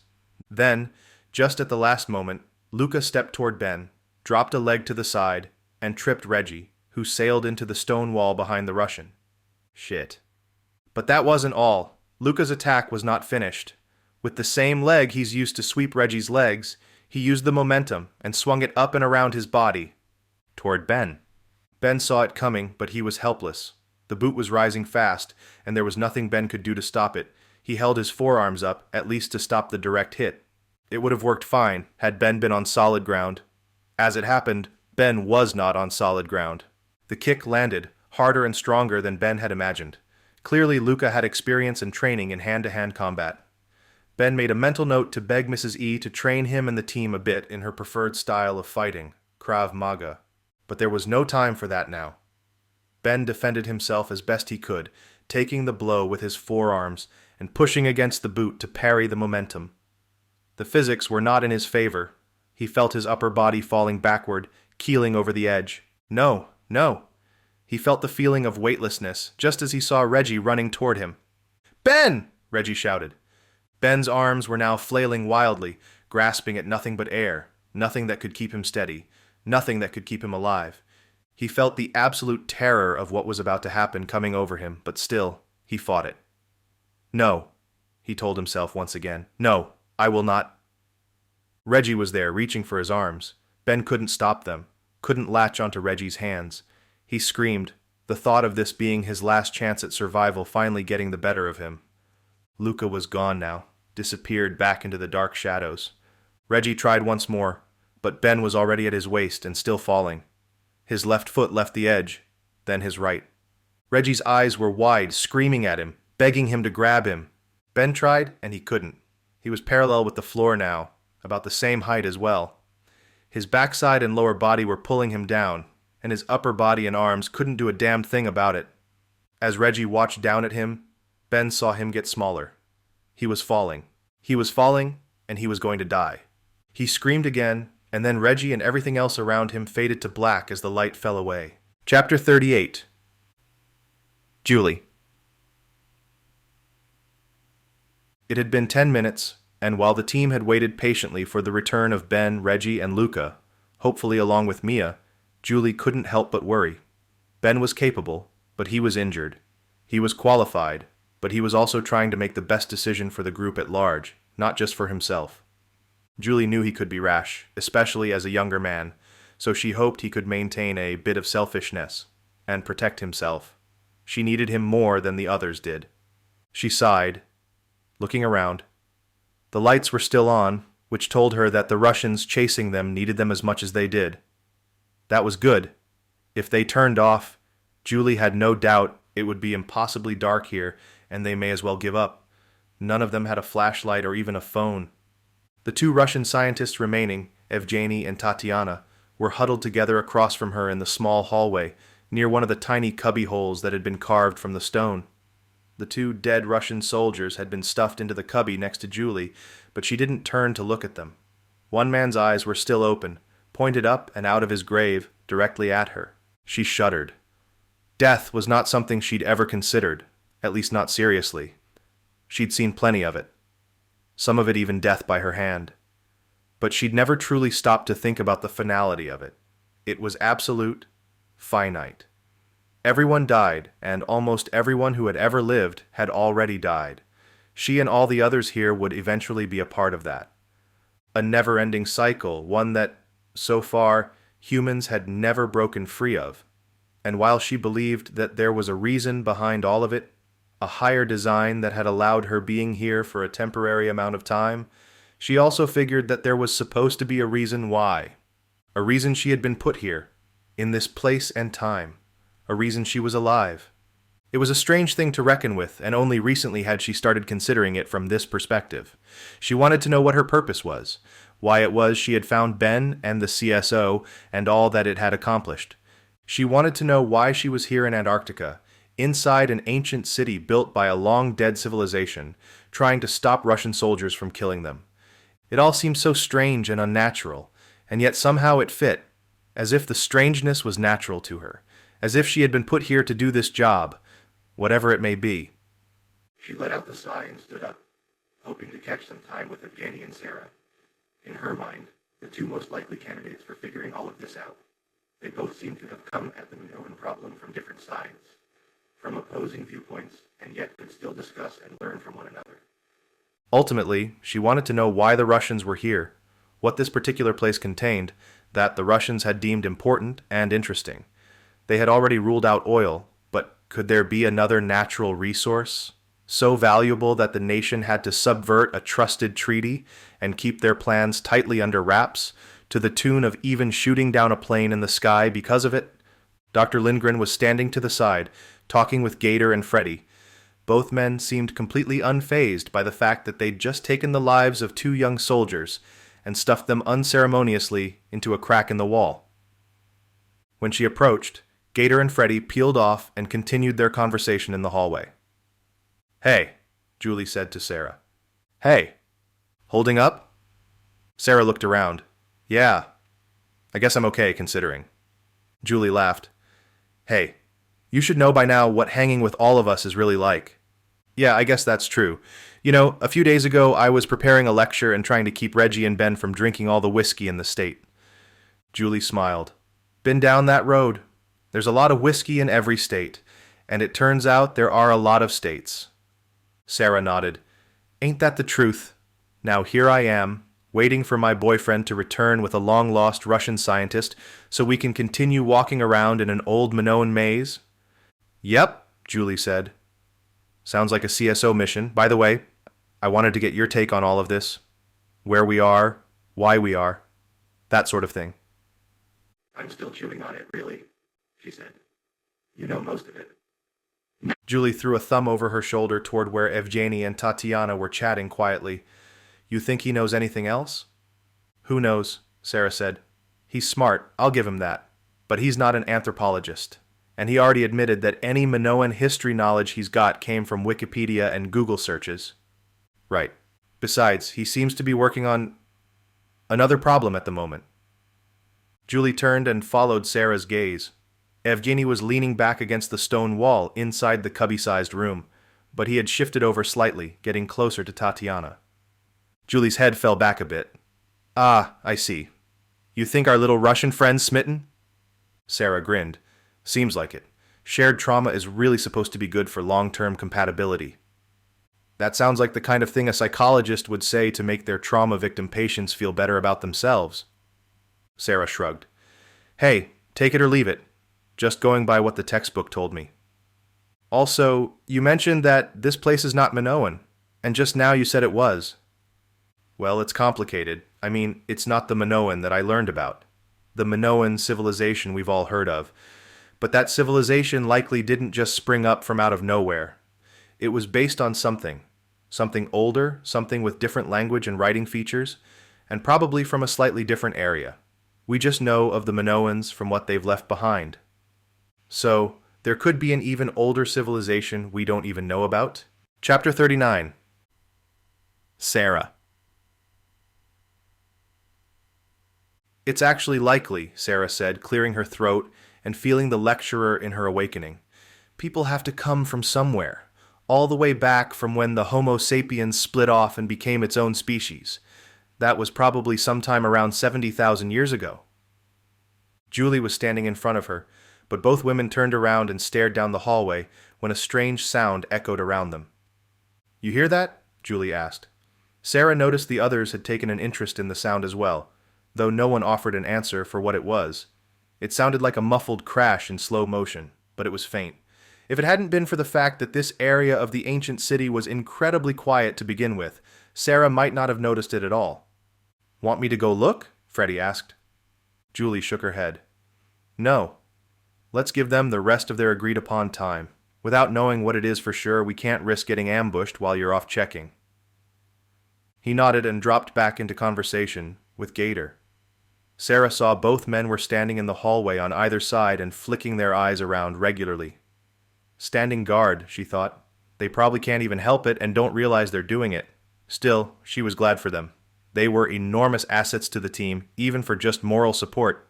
And they had proven to be assets in the physical support arena as well. "Anyway," she continued, "after humans became humans, there was probably some time early on that we were effectively still just apes, living in caves, eating raw meat, foraging for food, that sort of thing. But we adapted." "But we adapted," Sarah confirmed.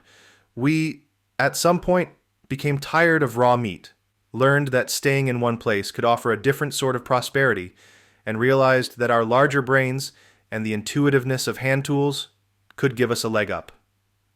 And then we got the internet." Sarah laughed. "Exactly. I mean, you're joking, but if you really think about it, we obviously know humans are capable of creating things like that because we have them. We also know where we came from, So filling in the gap just becomes a game of cat and mouse with a timeline. From what I remember, the story of humanity really only reaches back 10,000 years or so, right? Precisely, Sarah said. What we know, at least what we think we know, only goes back that far, but things get dicey after about 4,000 or 5,000 years. We've got a rough estimate of what we did, where we were, that sort of thing, but there's not much to go off besides that. Because it didn't last. That, and the fact that it's probably buried far deeper than our research can go. How is that possible? Well, remember the younger Dryas that Evgeny mentioned? Evgeny stirred at the mention of his name, but he didn't get up. Sarah saw that his hand was suspiciously close to Tatiana's now, and she couldn't help but smile. Love always finds a way, she thought. Even in a cave beneath Antarctic ice, with the threat of imminent danger present? Julie nodded. Yeah, the cataclysmic event that wiped out a bunch of animals in North America? Yes, Sarah said, but not just a bunch of stuff. It was a big enough even that it could have wiped out civilizations. Like, completely wiped them off the map. Their structures, especially if they were built from wood or earth, would have just ceased to exist, and then any materials left over would have disintegrated. My colleagues hate to admit it, but we've got no idea, for the most part, who was there before us. Sarah had given this lecture before, and she always found it fascinating. The fact that modern archaeology was fascinated by this idea of a Clovis civilization always bothered her. Sure, it had been all but proven wrong, but the way her peers clung to long-held beliefs was a statement that proved their insecurity with their careers and thinking outside the box, instead of being willing to challenge and try out new ideas.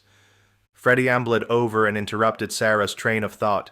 Hey, I'm thinking it's getting close to the time. His voice trailed off. Sarah nodded, finishing his statement in her head. When they should have been back. If they're not... Julie turned to face him. They'll be back. I know it. Sarah looked at Julie strangely, realizing for the first time that day that she hadn't been paying attention to this woman's emotional state. Was she okay? She had been sitting quietly by herself for the first half of Reggie and Ben's absence, and Sarah had assumed it was simply to clear her thoughts, to take a breather. Now she considered it might be due to something else. Was there something deep in Julie's eyes that was begging for recognition? Was she trying to hold it together, when inside she was simply a wreck? Sarah knew the feeling. She'd felt it before. She knew the physical tightness in her chest, the strange euphoria based on anxiety, a general calm nervousness. Was Julie feeling this right now? She reached out and grabbed Julie's hand, then squeezed it. Julie's eyes flicked toward her, shocked. It's okay, Sarah said. You're right. They're going to... There were footsteps approaching, and Sarah whirled around, Julie and Freddie already looking toward the end of the hallway. The two soldiers' guns had found their way into Freddie's and Gator's hands, and both men were stepping gently toward the edge of the hallway, holding the weapons ready. Sarah felt tense, but then she let out a deep breath. Reggie's body appeared from around the corner. He was running, only now slowing. And then she saw his face, and the fear returned. No. Julie ran forward. Gator was there, grabbing Reggie's arm and holding him up. Everything okay, boss? Gator asked him. Ben, Julie whispered. Ben. Where's Ben? Reggie was panting, breathing heavily, his eyes flicking around. Bastard. Where... Luca? What? He grabbed the weapon out of Gator's hands and whipped it around, suddenly pointing it back at the rest of them. Gator and Freddie took a step back. Where is Luca? Reggie asked again. Is he here? Sarah saw he was shaking. His eyes were wild, red, and bleary from tears. She swallowed. Oh my God. No, this can't be... Reggie! Julie shrieked. Reggie, where is... He's gone, Jules! Reggie said, spitting out the words. He's... Luca! Gator was chewing his lip. Freddie's face a mask of confusion and dark energy. Evgeny and Tatiana were standing next to Sarah, both wide-eyed. Show me, Julie said softly. Reggie looked at the floor. He shook his head. Julie, Show me. He sighed, then lifted his head. Tears streaked down his face. He didn't wipe them, but he cleared his vision with a thumb and forefinger in his eyes. Fine, he said. Let's go. We've got less than half an hour before... Oh, for Christ's sake, I don't even give a shit. He turned around and started walking down the hall. Chapter 40. Petrov. I need an update, Mikhail's voice rang into Petrov's ear. Sir? An update, Petrov. Petrov couldn't help it. He panicked. He was not sure what his boss was hoping for. He had not heard from his contact in Antarctica in over 2 days since they'd last spoken on the phone. He rolled over, finding the bed empty. The woman he had hired for the evening last night had apparently left during the night. He felt slightly betrayed, even though he knew the drill. These days, the business was all about apps and digital currency, not cash. Not like it used to be. Now, an escort had his credit card number online and accessible the moment the fun was over. The moment she felt their transaction was complete. It was like the new ride-sharing apps. The driver did not even have to speak with the rider. It was all handled magically and silently. He sat up, groaning. He had had a lot to drink last night. They had had a lot to drink. First, it had been hors d'oeuvre at a nearby tapas restaurant, then dinner at a 5-star that his brother had recommended, and finally a room service dessert. His brother was gone now, dead. He had wanted to celebrate the man's life, his contribution to the motherland, but it had felt more like a cheap trick. Petrov had been the one who'd gotten to enjoy the night, not his brother. He had been the one to take the woman back to his hotel room to continue the celebration long after the lights had gone off. He sniffed, cracked his neck, and rubbed his eyes. I am sorry, sir. I am not feeling well this morning. You would like an update? I would, Petrov. And the longer you delay, the worse it will look on your record. He swallowed. Okay, right. Well, the last contact I had with... Bullshit, Petrov, Mikhail's whiny voice called out. I already know you must have spoken with him. I need to know what about.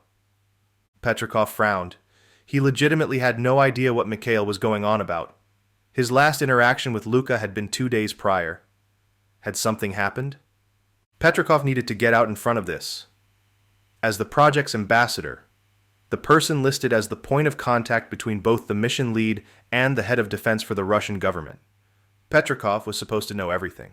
Worse, he was supposed to be able to predict the next steps each side would ask about. And he knew nothing. Something had happened.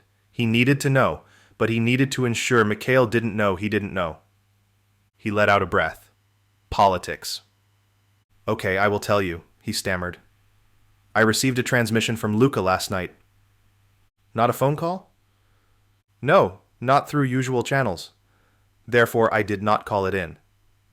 What about? The mission has taken a turn, he lied. Luca seemed distressed. Therefore, I did not file it through the official communications channels. I see, Mikhail said. This is unfortunate, yes? Unfortunate? You think the Americans infiltrating the main Gorod installation is unfortunate? Petrov smiled. His ruse had worked. This is what Mikhail was calling about. Yes, it is unfortunate, It is inconceivable, Petrov.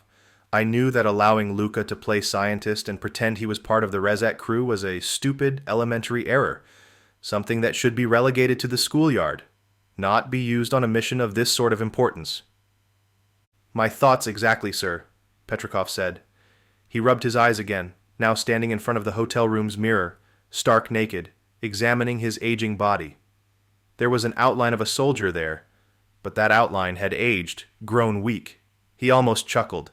He had not paid the woman nearly enough. What else do you know? I am afraid that is about it, sir, Petrov said. As you can imagine, receiving communications of this sort, so unexpectedly, they were kept brief. I was alerted that the Americans had escaped their quarters, along with the Rezat crew. No doubt all a part of Luca's ruse, Mikhail interrupted. Some plot he cooked up to convince them of his innocence. Right, Petrov said. Yes, exactly. They entered the main Gorod base at some point in the past day. Strange. I thought it was only hours ago. Petrov cleared his throat. Yes, well, I was not thinking in terms of the time difference. It is difficult to say. Sir, he said, trying to change the focus from the less granular details to those which were easier to fake. What are my next steps? There was a long pause. He knew his boss would have wanted Petrov to be more involved, so he could cast some of the blame in his direction if things got hairy. But he also knew Mikhail had to keep him at arm's length, so Petrikov was in no danger of stealing the glamour if things went well. "I need you to stay put," he finally said. "There are going to be updates coming more quickly now." "Yes, sir." More all-expenses-paid time at this lovely Washington, D.C. hotel, I guess, he thought. I think I can work that into my schedule. He looked at his other phone, his private personal cell, and wondered if the same woman would be working 2 nights in a row. Surely she had had a good enough time with him. She seemed to have been happy with him, and she had certainly enjoyed the free booze and food. "We need to be kept abreast of the changing situation in Antarctica. The rest of my team is playing defense against the ever-invasive UN Board of Reviewers, and they are fielding questions that seem an awful lot like interrogation. You know Russia, Petrikov. She does not like to be interrogated." "Yes, indeed. That is fine, sir. I will forward along any further communique I receive from Luca." "Very good." Mikhail mentioned something about another meeting, but Petrikov jumped in. Is there a plan in place, just in case? In contingency?" "Yes." "Of course, Petrikov. You know how these things go. There is always a contingency." "Will there be anything I can do to help?" He hoped the question came out as he'd intended, that he was eager for more, to please his superiors, not as a way to get an answer to his real question. He wanted to know what was going to happen to Luca. He didn't care for the weaselly man. The man was nothing to him. But professionally, Luca's failure could mean good things for Petrikov's own career. If there was any way to leverage that... "There will, Petrikov," Mikhail said. "There will indeed. But we are still in the early stages of enacting that plan. There is still time for Luca to succeed, and it is of the utmost importance that we allow him the time to find that success." Petrikov's heart sank. He was hoping for something more definitive. "However, we are currently working to send an expeditionary force to Antarctica, a small extraction team, one we will use to penetrate the Gorod facility and remove any last threat from the Americans, including their own team." "I see," Petrikov said. He couldn't hide the excitement in his voice. "And, may I ask, what of Luca and his team?" "The mission is the victory, Petrikov. The players on the board are simply that, players. Once the mission is complete, we will eradicate the board of all players. No one can know what happened there." Petrikov couldn't help himself. He pumped his clenched fist. This is good, he thought. He never enjoyed his countrymen being killed, especially by their own government. But, in this case, he allowed himself a bit of leeway. This would play nicely on his resume. He would survive and thrive, and he would use Luca's work down in Antarctica as his own. This is very good. He hung up on his boss and then immediately flicked over to the app he'd used the previous night. I believe another celebration is in order. Chapter 41. Ben. Pain was a feeling he assumed most people had never experienced. Most people knew what a simple laceration, a cut, felt like, as well as a burn or rash. Perhaps they had known as well the pain of a cut or burn deep enough or bold enough to cause lasting damage, a scar. And most people understand the lifetime feeling of loss, of losing someone loved enough, that having the physical sensation of a searing knife turned over and over inside their heart for the rest of time was but a small reprieve from the mental and emotional state. But he assumed that not many in the world, at least not those alive today, with all of life's luxuries and accoutrements and simplicities, had felt both. He, at that moment, was feeling both. The pain of loss was compounded by the fact that he was, in every worldly sense, in severe physical pain. And all of that was strange, since he had no recollection of ever leaving the worldly state. From what he could remember, he was still on Earth. Yet Ben knew there was something unworldly about his specific location. He was traveling across a universe of bright pain receptors, both emotional and physical, and there was no sign that he was slowing down. He smiled, or at least attempted the best virtual version of it, drifting onward and upward toward that thing they all called the light.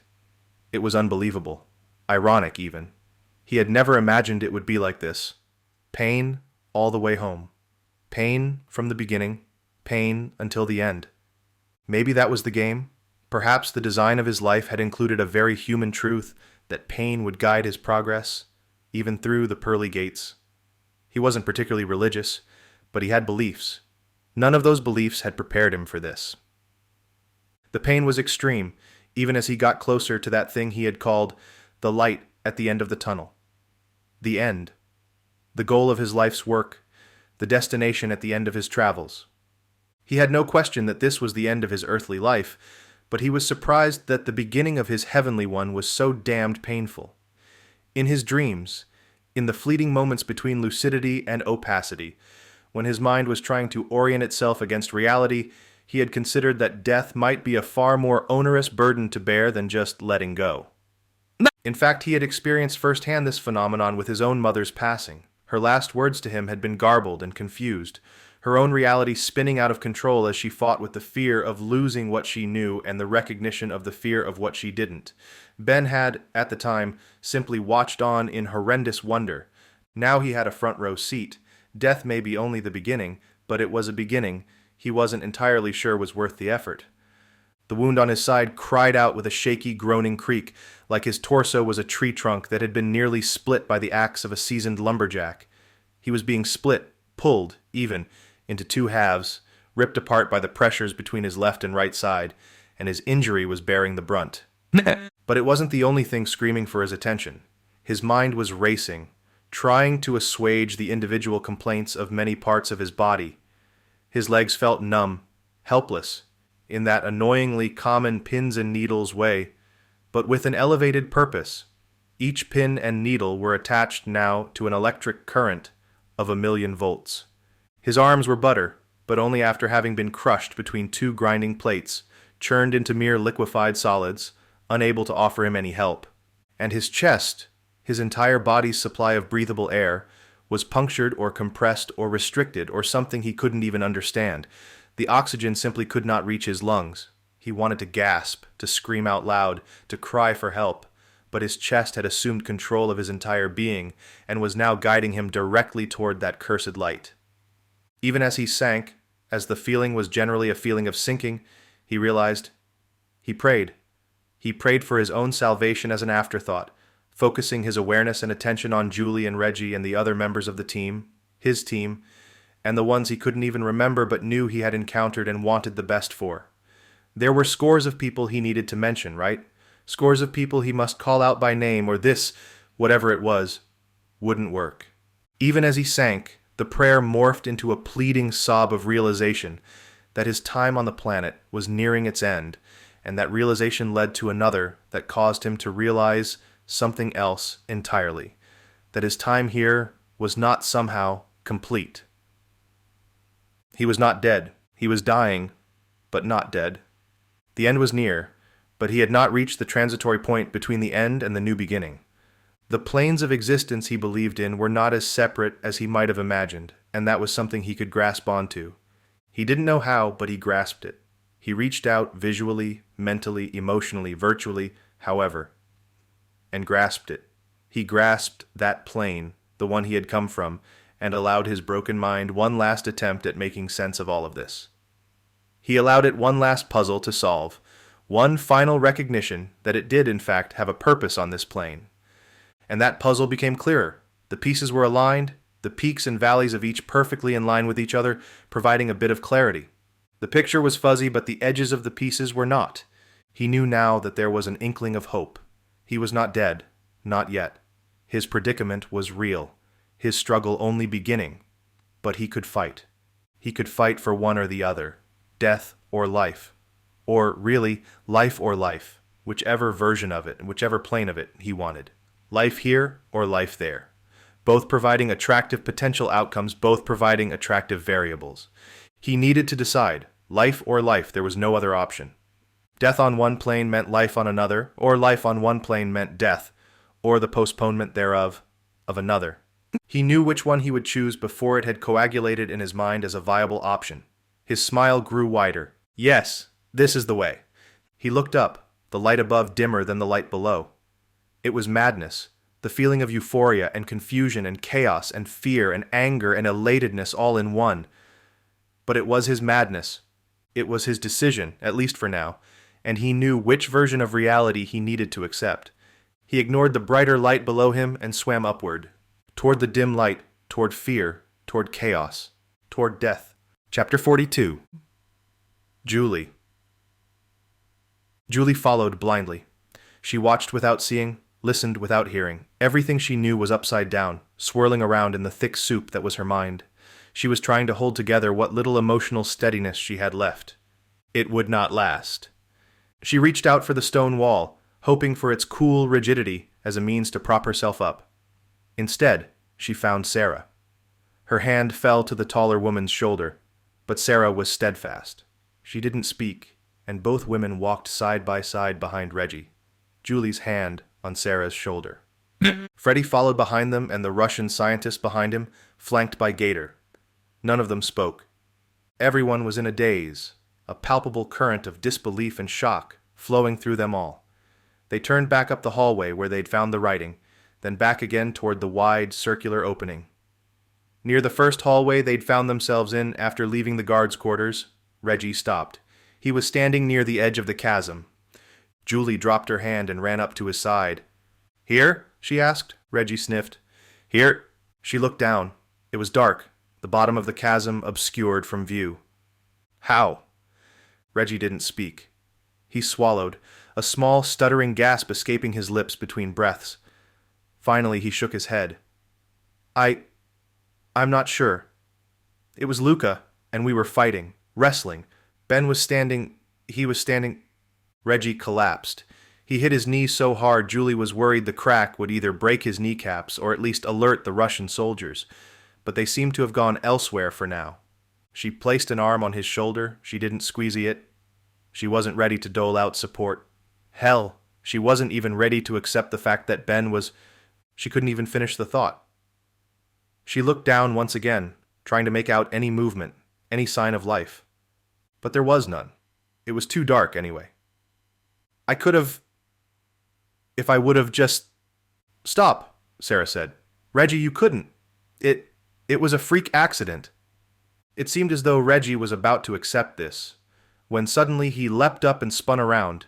He was shaking uncontrollably now, and Julie was trying to understand what the target of his rage was going to be when she saw them standing nearby. Between Gator and Freddie, the two small Russian scientists, Evgeny and Tatiana. "You," Reggie grunted. His voice was hoarse, deep, and cut. "You bastard Russian mother." "Reggie, no," Sarah said. She tried to intercept, but Julie knew she'd not get there in time. Sure enough, Reggie closed the distance with two massive leaps and was right in front of Evgeny in 2 seconds flat. His hand was rising, his palm opening. He wrapped it around Evgeny's neck. Tatiana gasped and fell to the side. Reggie continued lifting, pulling Evgeny's body completely off the ground and up to Reggie's eye level. He backed him up against the stone wall, pressing hard against the man's jugular. "You did this. You set us up. For what? To pick us off. One at a..." "Reggie!" Sarah said, louder this time. He paused, but he didn't release his grip. "Reggie, it's not his fault." Evgeny's mouth moved, his lips working on a word that wouldn't come out. Reggie didn't relent. Julie watched, unable to turn away. She didn't even care.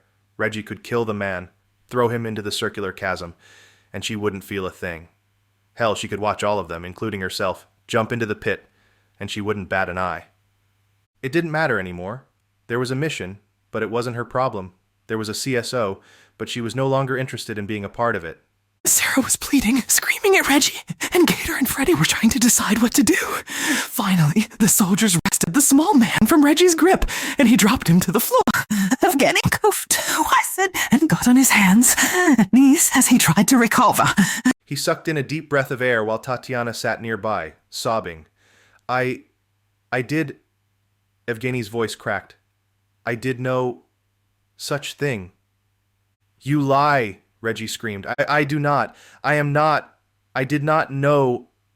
"Luca's a plant, asshole. On your own team. You mean to tell me you didn't know that? That you're not working with all the other Russians trying to kill us?" Evgeny nodded, then shook his head.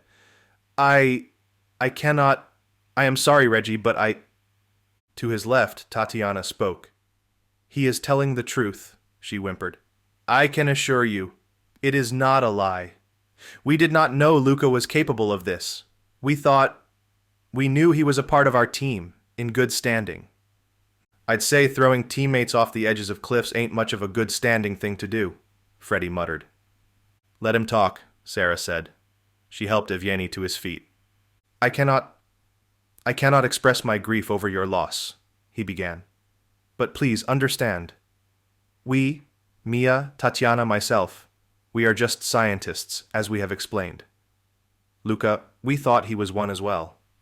We had no reason to believe he is not. How did you end up here? Sarah asked. In Antarctica. You were sent here to collect samples? Core samples? Evgeny nodded profusely.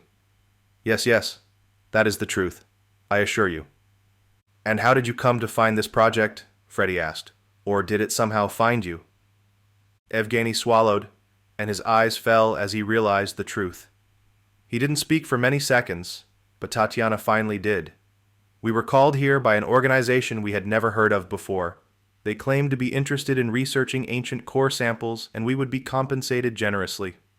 I see, Sarah said. And this organization had no connection to the Russian soldiers running around? Her eyes widened, and Julie watched on, uninterested. No, of course not, Tatiana said. If there was a connection, we did not know about it. It was not revealed to us. I'm sure that was on purpose. She nodded. Evgeny was breathing slowly, trying to gain his composure. Reggie was standing over him, the subcompact gun sitting next to his feet on the stone floor. And who brought you onto the project? Both Evgeny and Tatiana looked up at Sarah. Slowly, feebly, Evgeny let out a sigh. I was asked to take part before the others. I invited Mia and Tatiana onto the team, as they were close colleagues I had worked with before. I was told I would lead the project, and the research findings would be split 4 ways, between me, Tatiana, and Mia, and the person who brought me on board. Julie didn't need to hear it, but he said it anyway. By Luca. Chapter 43. Ben. Ben reached up and toward the dim light. Every muscle ached with the exertion, but he pushed on anyway. He wasn't sure why. It felt far better to ignore the light and drift further into the warmth of unconsciousness. He realized he was swimming, moving upwards slowly. Yet it wasn't water or even pure liquid he was swimming through. It was something denser, something almost solid. It felt like he had been dropped into a vat of ketchup. Dropped. He remembered now. He remembered the feeling of weightlessness, the feeling of losing all control, the feeling of betrayal. Luca, the Russian scientist, had kicked him off the ledge. He had fallen through the air in the wide-open expanse of the main city's atrium, the corkscrewing design of the hallways and pathways twisting around him until he landed. But he had landed, and he had somehow stayed alive. But then he'd been sucked beneath whatever viscous fluid this was, pulled down into an impossible vacuum of pressure and unconsciousness and nothingness. And he now had his bearings. He was pushing back up, back through the thick wall of semi-liquid mass surrounding him. It had no taste, no smell, or his senses weren't working enough to clue him in. It was semi-opaque, clear enough to see through, to see his destination. He was about to break through the surface and gasp for a breath of air when his hand brushed against something. It was cold, stiff, but not completely hard. He kicked upward once again and crowned up and into real air, and only then realized what it was he had hit. Mia. Her lifeless body was dangling there, where he'd seen it before, halfway above and halfway below the surface. Her lower half was stuck in the goop, but her face and one of her hands were floating freely. She had slid to the side, out of sight and near the stone wall. He looked up, noticing that anyone looking down on them would not be able to see them from this angle. Ben wondered if she had died here, stuck in a terrifying, unknown place. If the fall had killed her, or if something else, or someone else, had. He thought of Luca, the bastard who'd tried to kill him. Perhaps he had done the same to Mia and succeeded.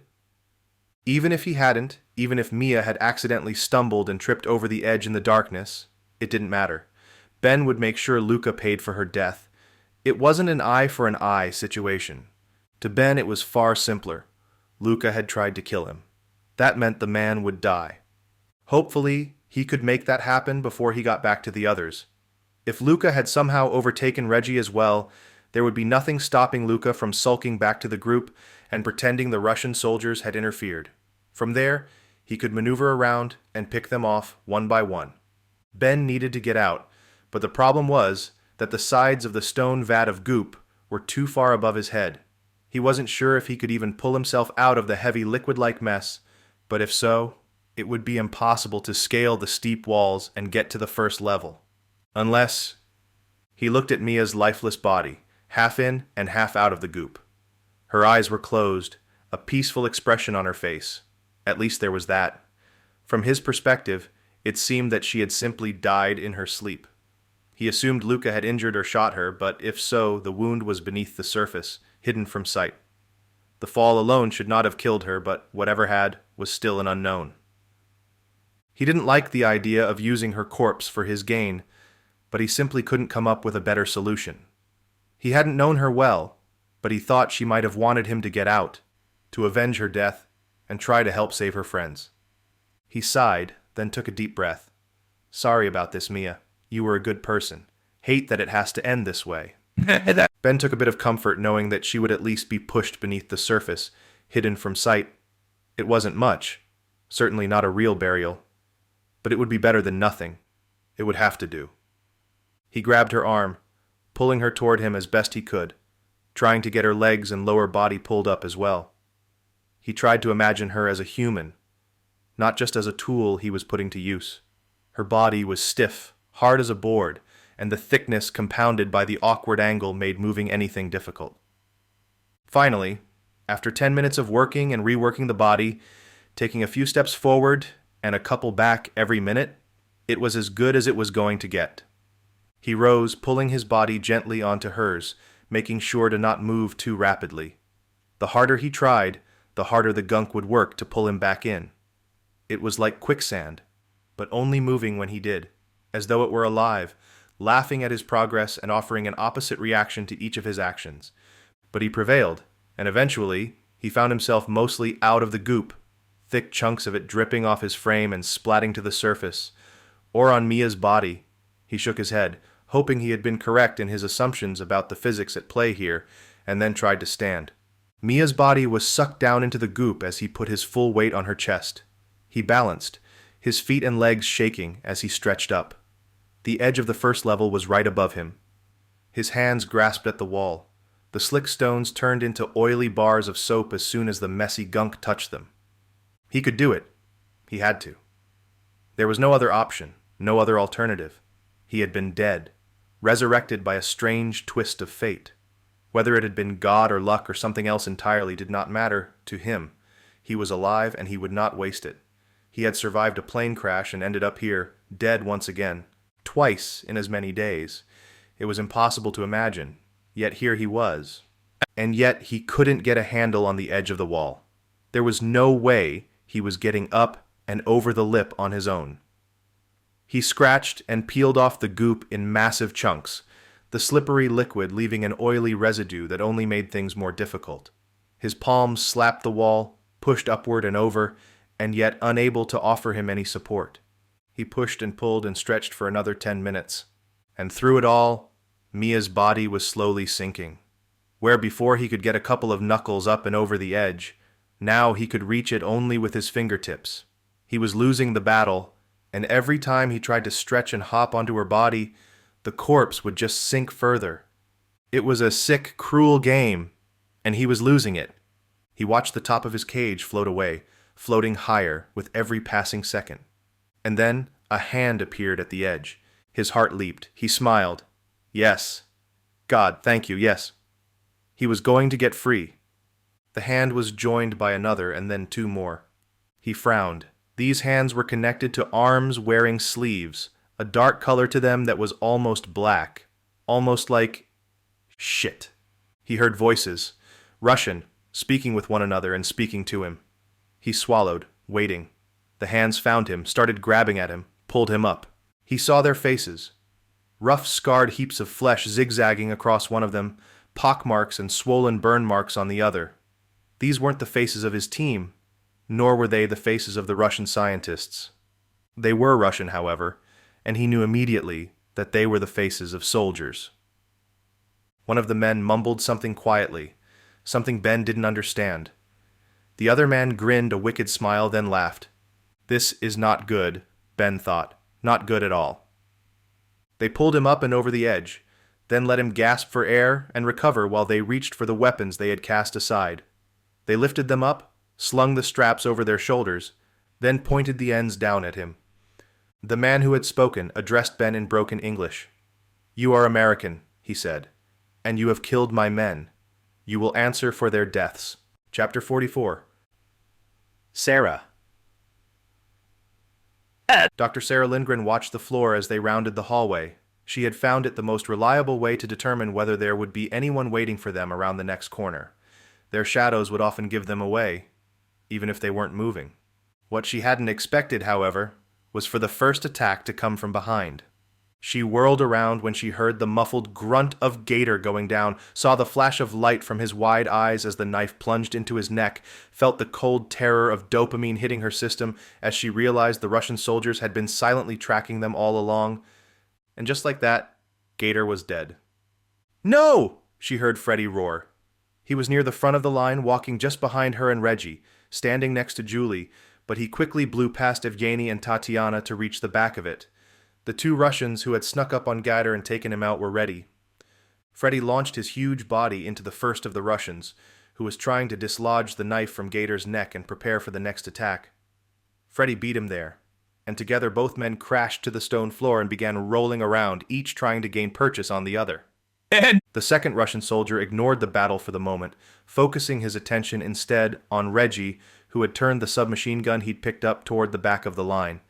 Sarah knew he wouldn't fire until it was abundantly clear they were all out of the way, so she backed up and pressed herself up against the side wall. Evgeny and Tatiana, for their part, hit the ground and ducked out of the way. Julie watched on with the detached expression on her face. If the Russian thought she may be a threat, he didn't show it. He sprinted up the hallway toward the main atrium opening on that level where they had been heading, aiming for Reggie. The two soldiers collided in midair, neither even attempting to juke or feint. They simply slammed into one another, only a grunt from the Russian man telling Sarah that they were human enough to feel it. She knew how Reggie was feeling. He had hardly said a word to her, and based on his rapid pace through the maze of corridors in this place, she knew he was out for blood. She had felt it herself when she'd believed her father to be dead. He had ended up alive and well, but it didn't change the days of despair and turmoil in the unknown. For Reggie, however, there was no unknown. He had seen his best friend die firsthand. He had explained it to the group in simple, blunt terms, giving them only enough information to understand the plight of their voyage and what it meant for their survival. Luca was working with the Russian soldiers. All the Russian soldiers wanted them dead. They were still trapped inside an ancient city, beneath the ice in Antarctica. It was an impossible situation that Sarah herself couldn't even believe, yet here she was, smacked against a stone wall, watching two superhuman soldiers battle it out for their lives. Reggie punched the Russian with the butt of his gun, but the Russian man didn't even feel it. He righted his head, ejected a few teeth with a brutal bloody swatch of saliva, and then returned the favor with a huge meaty fist. Only then did Sarah realize it was the guard who had been watching them earlier, the one who had been eyeing her out of the corner of his eye and had even tried copping a feel shortly after their arrival. She'd wanted Reggie to win the fight, but now she wanted to join it. She screamed in anger and launched herself toward the two men in the hallway. Still, Julie watched on, her face a mask of blank nothingness. Sarah landed atop the Russian soldier's head, immediately going for his hair. She pulled it out in chunks. The man shouted something obscene in Russian but continued pressing Reggie. Reggie was slugging him in the sides, stomach, and groin, but none of the blows seemed to do much harm. Sarah doubled her efforts, pulling herself up higher and then jamming her thumbs as far into the man's eyes as possible. She felt flesh tear, the watery sinews of the skin inside the man's sockets peeling away and intermingling with blood, which had dripped out and down his face. That did the trick. The Russian wailed and dropped to his knees. It was gruesome, and she was repulsed even by the thought of it, but she was thankful the dim light of the connecting hallway's single bulb made it difficult to see. Reggie took advantage of the moment and brought an elbow up and back, then smashed it through the man's nose. Blood exploded up and onto Sarah's face, and she frantically grasped through the slime to keep her thumb in place. He stopped moving forward once he had hit his knees, and the Russian was now swaying gently, rocking back and forth. Sarah found purchase and applied more pressure, felt more squishy things popping inside his head. She couldn't believe she was actually doing this, but she couldn't will herself to stop. She remembered his groping looks, his cold, heavy claw on her backside, the disgusting grin as he saw her blush. She pressed again and groaned with the exertion, and he groaned beneath her as he gave way and fell forward. Still, she held on. "Sarah?" Reggie's voice didn't register at first. "Sarah, hey!" "No," she said. "I've had it. This bastard, this mother—" "Sarah," Reggie said again. His arm was there, his hand motioning. She looked up, saw his face, the concerned expression on it. He reached down and pulled her up, his steady grip easing her shaking. She allowed herself to release the dead Russian. Finally. She stood, only then noticing what had gotten Reggie so concerned. It wasn't her. It wasn't the repulsive murder she'd just committed. No, it was something else. They weren't alone. The two Russians who'd attacked them and killed Gatter were no longer only two. Now there were more. A lot more. All of them waiting patiently for the Americans' attention. All holding guns and pointing them at her. Chapter 45. Ben. Ben's body was still dripping with goop, and his feet slid down every step. Still, his Russian captors didn't slow. They kept him moving, guiding him upward around the corkscrew first level onto the second. Here there were larger caverns drilled from the stone, each the size of a warehouse. Lights dotted the walls on strings of extension cords, and folding tables had been set up in rows on the floor. Men, not soldiers, but civilian-looking, worked behind laptops, seated at the tables on folding chairs. A few soldiers milled about, their weapons slung over their shoulders. He thought he recognized one of them, a guard from the place they had been held earlier, one man who had interrogated him and Reggie. No one gave him more than a cursory glance as he entered, all of them busy with some other secret important tasks. It was a large operation, whatever it was, and Ben was impressed and surprised by the scope of it. "What is this?" he asked. Not surprisingly, neither of the soldiers who had brought him in answered. Instead, they brusquely pushed him toward a table near the side of the room, gave him a folding chair, and then stood behind him. He was facing the wall, the entire operation of Russians and their computers, and submachine guns behind him. He hated having his back to all of that, but they hadn't given him a choice. He knew it was a power play, meant to keep him off balance, and it was working.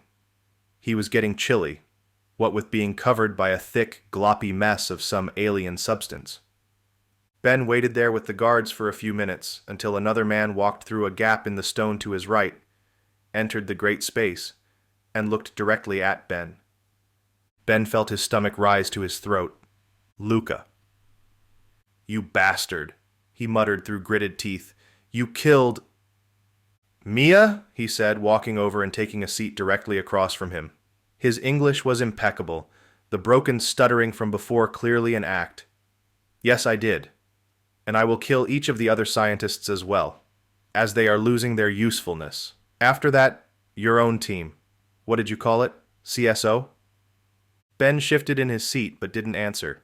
He glared at the smaller man. "I needed to know who you were, Harvey Bennett," Luca said. "I apologize for the dramatic reveal, but there really is no better way to monitor your mission than to actually be a part of it. The others, Evgeny, they all think you're a scientist." "I am a scientist, Ben," Luca said.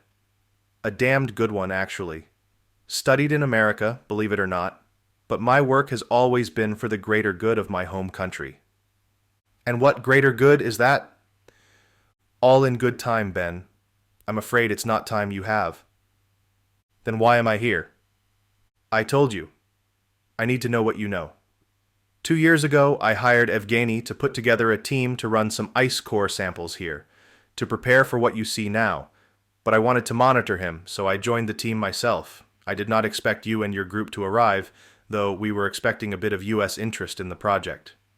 Ben thought back to the initial encounter with the Russian soldiers in the ancient city. They had been shot at, but none of the shots had landed, even though their attackers had the higher ground, had the numbers, and had weapons with more than enough range.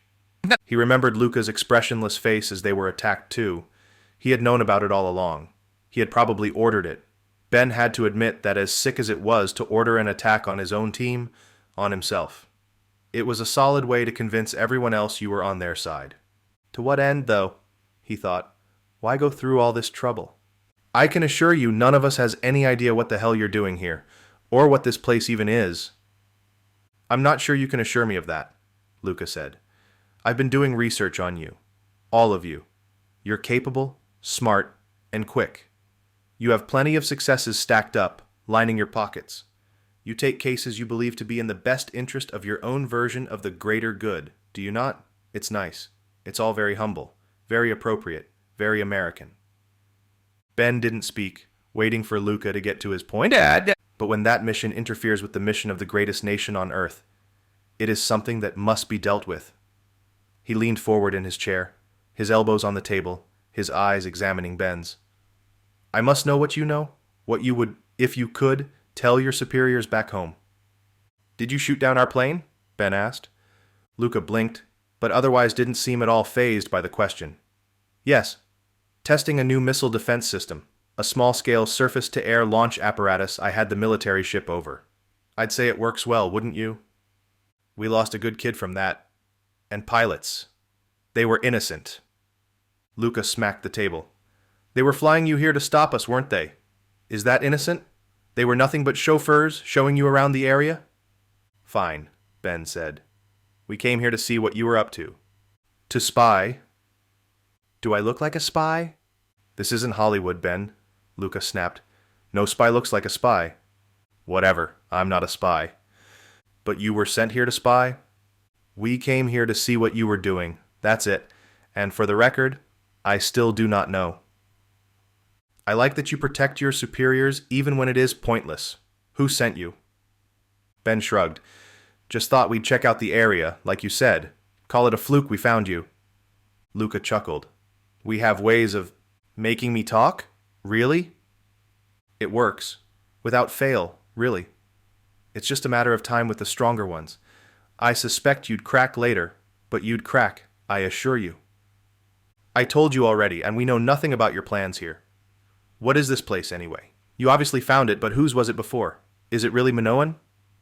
Luca shook his head. Older. We found the ship, and while it is in perfect condition, it is difficult to classify the civilization it was built by. It closely matches the Minoan or Cretan region, but we think it is even older than that. That's incredible.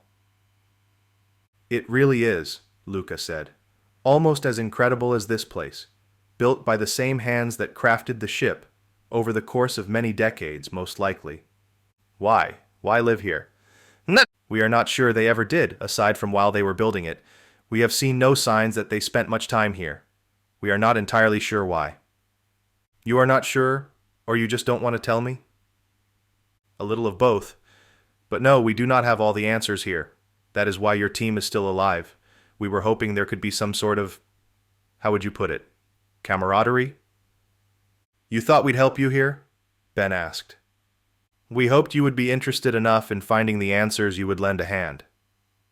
That's why you stayed with our group, Ben said. You were trying to glean information from us, from Dr. Lindgren. She is an intelligent researcher, for a woman. For a woman? You know, you guys are all a bunch of ass-backwards old-school sexists. I mean, really, women can't be soldiers in Russia? Luca grinned. Yes, of course they can. But this is my project. Although I work for my homeland, I do not agree with all of their modernized regulations. Ben chewed his lip. Yeah. I've known some dudes who weren't really into women. I have no problem with... I am not... Luca stopped himself and Ben smiled. He was finally getting to the man. He'd obviously found a sore spot.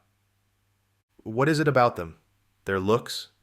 Can't get any work done when you've got women around? Or is it that you actually believe they're inferior, and you can't stomach the fact that one might know something you don't? Luca looked as though he were about to pound the table or flip it over, but he remained outwardly calm. That is enough. Or is it that... Before he could slide in another slight, Ben was interrupted by the sound of footsteps approaching behind him. The soldier appeared in Ben's peripheral and leaned down, then spoke into Luca's ear. After a few seconds, Ben saw Luca relax and shift in his seat. He thanked the man in Russian and turned back to Ben. "It seems as though my team has performed their job admirably," he began, "and your team will join us soon." Chapter 46. Ben. Ben watched in horror as his entire team was marched into the room. He saw Reggie first, the man's head low and facing the stone floor. He was unarmed, and his arms were being held tightly by 2 Russian soldiers. Julie was next, and she was looking straight at Ben. It took a moment, but she cocked her head to the side, disbelief on her face. Finally, she opened her mouth, closed it again, and then her jaw dropped. Ben?" He grinned, rising from the chair. He looked over at Luca, who nodded. Apparently, Luca was trying to play the role of gracious host, allowing his captives to embrace and forget the fact that they were still about to die. Ben didn't care. He raced over and grabbed Julie, lifting her off the ground. Every bone in his body ached, and his side reminded him that he still had an open wound there, but he ignored it and kissed her. "How are you alive?" she asked. "And what's all over your body?" "Magic goop." "Magic what? And again, how are you alive?" "Magic goop. It's what's all over me, and it's how I'm alive.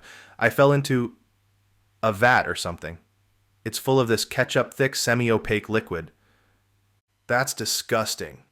He shrugged, then grinned. "At least I'm alive." Reggie was there too, and he grabbed around Ben's waist and picked up both him and Julie. Ben groaned in agony and nearly gasped in pain before Reggie finally released him. He laughed as he stepped back from Ben. "And yeah, she's right. Whatever was in that hole you fell into, it's all over you." "Wasn't aware," Ben said. "Thanks for the heads up." "Just being helpful," Reggie said. "Good to see you again, bud." "You too. Oh, and thanks for leaving me hanging back there." Reggie looked shocked. "Leaving you? What? You weren't hanging on anything but air, brother. Even I couldn't save your ass from that one. How'd you even make it out?" "Magic goop, apparently," Julie said. "The stuff that's all over him. Would love to see what that's all about." "Trust me, you don't." Ben looked back at the door and saw Freddie standing there with Sarah and the 2 Russian scientists. All looked haggard, solemn. He made eye contact with Freddie, who just shook his head. In a flash, it all came back. Ben remembered what Luca had done. He remembered the plane crash and the injuries and the death. He remembered his vow. He turned back to Luca and addressed him loudly enough for the others to hear. "Okay, time we all caught up. Wouldn't you say?" Luca spread his arms wide before responding. "Indeed," he said. He was facing Evgeny and Tatiana. "I do apologize for my secrecy, but it was the only way to determine whether the project's full mission remained a secret." Evgeny looked like he wanted to cry, but Tatiana stood there, resolved and resolute. Neither spoke. "If you will all follow me, I would like to show you something." He turned on a heel and walked toward the small doorway Ben had seen him come out of. Ben wasn't sure what to do, but Sarah and Reggie didn't hesitate. They followed Luca. The Russian soldiers who had brought them in were in tow, their guns pointed toward the floor, but only a second away from being ready to fire into their backs. Freddie approached Ben's side. "Hey, man," he said. "Hey, sorry about..." "It's fine. Listen, we're running out of time." Ben tried to understand. "We don't even know what that's all about, remember? And Luca was the one who overheard it, and now we find out he's been the one behind all of this? Still, I'm thinking there's something we don't know. There's a lot we don't know.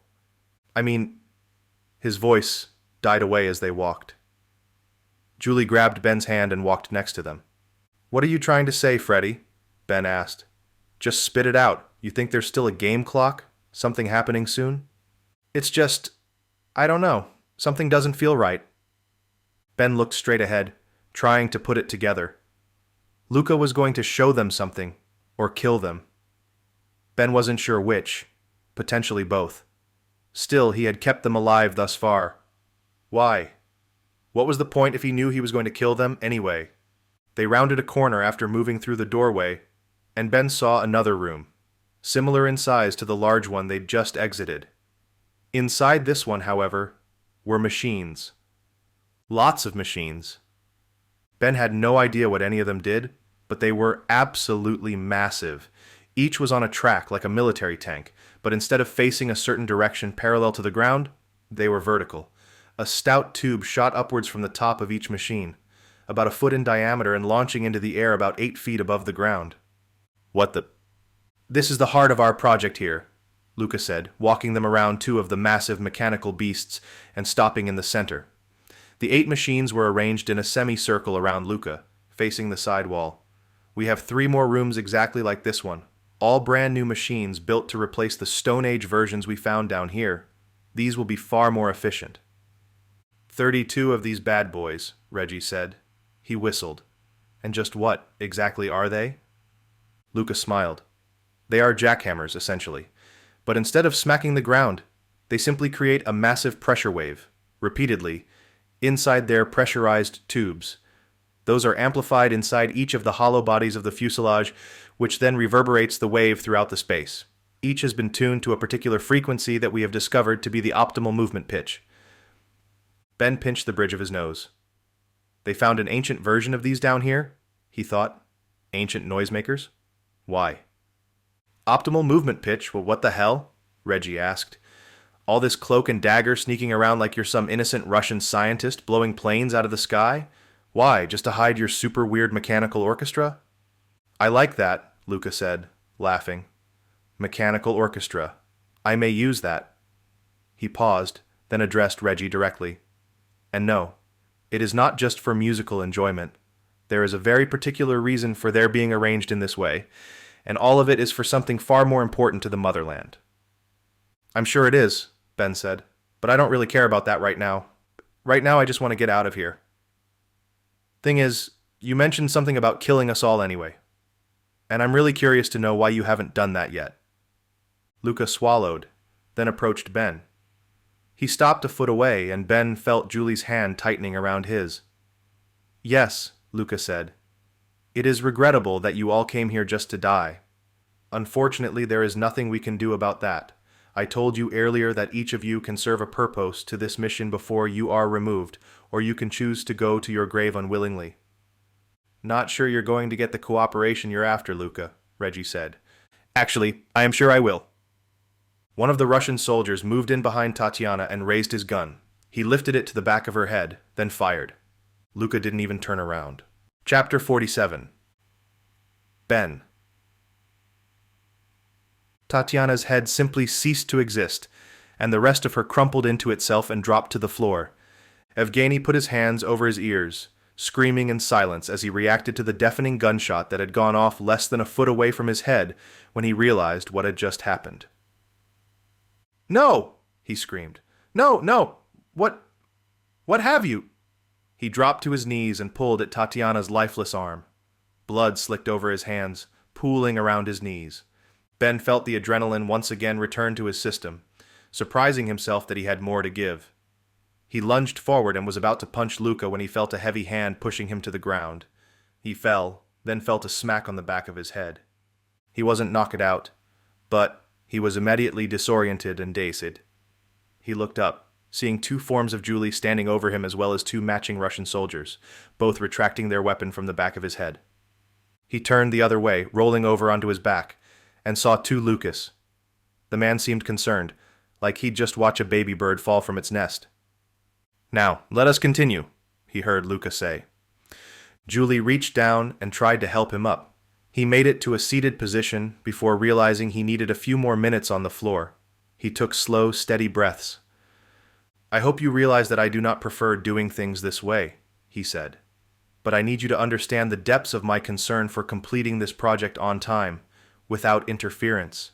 It is our belief that interference is exactly what we are going to encounter, and it is my belief that you, someone here, if not all of you, know about that interference. What the hell is he talking about? Ben asked. Julie shook her head. He looked around. Reggie seemed just as confused. Evgeny was crying, the man lying on the ground next to Tatiana's body.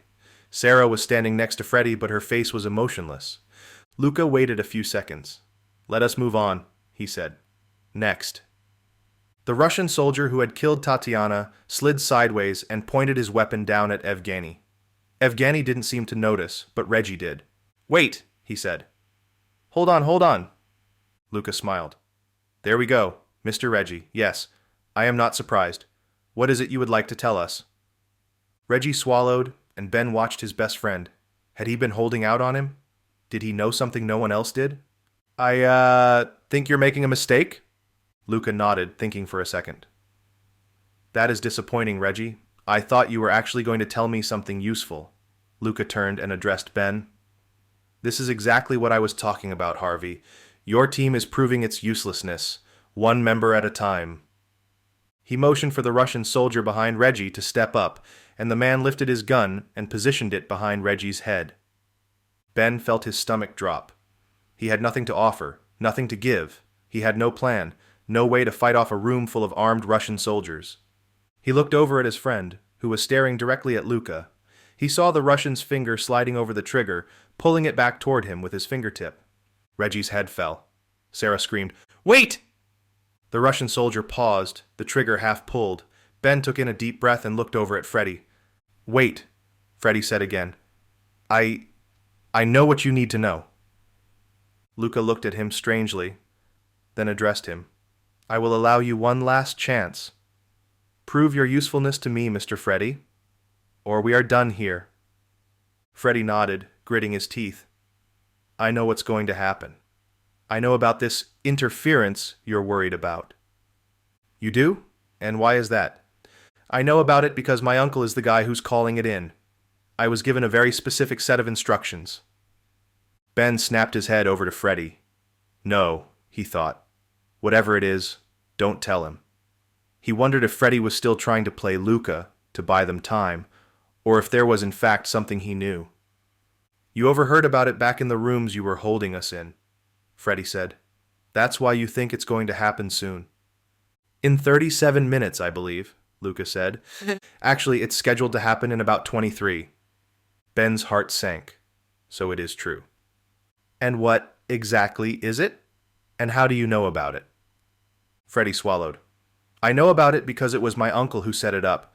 I'm the only one who can cancel it, and I'm the only one who knows. He gave me a very specific set of instructions, a command to call in and alert him that the mission here was accomplished." "And if the mission is not accomplished?" Luca asked. "Like, for example, you are all being held at gunpoint inside this room and have no other option, no way to get the word out to your uncle?" Freddie nodded. "Right, well, in that case, we're all dead. You're dead, we're dead. You're puppet soldiers. All dead." Luca's eyebrows rose. "I see. That is a very interesting theory, my friend." "Not a theory," Freddie answered, shaking his head. "See, my uncle isn't just some regular old guy. He's a pretty important guy as far as the U.S. government's concerned, and he's got a plane circling over our heads as we speak. A plane that's 100% under his command, and a plane with a payload." Ben's head dropped, and he stared at the floor. Even though he hadn't heard this before, he knew Freddie was not lying. "And it's ready to drop it on us as soon as the time runs out." Chapter 48. Julie. 23 minutes. Julie watched and listened on in horror. Her mind had not been right for the past hour, what with hearing of Ben's death, and then seeing with her own eyes his resurrection. She knew the man to be resilient, but this was something above and beyond. And yet, they weren't out of the woods, not even close. Freddie had been withholding information from them all, information that had just changed the game. The event they had all been waiting for had nothing to do with the Russians. It had nothing to do with whatever Luca was planning here. No, it was the general. Freddie's own uncle was sitting on a kill switch, a last-chance protocol that would decimate the area and kill them all. She wanted to be upset, but she couldn't. It wasn't Freddie's fault. He was just following orders, acting according to his training. And he was a professional. He'd proven himself time and time again, even losing his close friends while doing it. There was nothing about the man that said to Julie he was capable of sabotage. But it was maddening that they had come so close. She had come this close. Ben was alive, finally. And they were together once again. Only to find out that the madman who could kill them all wasn't even the madman who would kill them all. "Can you stop it?" Reggie suddenly asked. They were still standing in the large room full of tank-like machines, each of the massive things quietly waiting for their moment to come alive and start pumping sound into the space. For whatever reason, they hadn't determined yet. Julie tried to understand it. Why Luca's men were so adamant about creating a bunch of noise. Why they needed to fill the chasm out there with sound waves. It was all confusing and strange, and more than a bit unnerving. Freddy's response brought her back to the present. "No," he said. Ben was on the ground next to her, breathing and trying to regulate his heart rate after the blow to his head. Thankfully, he seemed okay, but she wanted him to rest as much as possible. "There's nothing we can do. Nothing any of us can do," he said again, this time directing his words toward Luca. Luca snickered. "The American way. I love it. Take charge. And if you can't take charge, take it. And if you can't take it, just blow it up." "There's got to be something we can do," Sarah pleaded. "Can we call him? Somehow get a communication out to him that we're okay?" "It needs to be me," Freddy answered. "And it needs to be my voice. Liv, there is a validation question only I have the answer to." "What if you had died in the plane crash?" Reggie asked. "We'd all be here for nothing, waiting to get blasted to hell?" Freddy looked pained. "Look, man, I didn't... you know how this goes, right? I didn't have a choice." "We always have a choice, son." "Don't son me," Freddy replied. Julie felt the tension ratcheting up in the room, but was surprised to see that Luca was simply smiling. "You don't seem concerned, Luca," Ben said, taking the words right out of her mouth. "Got something to share?" "Certainly not," he said. "What I do have is my answer. Mr. Freddy here has proven himself quite useful. You all, not so much." He stuck a hand in the air and waved it around, and Julie winced. "This is it," she thought. "He's going to kill us all." Instead, the soldiers began circling the room, approaching each of the machines. A few of them placed their weapons to the side and began fiddling with controls on an outward-facing panel on them. Two of the soldiers left the room and quickly returned with a gaggle of plainclothes-wearing men from the other room. "You aren't going to kill us?" "I will not waste the time on it, no," Luca said. "But you will die, that is certain. I wish I could be here to see it, but, as you've said, 12 minutes remaining. That should be just enough time to get away from this gift from on high your uncle will be delivering." "It won't be," Freddy said. "It'll blast you off the face of the—" "All the more reason to get a head start, my friend," Luca said. "I wish you all the best. This has been quite enjoyable." He started to leave, but Julie stood up and whirled around. "Luca!" she yelled. He turned around, an impatient look on his face. "All of this, your work here, these machines, whatever it is you've been working toward, it'll be gone, destroyed.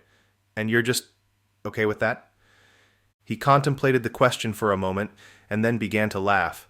It started slowly, then rose a bit until he cut it off. "Actually, you might be quite surprised to learn that your friend here, Mr. Freddy, has made my job even easier. This will play into my plans quite well, I suspect." Without more explanation, he turned once again and left the room, moving quickly and flanked by 2 Russian soldiers. Julie spun around, taking it all in. The remaining soldiers worked on the machines, a few of them still standing by with their weapons drawn, their eyes on her and the group. Evgeny was sobbing on the floor, rocking back and forth. Sarah and Reggie were hand in hand like she and Ben, and Freddy seemed shell-shocked.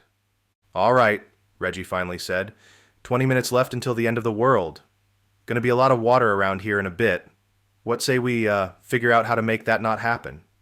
Freddy looked like a kid who'd just been bullied. "It's impossible," he said. "We will not hack a computer or even get a remote connection set up on an open one in time. The validation alone will take me 30 seconds. And then..." Ben pulled himself to his feet with Julie's help, then turned to Freddy. "We're not doing anything with your uncle's help, actually. It's not possible, so it's not an option to waste time on." "You got a better idea?" "Nope," Ben said. "But I've been through a few of these, no idea what the hell we're supposed to do situations, and the answer always seems to scream at us, staring us right in the face." "So, what do we do first?" Freddy asked. Ben smiled, then pointed to Evgeny. "First, We need to ask this guy a bit more about something he told us about earlier. Chapter 49. Ben. Ben cleared his throat as Evgeny and the others looked at him. First, though, let's walk and talk. You think they'll let us? Reggie asked. Only one way to find out. Ben took a step toward the exit doorway, away from the machines. The guards holding weapons shifted but didn't move toward him. None of the others in the room seemed to even notice. They're too busy with these machines, Reggie said. Whatever magical noise they're trying to make with these things, they're pretty hell-bent on finishing it. Why would a noise be that important? Julie asked as they left the room. The next room over, the larger one, featured men behind their computer screens, rapidly tapping away and focusing on nothing but the text directly in front of their eyes. Ben wondered if they even knew what their fate would be in 20 minutes. If Luca had filled them in, or if he was too preoccupied trying to save his own skin. And they were all men, which struck Ben as odd. He knew Luca had mentioned something about it, but he wondered if it was like a sort of cult, a group so willing to blindly follow orders and worked toward a common goal, they didn't even care about their impending deaths. Must be a nice sound, Reggie said. Without warning, a massive crack sounded throughout the room. A few of the men behind computers looked around, but no one moved from their chairs. Ben and Julie had their hands over their ears, while Reggie was working his jaw, trying to pop his. Freddie spoke, but his voice was far louder than normal, no doubt an after effect from the noise. What in tarnal damnation was that? Another boom shook the walls, and some dust began falling from high above. A third cracking sound echoed around the room. I believe that's the wonderful sound we were so interested to hear, Reggie said. 3 more booms echoed, each one getting louder, and each coming from the room next to theirs. The 4th crack after that seemed to come from all around them, filling the space with cacophony. They're starting the machines in all the rooms, Ben said. They're on a synced schedule, 1 every 5 seconds or so. Great, Reggie said. Sounds like our last 20 minutes on Earth is going to be a real headache. Freddie was now holding hands over his ears and screaming to be heard. Do you always joke around like this on a mission? Reggie shrugged. I never took well to falling in line and taking orders from a ring-dinger you can outshoot. Let's stay focused, Julie said. We need to know what the point of all of this is, right? Ben looked over at Evgeny, who didn't have his hands over his ears, but was still hunched over, cowering slightly. He seemed broken, beat down. We need to talk to him. He mentioned something earlier, something that might be helpful. Crustal displacement, Sarah said. It's a geologic theory, but it's half-baked and most of its core tenets have been disproven. The possibility of building a stone city in Antarctica thousands of years ago was also disproven, Reggie said. Fair enough, she said. Evgeny, want to tell us more about it? He looked left and right, then shuddered when the booming sound grew even louder. Shit, Reggie said. I can't even hear myself think. Can we get somewhere else a bit quieter? Ben nodded. We should keep moving anyway. Anything to get us farther away from these weirdos and their crazy noisemakers. They walked toward the exit of this room, the one that led out to the main corkscrew-shaped atrium that connected all the pathways and hallways to the central artery, and found the noise there even louder. Ben's jaw was rattling, his ears ready to explode. The pressure every 5 seconds seemed to be too great, building and building until finally it released and withdrew. Any longer, and he was worried he'd bust an eardrum, or worse. He led the group to a hallway that curved away from the lower level they were on, and immediately the noise subsided. It was still clearly audible, and the walls of the city still shook and rattled with each drum beat, but it was far better than where they'd been. Okay, Ben said, checking his watch. How much time do we have? Maybe 15 minutes? I'd say 14, Freddie said. Fine, Ben replied. We'll make it work. We have to know what this is all about first, though. There isn't a vehicle on the planet fast enough to get us far enough away from here when that bomb goes off, so, we're hosed, Reggie said. We're hunkering down in here, no matter what. Pretty much, Ben said. That means if there's any way to save ourselves, it'll have to be here. Inside an impossible city that can't possibly be here and can't possibly be Minoan. Ben cocked his head sideways, looking at Evgeny. Actually, I think this place is Minoan, or whoever they were before. We were on the right track. and I think Evgeny and Sarah can fill us in on the details. Chapter 50. Julie. But this is impossible, Julie said. Right? The Minoans, or whoever they were not known to have ever traveled this far. But they were known to have traveled, Sarah said. Our research from when we were on the island of Santorini proved that the Cretans were able to travel via ship much farther out from what we previously believed. It completely overturns the known history of the civilization. Evgeny stirred, then straightened up. It seemed his scientific nature had gotten the best of him, and he couldn't help but get involved in the conversation. And our research verifies that, Evgeny said. It is not complete, and it is certainly not thorough, but examining the history of the known Minoan civilization and knowing that they were, somehow, able to get a boat all the way here seems to be more and more likely. Julie nodded, taking it all in. She still couldn't believe her eyes. No matter what it was, no matter who had built this place, it was utterly amazing. But it's stone, not ice. That means they would have had to bring all of it here, right? There was a pause, and then Evgeny spoke up. Not necessarily, he said. That's what Ben was referring to. It is a theory that I tend to believe, though I am in the minority in my community. What is it? Julie asked. My team has been studying ice cores. We know generally the geologic history of this area, and much of the entire continent. From an epical standpoint, my team and I hypothesize that Antarctica has been swayed much by recent Ice Age-type events. Which means what exactly? Ben asked. It means Antarctica, like every other continent, has been pushed and pulled by changing temperatures. Because of its current location on the globe, those temperatures seem to be consistently low, obviously below freezing for the entire year. What does that mean? Ben asked. And what do you mean by current location? Reggie added. Evgeny nodded quickly. Yes, I will get to that, I assure you. First, though, consider that the ending of the last ice age, when the Earth slowly started heating, a phase we are still in today, took a complete break somewhere in the realm of 12,000 years ago. It is referred to as the Younger Dryas period. It was a time of rapid cooling, like a return to Ice Age levels in the span of decades instead of millennia. I spent my graduate fieldwork studying this period specifically, so I am especially well equipped to debate its veracity. He looked around as if waiting for someone to argue with him, but no one did. Even Sarah seemed content with his mini-lecture so far. Evgeny continued by clearing his throat. Right. Well, that timeline lines up with the supposed end of the Minoan civilization, yes? Julie nodded, noticing that once again Sarah was nodding along, agreeing.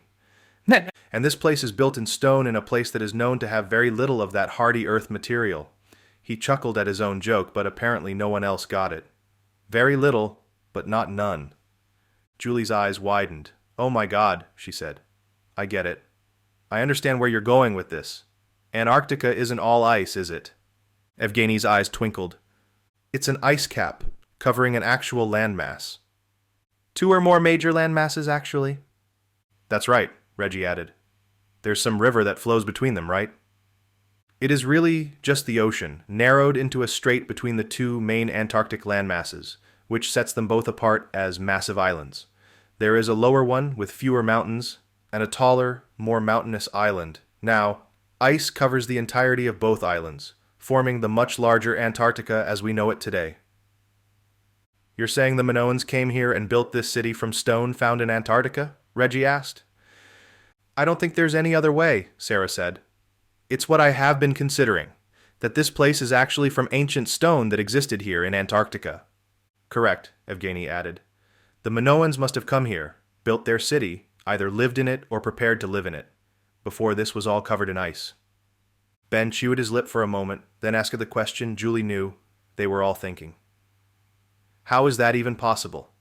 You said the Ice Age ended when the Minoans would have done it, so why would Antarctica be uncovered and then cover with ice when the Ice Age was over?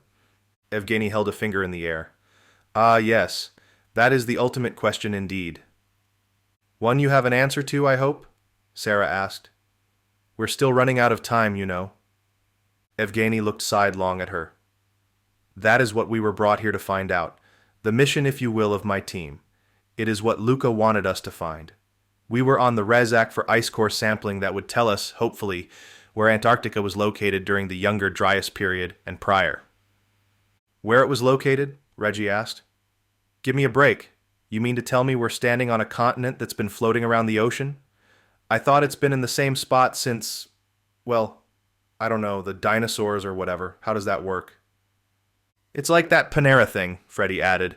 Everyone stopped and stared at the hulking man. Finally, after many seconds of dumbfounded confusion, Sarah burst out laughing. You mean Pangea? Freddy snapped his fingers and pointed at her. Ah, yep, that's the one. I knew it sounded weird. Pangea indeed, Evgeny said. Good observation, Mr. Freddy. Yes, the machinations of Pangea, however, were a slightly different geologic technology. What I believe, what we came here to prove, is that a machination of another sort has been at work over the course of millennia, one that turns a place like the Amazon basin into one resembling the Sahara, or one that turns a lush, inhabitable continent into something that is a desolate, frozen wasteland, like Antarctica. And if these machinations were truly taking place, Evgeny continued, it would mean a civilization like the Minoans, known for their intelligence, intuitiveness, and general technological prowess. It would not be out of the question for their society to have discovered this geological countdown timer, so to speak. Ben picked up the thread, meaning they figured out the Earth's ticking time bomb, predicted the next one, and got to Antarctica to build an infrastructure to keep their civilization alive.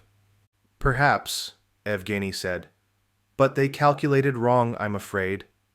Judging by this incredible find, the Minoans built their future in a place that was always doomed to be covered in ice. But why? Sarah asked.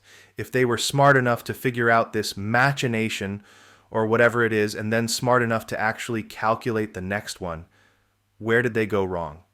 What mistake did they make that caused them to lose a foothold on their home island and down here? Well, we have a working hypothesis for that, Evgeny said. It may be helpful to understand the theory a bit more. Sure, she said. Doesn't look like we've got anywhere else to go for the moment, but may I remind us? Time's running out, Ben said. We're down to less than 10 minutes. Problem is, I'm not sure where we can go to get away from this bomb. Down, Reggie said suddenly. Down, down, down. Chapter 51. Ben. As you said earlier, Reggie replied. Walk and talk. We need to head down. Why down? Ben asked. He was following both men as they hustled back down to the second level, where the Russian conference room and machine rooms had been set up. The banging and rhythmic pulsing sounds of the machines rose in volume, and Ben wondered if they were making the right decision. As he wondered and waited for an answer to his question, another noise, new to his ears, joined the fray. A high-pitched whine, like a drone flying nearby, reverberated through the room. It got louder over the next minute. Wait a minute, anyone else hear that? Ben asked. It's like the machines are vibrating, Julie said. Sounds like a vacuum cleaner motor or something. Great, Ben said, heading down toward the weird machines that are now whirring up out of control. Freddy stepped over to Ben and Reggie. Yeah, why down? He asked. We don't know what kind of... We can assume, Reggie answered. We have to assume. Assume what? Ben asked. Assume that the general's not using a bunker buster, he said. Payload capacity's really twofold. Either the blast takes out a huge geographic area on the surface, or it's a smaller, more surgical explosive that can dig down a bit and detonate after impact. And why do you assume it's the first type? Julie asked. Well, for one, we're in Antarctica. All the fun stuff happens on the surface. There really isn't supposed to be an underground, as far as this continent is concerned. And yet here we are, Sarah said. So, Julie asked, you think that by getting as deep as we can in this place, we are actually safer from the explosion? Reggie shrugged. Well, that's the idea, but... Ben looked at Reggie, then Julie, then finally at Freddy, who was shaking his head. Yeah, that's what I'm worried about too, the large man said.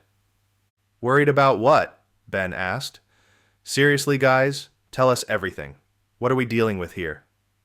Oh, it's the same thing it was before, Reggie replied.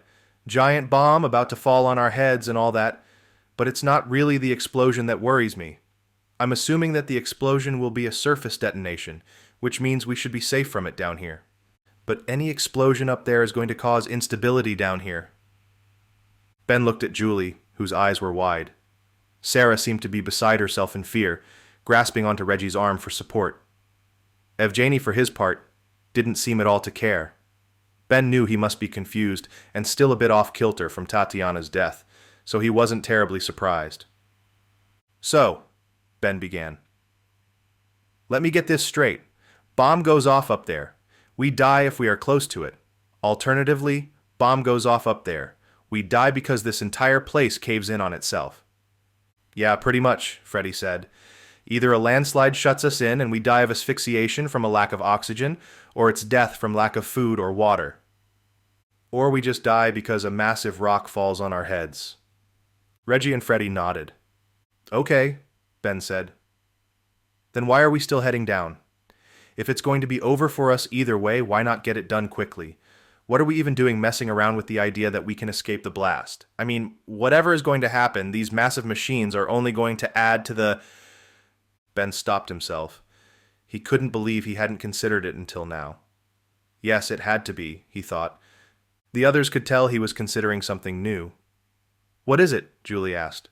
Is everything okay? Ben nodded. I don't have it all figured out yet, he said. But I just realized something. The way Luca dodged out of here and tried to get as far away from this place as possible, all while completely ignoring us, it all seemed a bit... strange.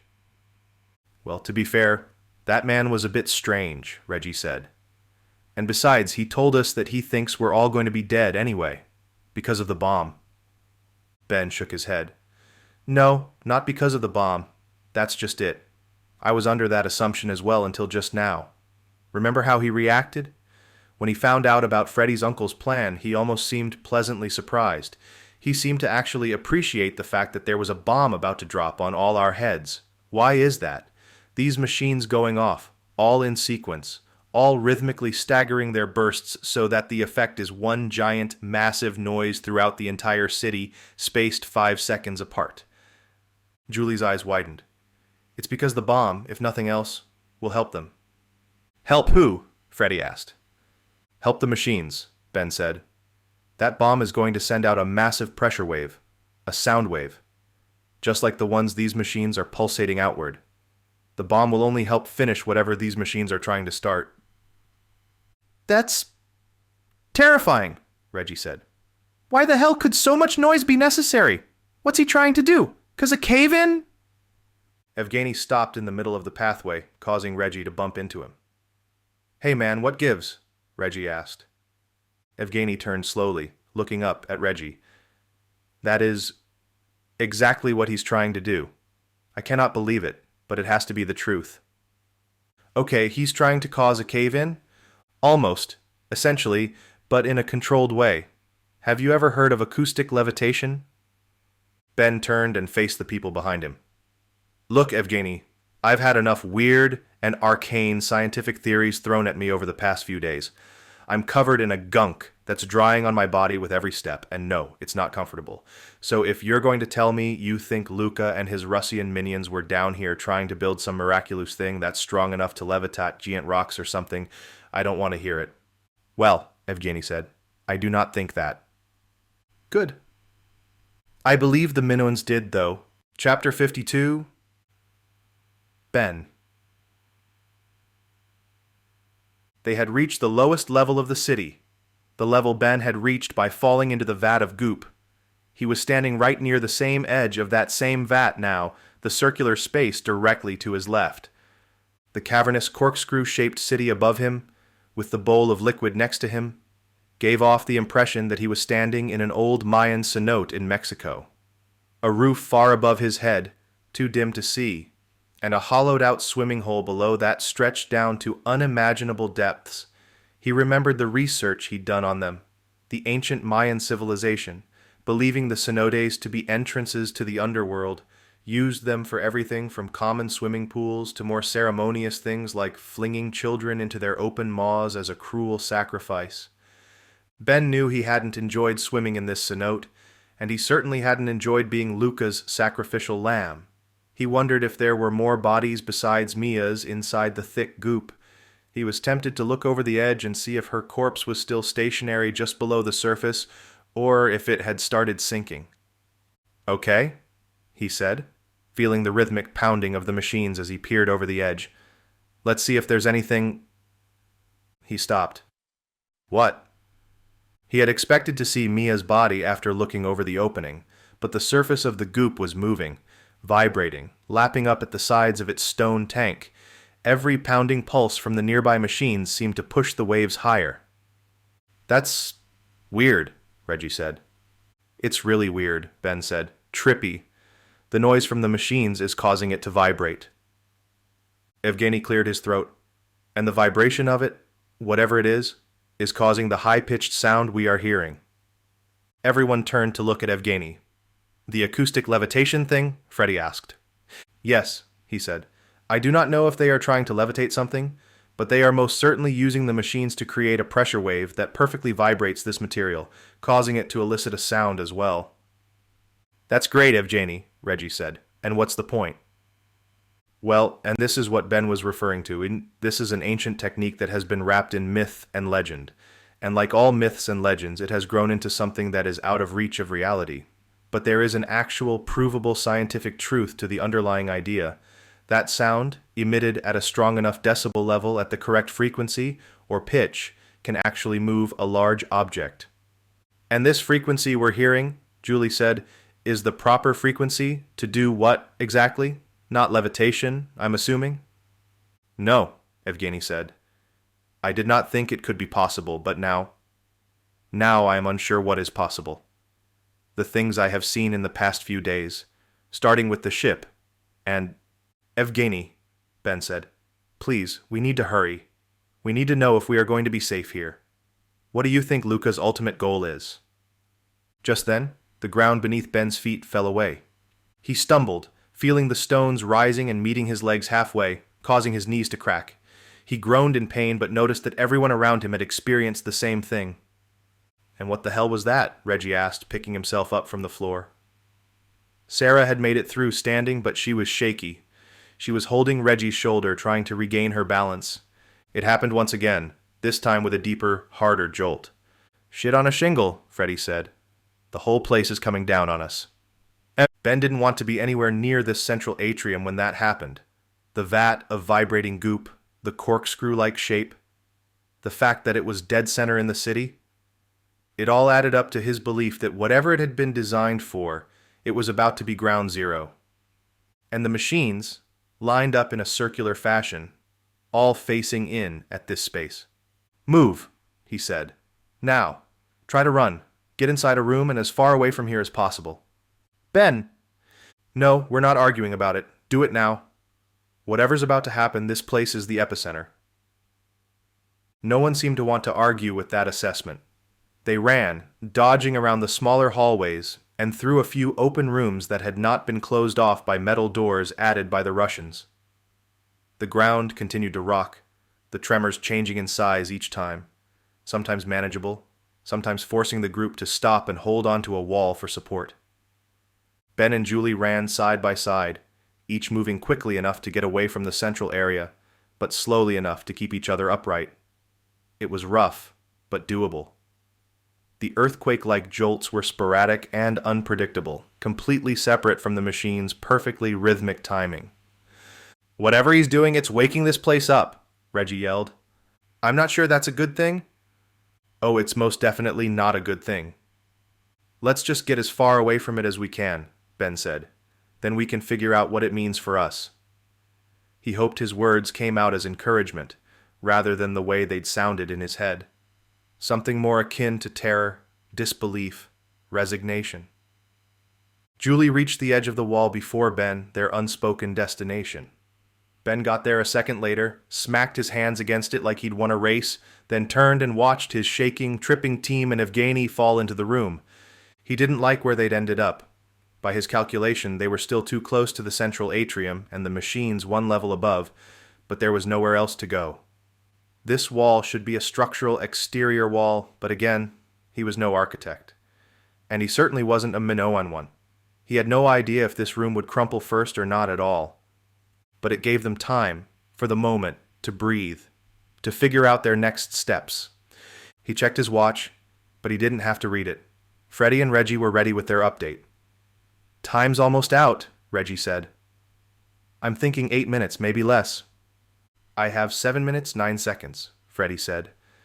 "My uncle's going to be on time too, unfortunately." "That was another thing I never really liked about the military," Reggie said, smiling. "Always so anal about being on time." "It has its perks," Freddie said. "Is dropping a bomb on Antarctica that will kill your own nephew and all his friends one of them?" Ben turned to Evgeny, hoping to change the subject one last time. "Evgeny, you were about to tell us what you think is happening here. Do you know?" The man's nervous, broken exterior had hardened into a cold, empty shell. He was calm, looking around at each person as they spoke, taking it all in. When he spoke, his words were even, calculated. "I do," he said. "And I am sure of it now. All of it. Everything we have been talking about, speculating on. It is all true, and it is all related." "Related how?" "It is all related to the theory of crustal displacement, that the Earth's crust is sort of like an orange peel, connected to the mantle but only by weak structures. It is essentially floating on top of it."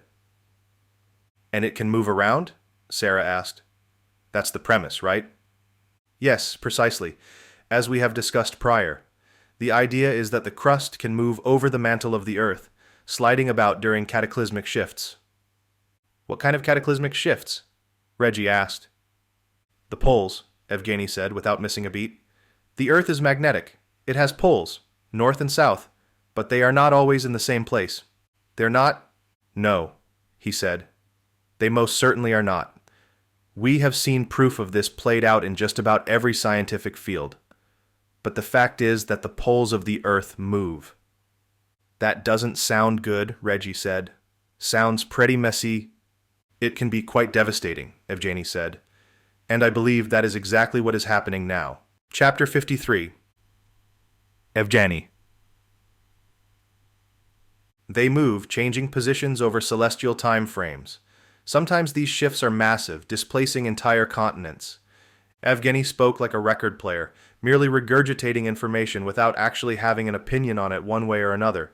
To him it was fact, but he also could not react to it for a different reason. He felt dead inside. The emotional fortitude he had been building had been worn away, finally blasted apart by Tatiana's death. She had simply ceased to exist, and a part of him had gone with her. He wasn't feeling anything right now, and it was simple enough to continue talking, to reason his way through what he believed was happening. "You asked me earlier, Mr. Reggie, why I believe Antarctica has moved." "Yes, I remember." "Well, this is why. Crustal displacement. I believe the continent, the two main land masses that poke up from the plate holding them, used to exist in an entirely different location. They were farther north. Much farther north. And a pole shift caused them to float away?" "In a sense, yes," Evgeny said.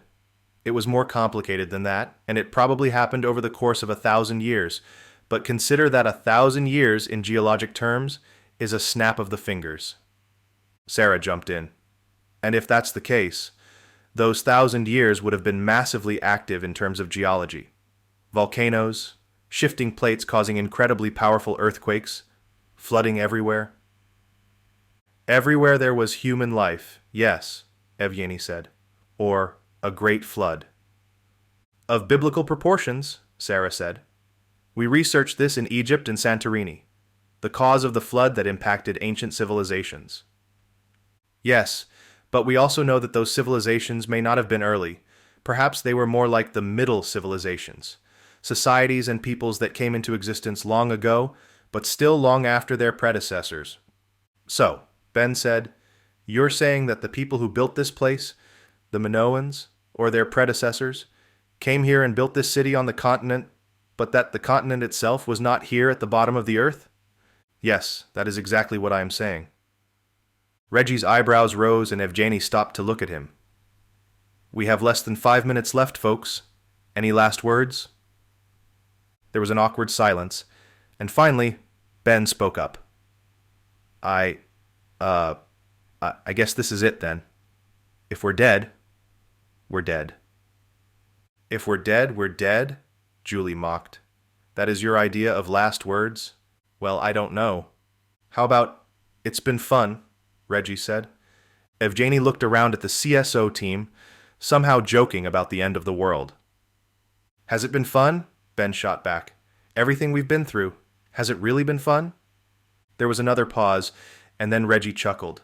Evgeny and Freddie looked at him strangely, but then Ben laughed as well. Julie joined in, and finally Sarah. All the CSO members were laughing. What is happening? Evgeny asked. Is this some sort of sick joke? Ben shook his head and spoke through tears. No, I'm afraid not, Evgeny.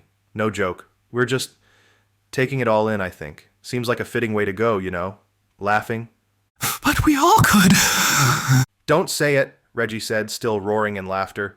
Don't even say the word. You'll jinx it. I will what? There's nothing we can do now. Might as well have a quick laugh, if it's the last thing we do. For whatever reason, the others seemed to think these words of Reggie's were especially humorous, and Evgeny looked from one person to the next, trying to decide what to do. Wait a minute, he said. No one listened. He turned around, stumbling to the door through another earthquake burst of movement. Hey!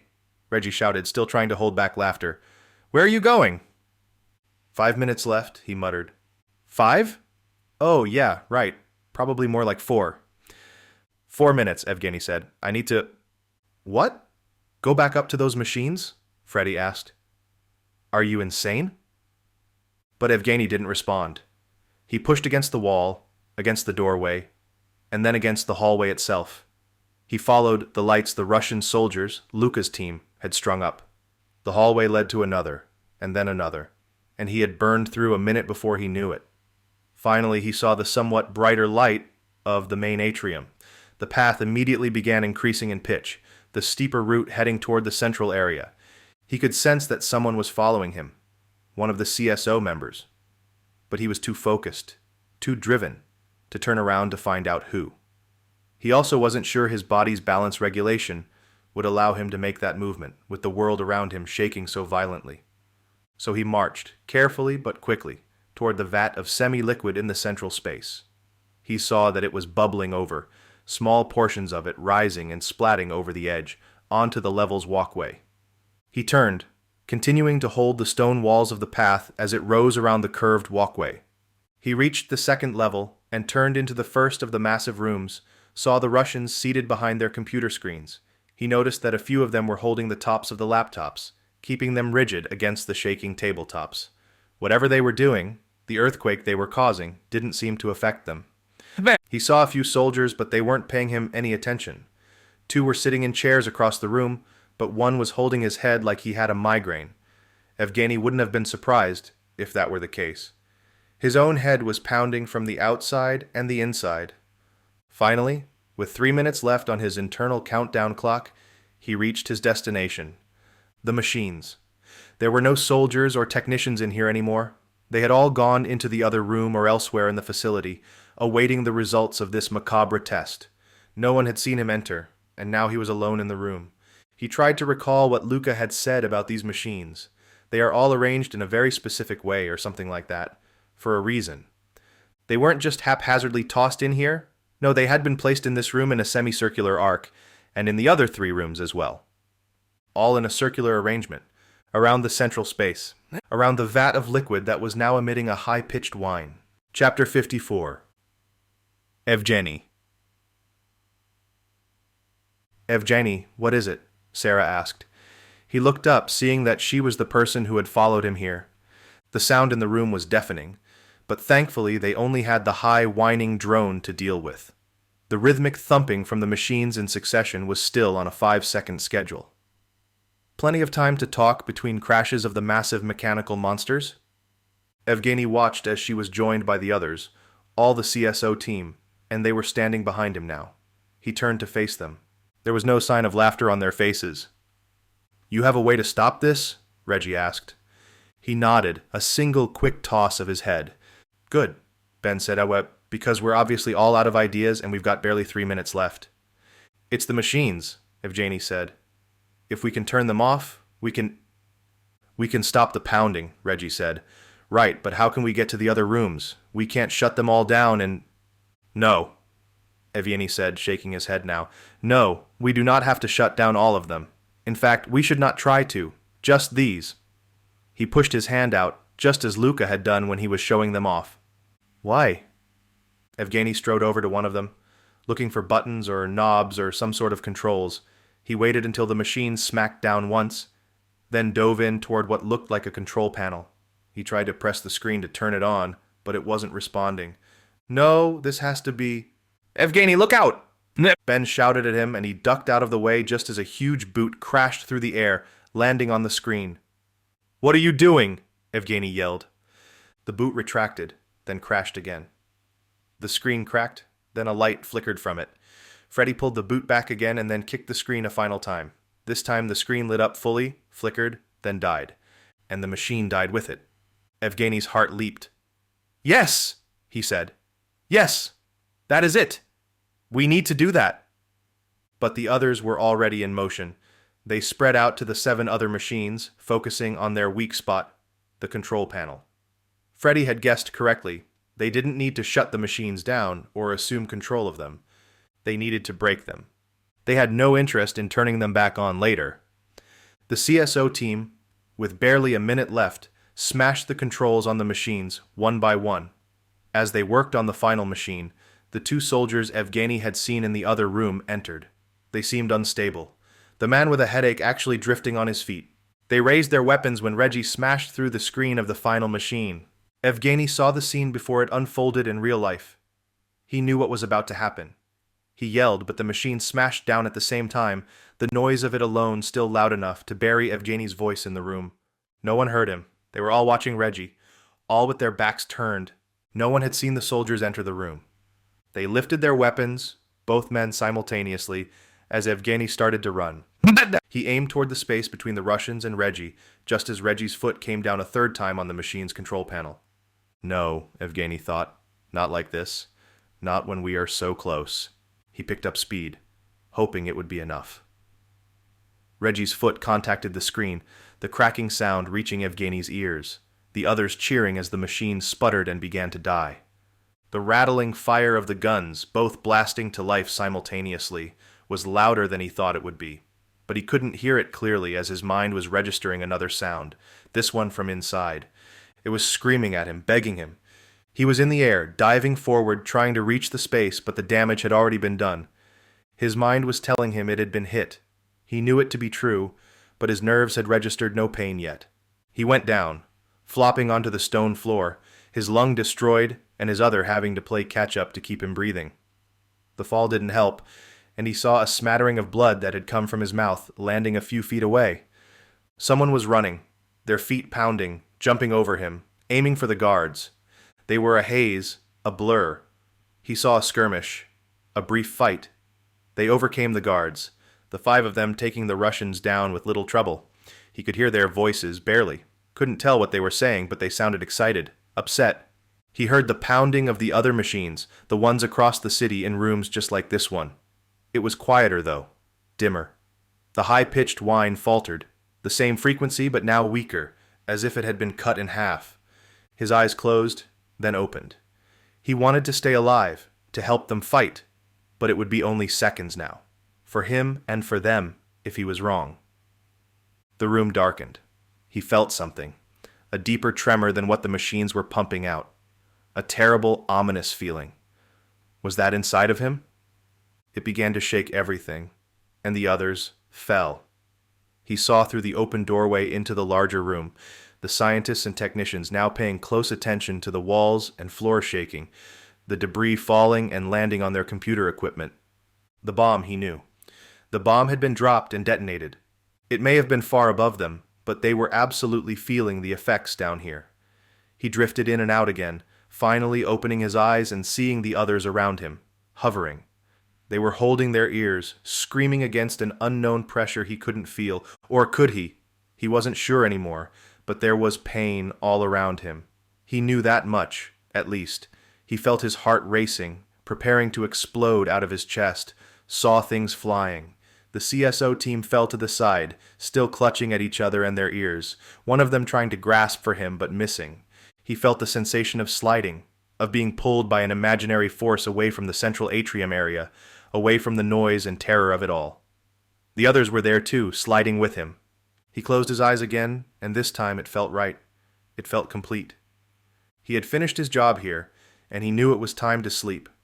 He tried his best to put on a smile. The others would find him here, he was sure of it. He didn't want them to think he wasn't satisfied with his final play, his final contribution to this team he so wanted to be a part of. He drifted off as he slid, thinking of Tatiana and Luca and the others, thinking of what he had done, thinking of home. Chapter 55. Sarah. He saved us, Sarah said. He saved us all. There was debris falling all around them, the dust from cracks in the stone sliding and slipping and finally giving way, some larger pebbles drifting down toward the floor as well. The rumbling had grown and receded, and while there were a few aftershocks every 10 seconds or so, the damage from the bomb detonating far above their heads was done. They were alive. What even happened? Reggie asked her. She shook her head, still trying to piece it all together. She saw a few Russian scientists or technicians, stunned and trying to grapple with the fact that their plans had been foiled. 2 of them were talking excitedly, but the others were standing near their tables, shocked and confused. She even saw a couple of bodies, larger stones near them. These scientists hadn't fared so well in the cacophony of the bomb and the machine's final thrust. The Russian soldiers who had fired on Evgeny were dead on the floor as well, their weapons laying harmlessly at their sides. Freddie picked one up, examining it and checking the magazine. She felt the headache forming, finding it ironic that it had waited until after the insanity was over. She remembered the last moments, the noises, the rhythmic thumping and crashing of the machines from elsewhere in the city, the gunshots, Evgeny screaming at them, and now he too lay lifeless on the stone floor of the ancient city, dead. All because he'd wanted to save their lives, all because he'd wanted to prove that he was not like Luca, that he was on their team. He jumped in front of a bullet, Freddie said. 4 bullets, Julie added. What about before that? Reggie asked. The machines? He ran up here to turn them off? Why? He knew he wouldn't be able to get to all of them. He didn't need to, Sarah said. I figured out what he was trying to do, and look. It worked. She pointed to a section of the wall that had completely disintegrated in the blast, chunks of stone crushed and spilling outward into the Great Hall. Behind it, another icy wall stood watch, the actual Antarctic continent preparing to reclaim its territory. As she looked, Sarah felt the cool air rush over her skin. He blasted a hole in the wall? Reggie asked. He directed it. The combined pressure wave of the bomb, plus all the machines, it was originally supposed to be targeting the vat of stuff that Ben fell into, whatever it is, at the center of the base. All that pressure literally heated the liquid material and caused it to vibrate, which was the root of that high-pitched whine. So he stopped it by destroying these machines? Yes, Sarah said. That's exactly what happened. By only destroying these machines, he was able to, in a sense, direct that pressure wave here, against this stone wall. The culmination, the bomb dropping up above our heads, it created a huge blast that would have otherwise caused something to happen in the central area with the weird liquid. And that is? She shrugged. I have no idea. I do, Ben said. He stepped closer to Sarah. Crustal displacement. No one spoke. Sarah looked around, clearing her throat. Ben, are you saying the Russians were trying to... She couldn't finish the sentence. It was too crazy, too unbelievable. It has to be the answer, Ben said. Luca said these machines were built as modern-day versions of what existed here before, remember? That the Minoans, or whoever they were, built machines that were trying to do the same thing. And the liquid stuff that was vibrating? No idea what it is, Ben said. Some kind of oil or metal that's liquid at room temperature? Some of it's still dried onto me, so we can possibly have it tested later. But that's not the point. Whatever it is, it works the same way as acoustic levitation. The Egyptians may have used it to move the massive stones from their quarry hundreds of miles away. By subjecting this liquid stuff underneath a stone to a certain pitch, the stone vibrates, effectively making it lighter. And you think that's what the Russians were doing here? I don't think there's another possibility that makes more sense, Ben said. Think about it. We know the Minoans built this place, and there was no way to bring all of these stones over that amount of ocean. So they built it using stones that were here already, meaning this place was hollowed out of Antarctica itself. But Antarctica itself was in a different place, Reggie said. Exactly. It literally moved during a polar shift. The plate of crust it's sitting on slid over Earth's mantle, eventually landing here. And by turning on this machine or whatever it is, Julie added, we think they were trying to do it again? I don't know, Ben said. It seems far-fetched, but we've all seen stranger things. I don't know, man, Reggie added. This one might take the cake for weird Earth stuff. Ben laughed. We're alive for now. That bomb might have sealed us all in here, though. Let's think about a way out, then we can discuss what happened here. Any ideas? Julie asked. Freddie cleared his throat. Everyone turned to look at him, and Ben raised his eyebrows. You got another secret, Freddie? He chewed his lip for a second. My uncle likes to clean up, he said. Meaning? Meaning he'll most likely send a team down here to check out the damage, make sure no government secrets are lying around. Like us?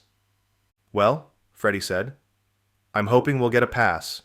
He didn't want to drop a bomb on us after all. Ben snorted. Yeah, well, he did. I'll take my chances with his cleanup crew, but only because it's our only option. What about these other Russians?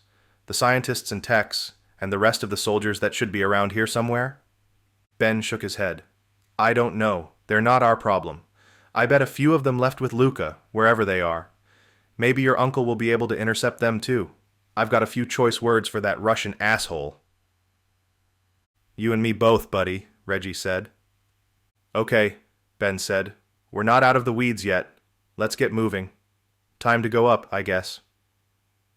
Sarah waited for someone to ask a question or argue, but it seemed the five of them agreed. They would start walking up the corkscrew pathways until they reached the top of the base, where they would, hopefully, find an exit that hadn't been destroyed.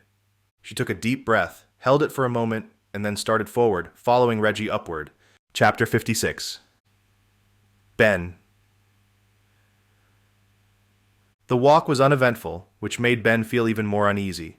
There was nothing jumping out at them, nothing trying to attack them, nothing trying to kill them, which meant something was wrong. He wasn't sure what it was, or if he was just getting in his own head, but there was a distinct feeling of restlessness, a feeling that their mission here was not over.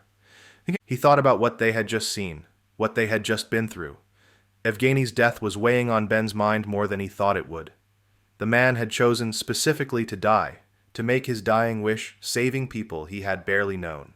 Why? What good could come of that? Why were his and his friends' lives any more valuable than Evgeny's? He was thankful he was still alive and grateful to Evgeny for it, but he couldn't understand why the man had done it. There had to be something more. There had to be some reason.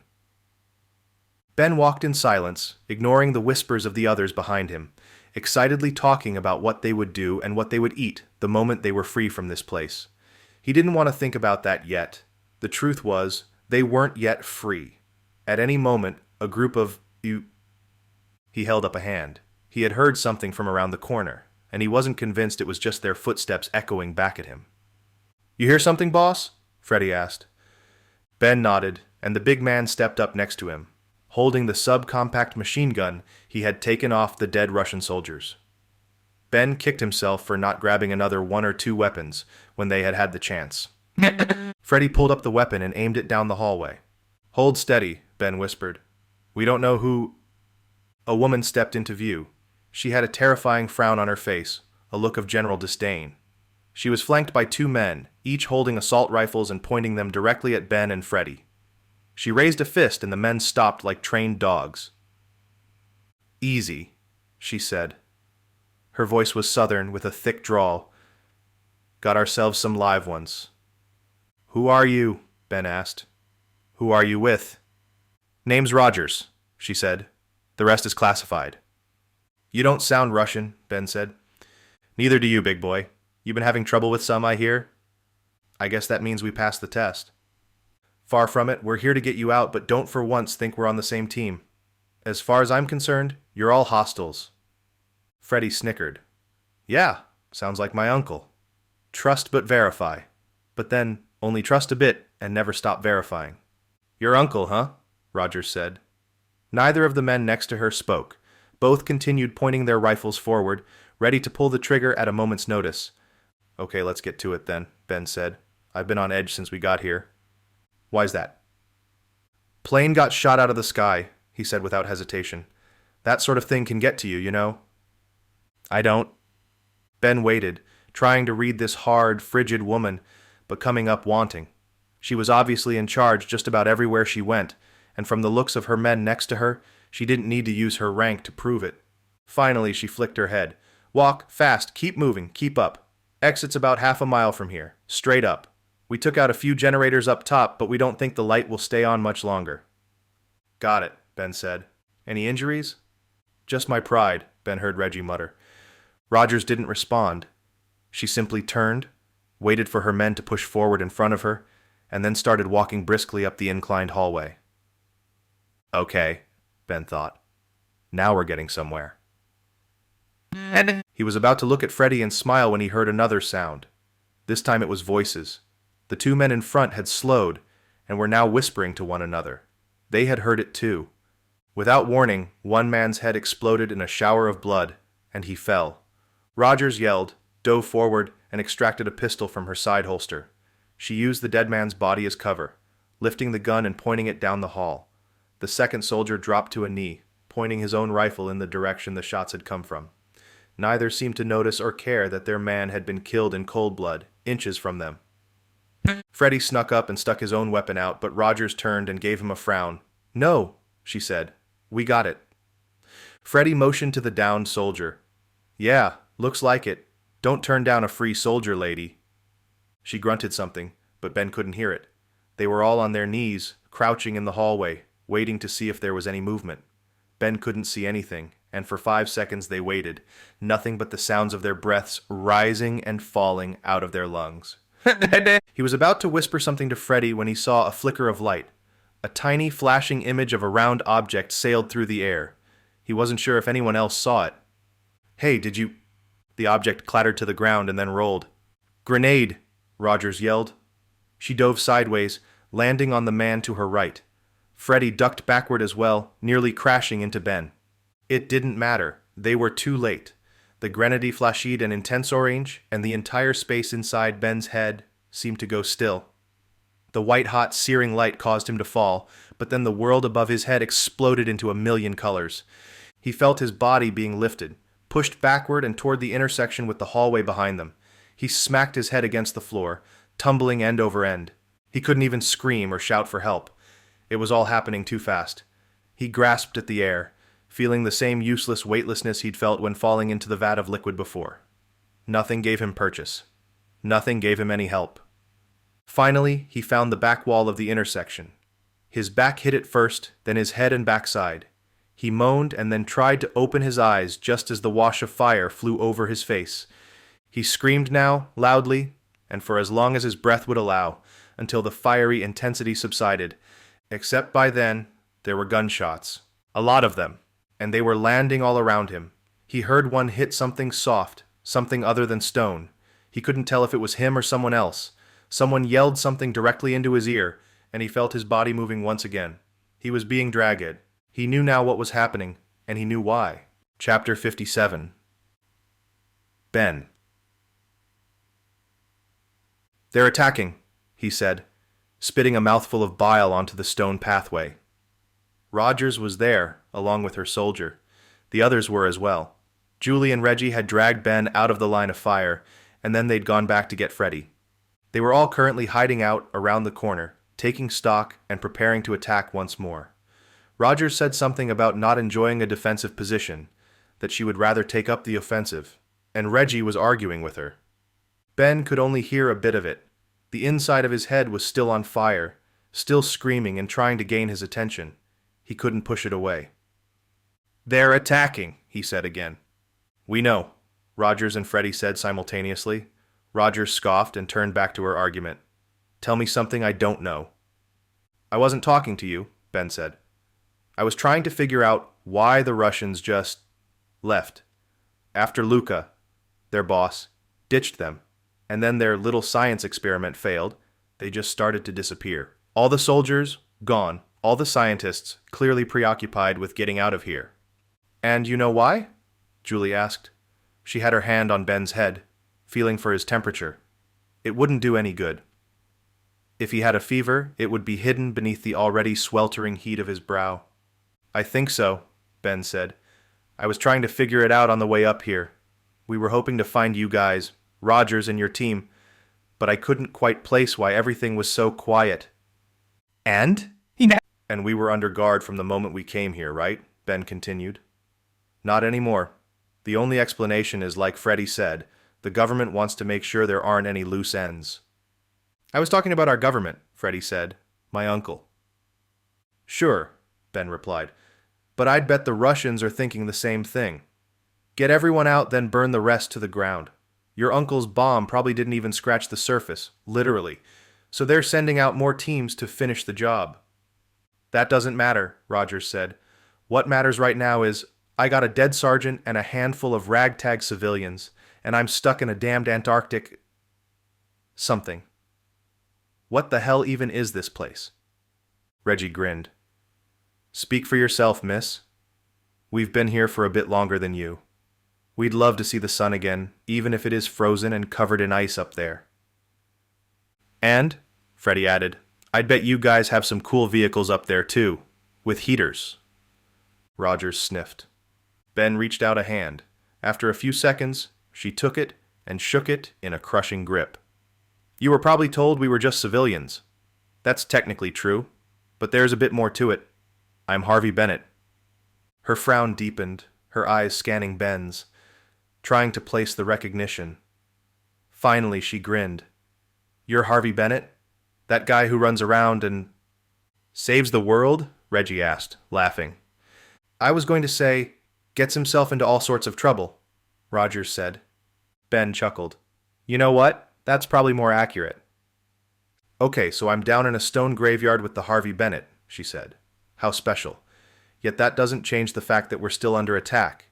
And if they're like the Russians I know, we do not want to piss them off. Anyone got any ideas?" Reggie lifted a hand. "Well, it's been a while since my range days, but if you'll be so kind as to get me one of those nice rifles you're toting around, I could lend a hand." "You've been trained with one?" Rogers asked. "You worried I'm going to hit you in the back?" She didn't answer. "How about I just stand in front of you the whole time?" Finally, she shook her head. "This is ridiculous. I was sent here to get you all out, not to crack jokes and give you weapons to blast through an army of Russians." Reggie shrugged. "We do what we can." He moved toward the edge of the hallway, peering around the corner where the dead soldier lay. Ben moved with him, expecting him to pause and work out a plan Ben could convey to the others. Instead, Reggie suddenly darted out on his hands and knees, crawling toward the soldier. "Reggie," Ben whispered, "what the hell, man?" Reggie didn't turn back. He crawled on elbows and knees all the way to the soldier, about halfway down the hallway. He reached the weapon, lifted it up and over his shoulder, and then poked around on the soldier's body for extra magazines. Finding 3 of them, he turned and was about to crawl back when Ben saw him stop. "What are you doing?" he whispered. "Get back here. I'll get Rogers to cover you." Reggie ignored him, then slid over once again to the soldier's side. He reached out and plucked something off the man, then finally turned and started back toward Ben. When he rounded the corner, Ben let out a breath. Rogers was already scolding him, but the others, including Rogers' second, were smiling. Reggie held up the weapon, the magazines, and, with a flourish, the grenade he'd taken from the dead man. "Sorry about your man, ma'am," Reggie said. "Never feels okay to lose a soldier, but I figured this could be a little consolation prize." He placed the grenade down and checked over the rifle. "You have a plan?" Rogers asked. Reggie looked at Ben, then back at her, then nodded. "I sure do. I figure we can start with a taste of their own medicine, then I do what I do best." Which is? Ben laughed. Oh, you should probably just wait and see. It's better that way. Chapter 58. Petrov. Petrov had not felt this good in a long time. The drugs likely had a lot to do with it, but if not, the alcohol was the trick. Either way, he couldn't help smiling. The woman had returned, and their night was every bit as fantastic as it had been the night before. He couldn't help but wonder if she might actually be truly into him. He had not had a lover, a companion, in a long time.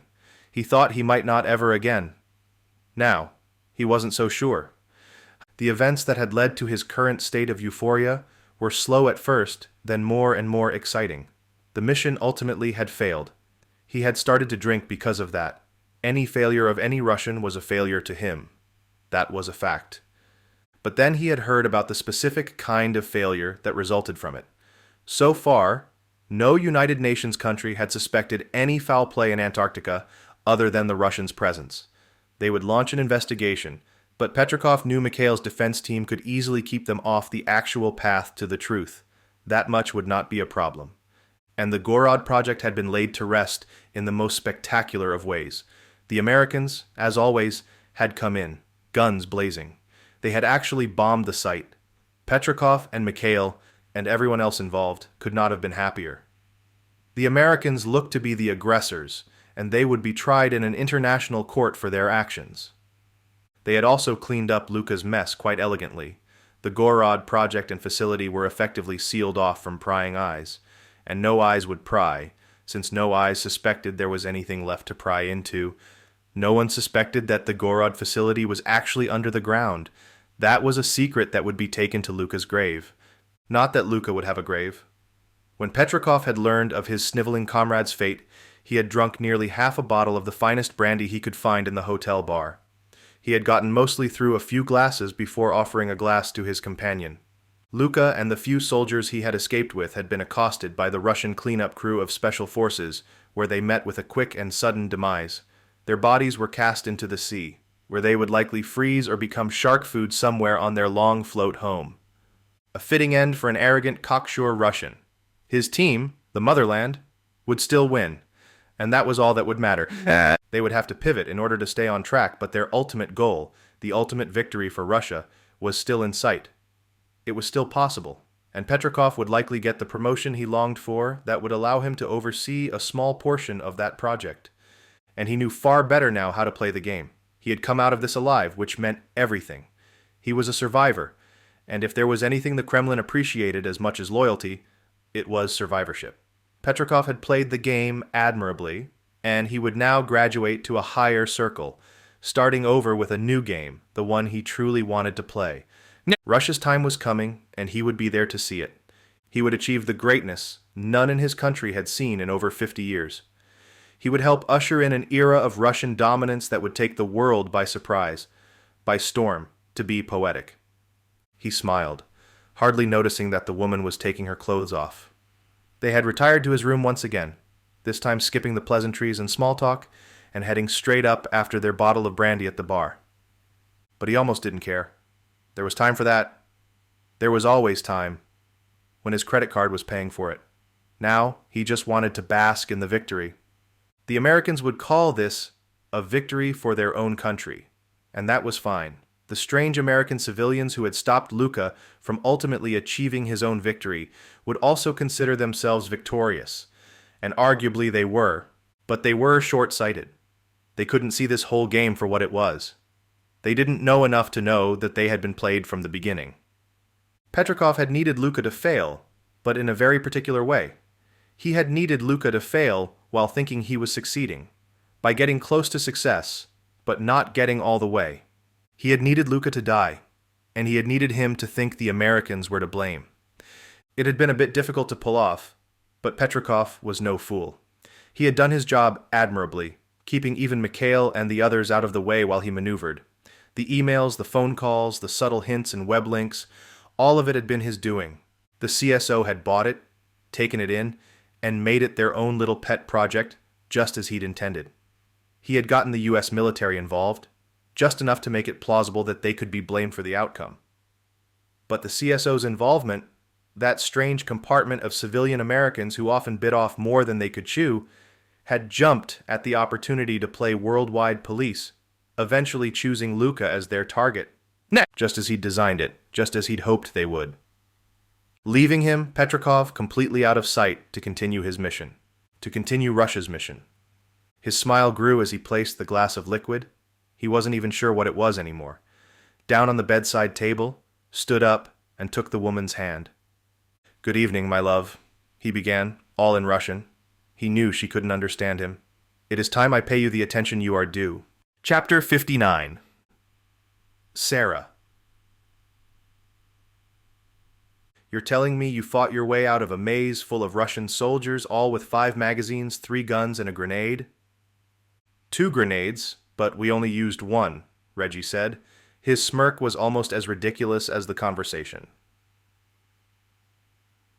Sarah had always preferred the more sentimental version of the man she loved to the over-the-top, machismo, puffed-chest version she saw now, and the same version that had fought through the last of the Russians in the Minoan city and emerged, victorious, out of the top.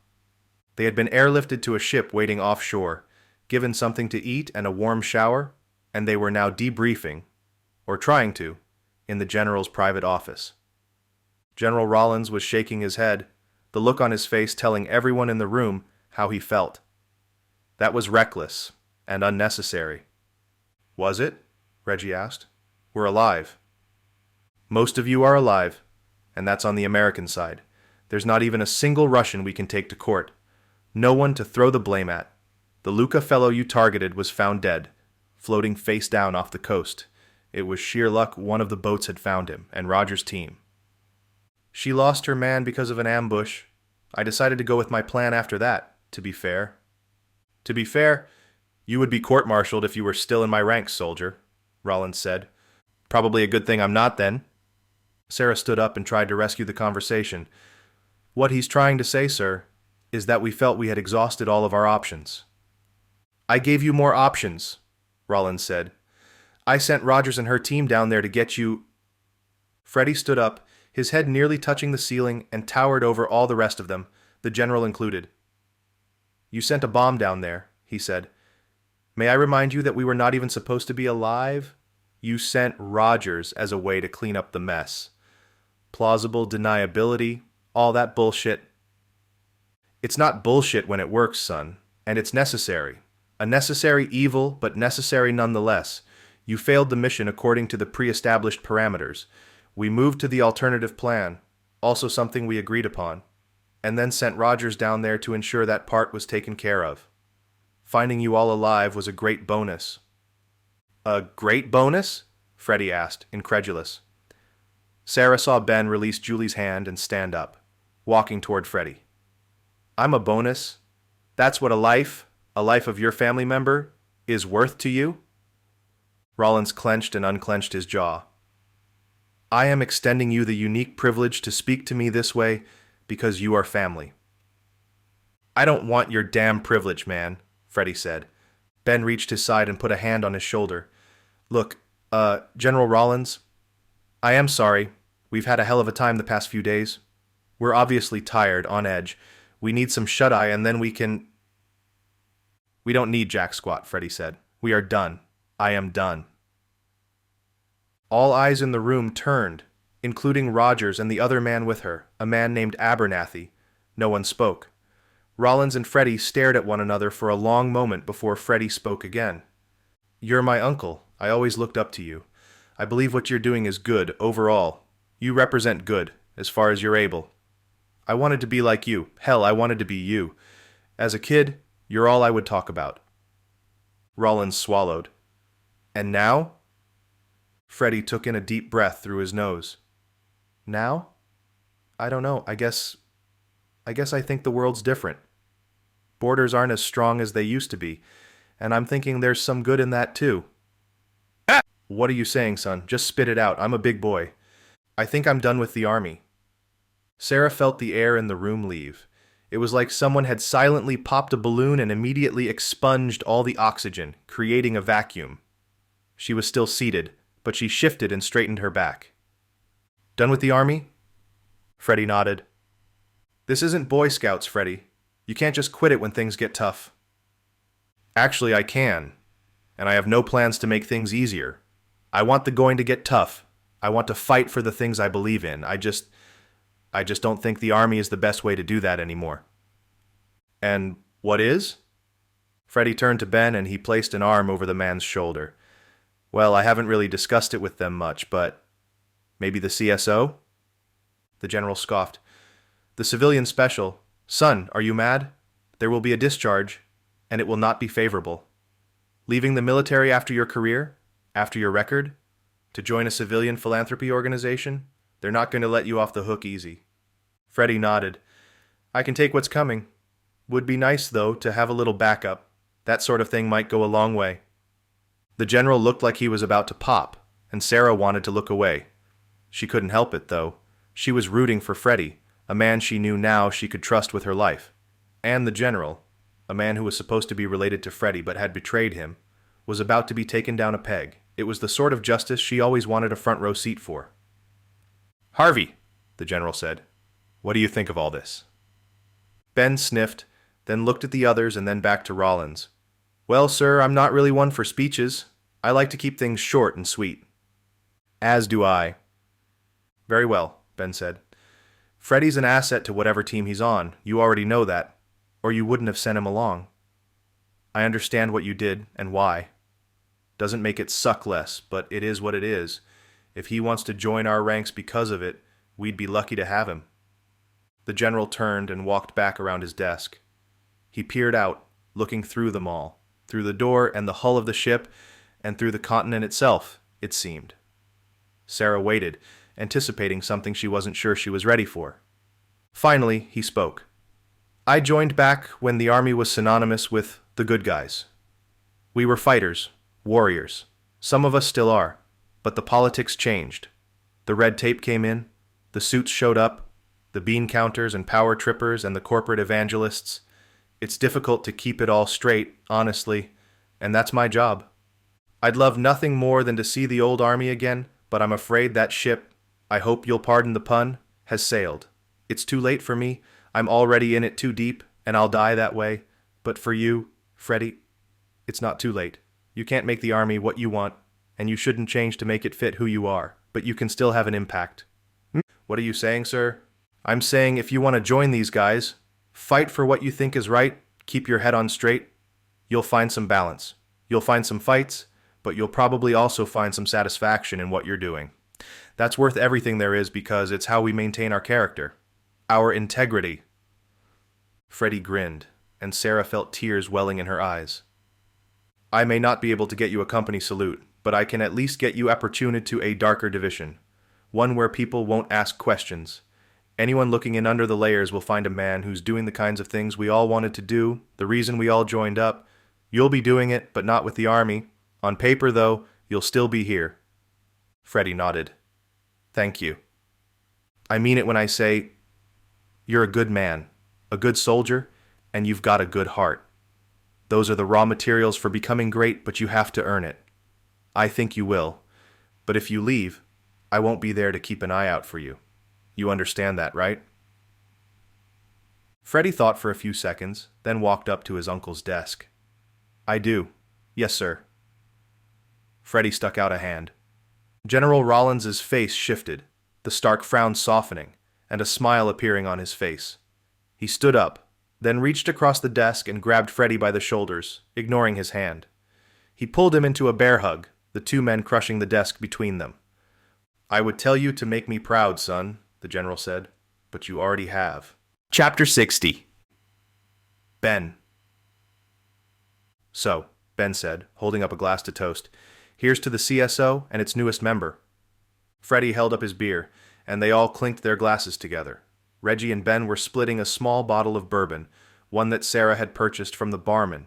She'd opened it and poured for them, chastising both men about not making this a big deal like the last time.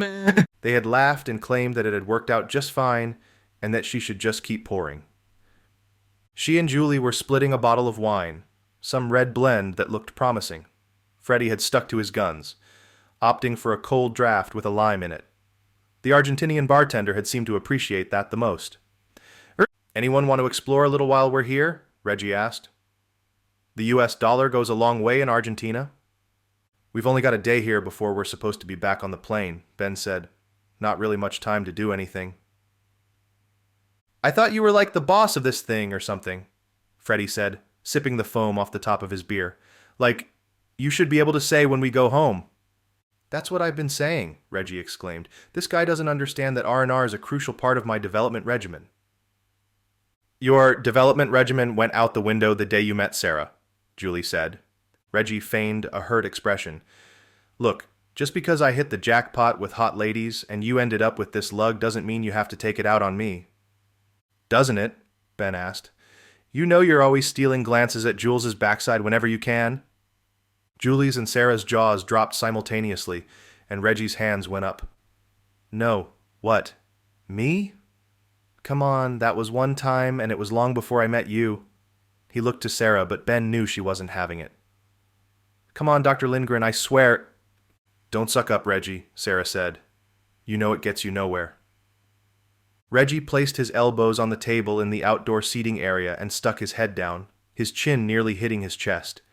He drooped his eyes, furrowing his brow, and then looked up at Sarah. This sad puppy routine always seems to work, though. She tried to look angry, but then burst out laughing. Ben joined in, the sight of his friend's ridiculous face too much to hold in. They all toasted again, and then Freddie cleared his throat. Hey, I was thinking, this whole mission, the stuff down in the city, it all seems to have been wrapped up too nicely. That was nice? Reggie asked. Freddie chuckled. You know what I mean. Where are the UN investigators? Where's the public outcry asking the Kremlin to explain what they were doing there? Heck, what about the US side of things? We dropped a bomb on Antarctica. I don't know, man, Ben said. It's politics, government stuff, way above our pay grade. The CSO has a board made up of military folks, and they're pretty good at protecting us from stuff like that. Still, it seems odd. I just feel like it all ended too abruptly. Like it's been pushed under the rug and that's it, you know? Reggie licked his lips, staring down into his glass of bourbon. I feel that. Yeah? Yeah, he said. Freddie, you're not wrong. This one feels unfinished. Why is that? Your guess is as good as mine. Maybe it's not, Ben said. Everyone looked at him. Yeah, I mean, think about it. Why would the Russians care about Antarctica? There's nothing there. I mean, sure, a city and some weird machines that supposedly could cause crustal displacement and move Antarctica somewhere else. Julie smiled. That does seem like something you'd want to get your hands on if you were a greedy country. Yeah, but why? I mean, what's the purpose of doing that? You have an idea? Ben shrugged, taking a sip of bourbon. It was harsh, but it was cold. He appreciated it, but he mostly appreciated the weather. It was in the high 80s, the sun was shining, and there was no snow, ice, or stone in sight. Maybe. I was thinking about it a lot on the way back up, and then again in Rollins' office, why they were so quick to pull out, and why they killed Luca and the others and just forgot about them. And? Well, I couldn't help but think of the geographic distance. I mean, you can't really get farther away from Russia than Antarctica. They already have the majority of the Arctic covered, but the Antarctic is like the farthest you can get from the Kremlin. Unless you move it, Reggie said with a raised eyebrow. No, Ben said. Even then, what's the point? Then, it's still a couple of huge land masses, slowly coming out of their ice-covered shell, that you have to protect. If they wanted more land, why not invade a nearby country? And they already have far more land than one country needs. Exactly, Ben said. But yesterday I saw a news report talking about global warming again. Say what you will. Whether or not it's human-caused, it's happening. I tend to think it's just one of the many cycles of cooling and heating the Earth has gone through, but that's just me. What about it? Well, all that land on their north coast is frozen. Has been forever. As long as they've been a country at least. But if you were able to cause something massive, like a massive polar shift that changes the landscape of the Earth's crust, literally moving a continent, then... Julie picked up the thread. Then you'd probably melt a lot of the ice up there. And what's on Antarctica? Because it will all move and shift around. Some other places will be covered in ice that had never been, and other places that were always cold would no longer be. Oh my God, Reggie said. You're right, man. Yeah, Russia would have an entire coastline of new seaports. They've been bolstering their navy for decades, but they'd basically have unfettered access to the world's oceans, because sea routes that have never existed would be adjacent to their land. The table sat silent for a moment. Freddie drank his beer, and the others waited for someone to speak. It was a crazy thing to believe, but Ben wasn't sure there was a better option. Finally, Freddie smacked his empty bottle on the table. This what it's like all the time for you guys? Solve one problem, then find something bigger? Reggie laughed. Yeah, pretty much. Freddie thought about it, then nodded. Okay, sure, I can get used to that. He lifted the beer bottle and shook it around. But first, I'm going to need a few more of these. The Minoan Manifest, Harvey Bennett Thrillers, Book Number 10, Copyright C 2020 by Nick Thacker, published by Turtleshell Press. This is a work of fiction.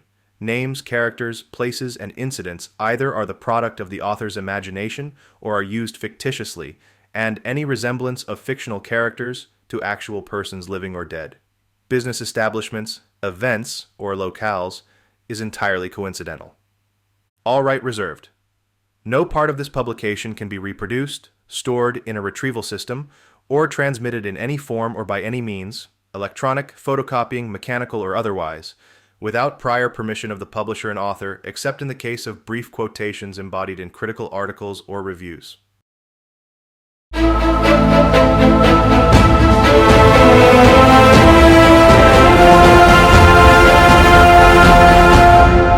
This has been The Minoan Manifest by Nick Thacker. Copyright 2023 by Conundrum Publishing. All rights reserved. ConundrumPub.com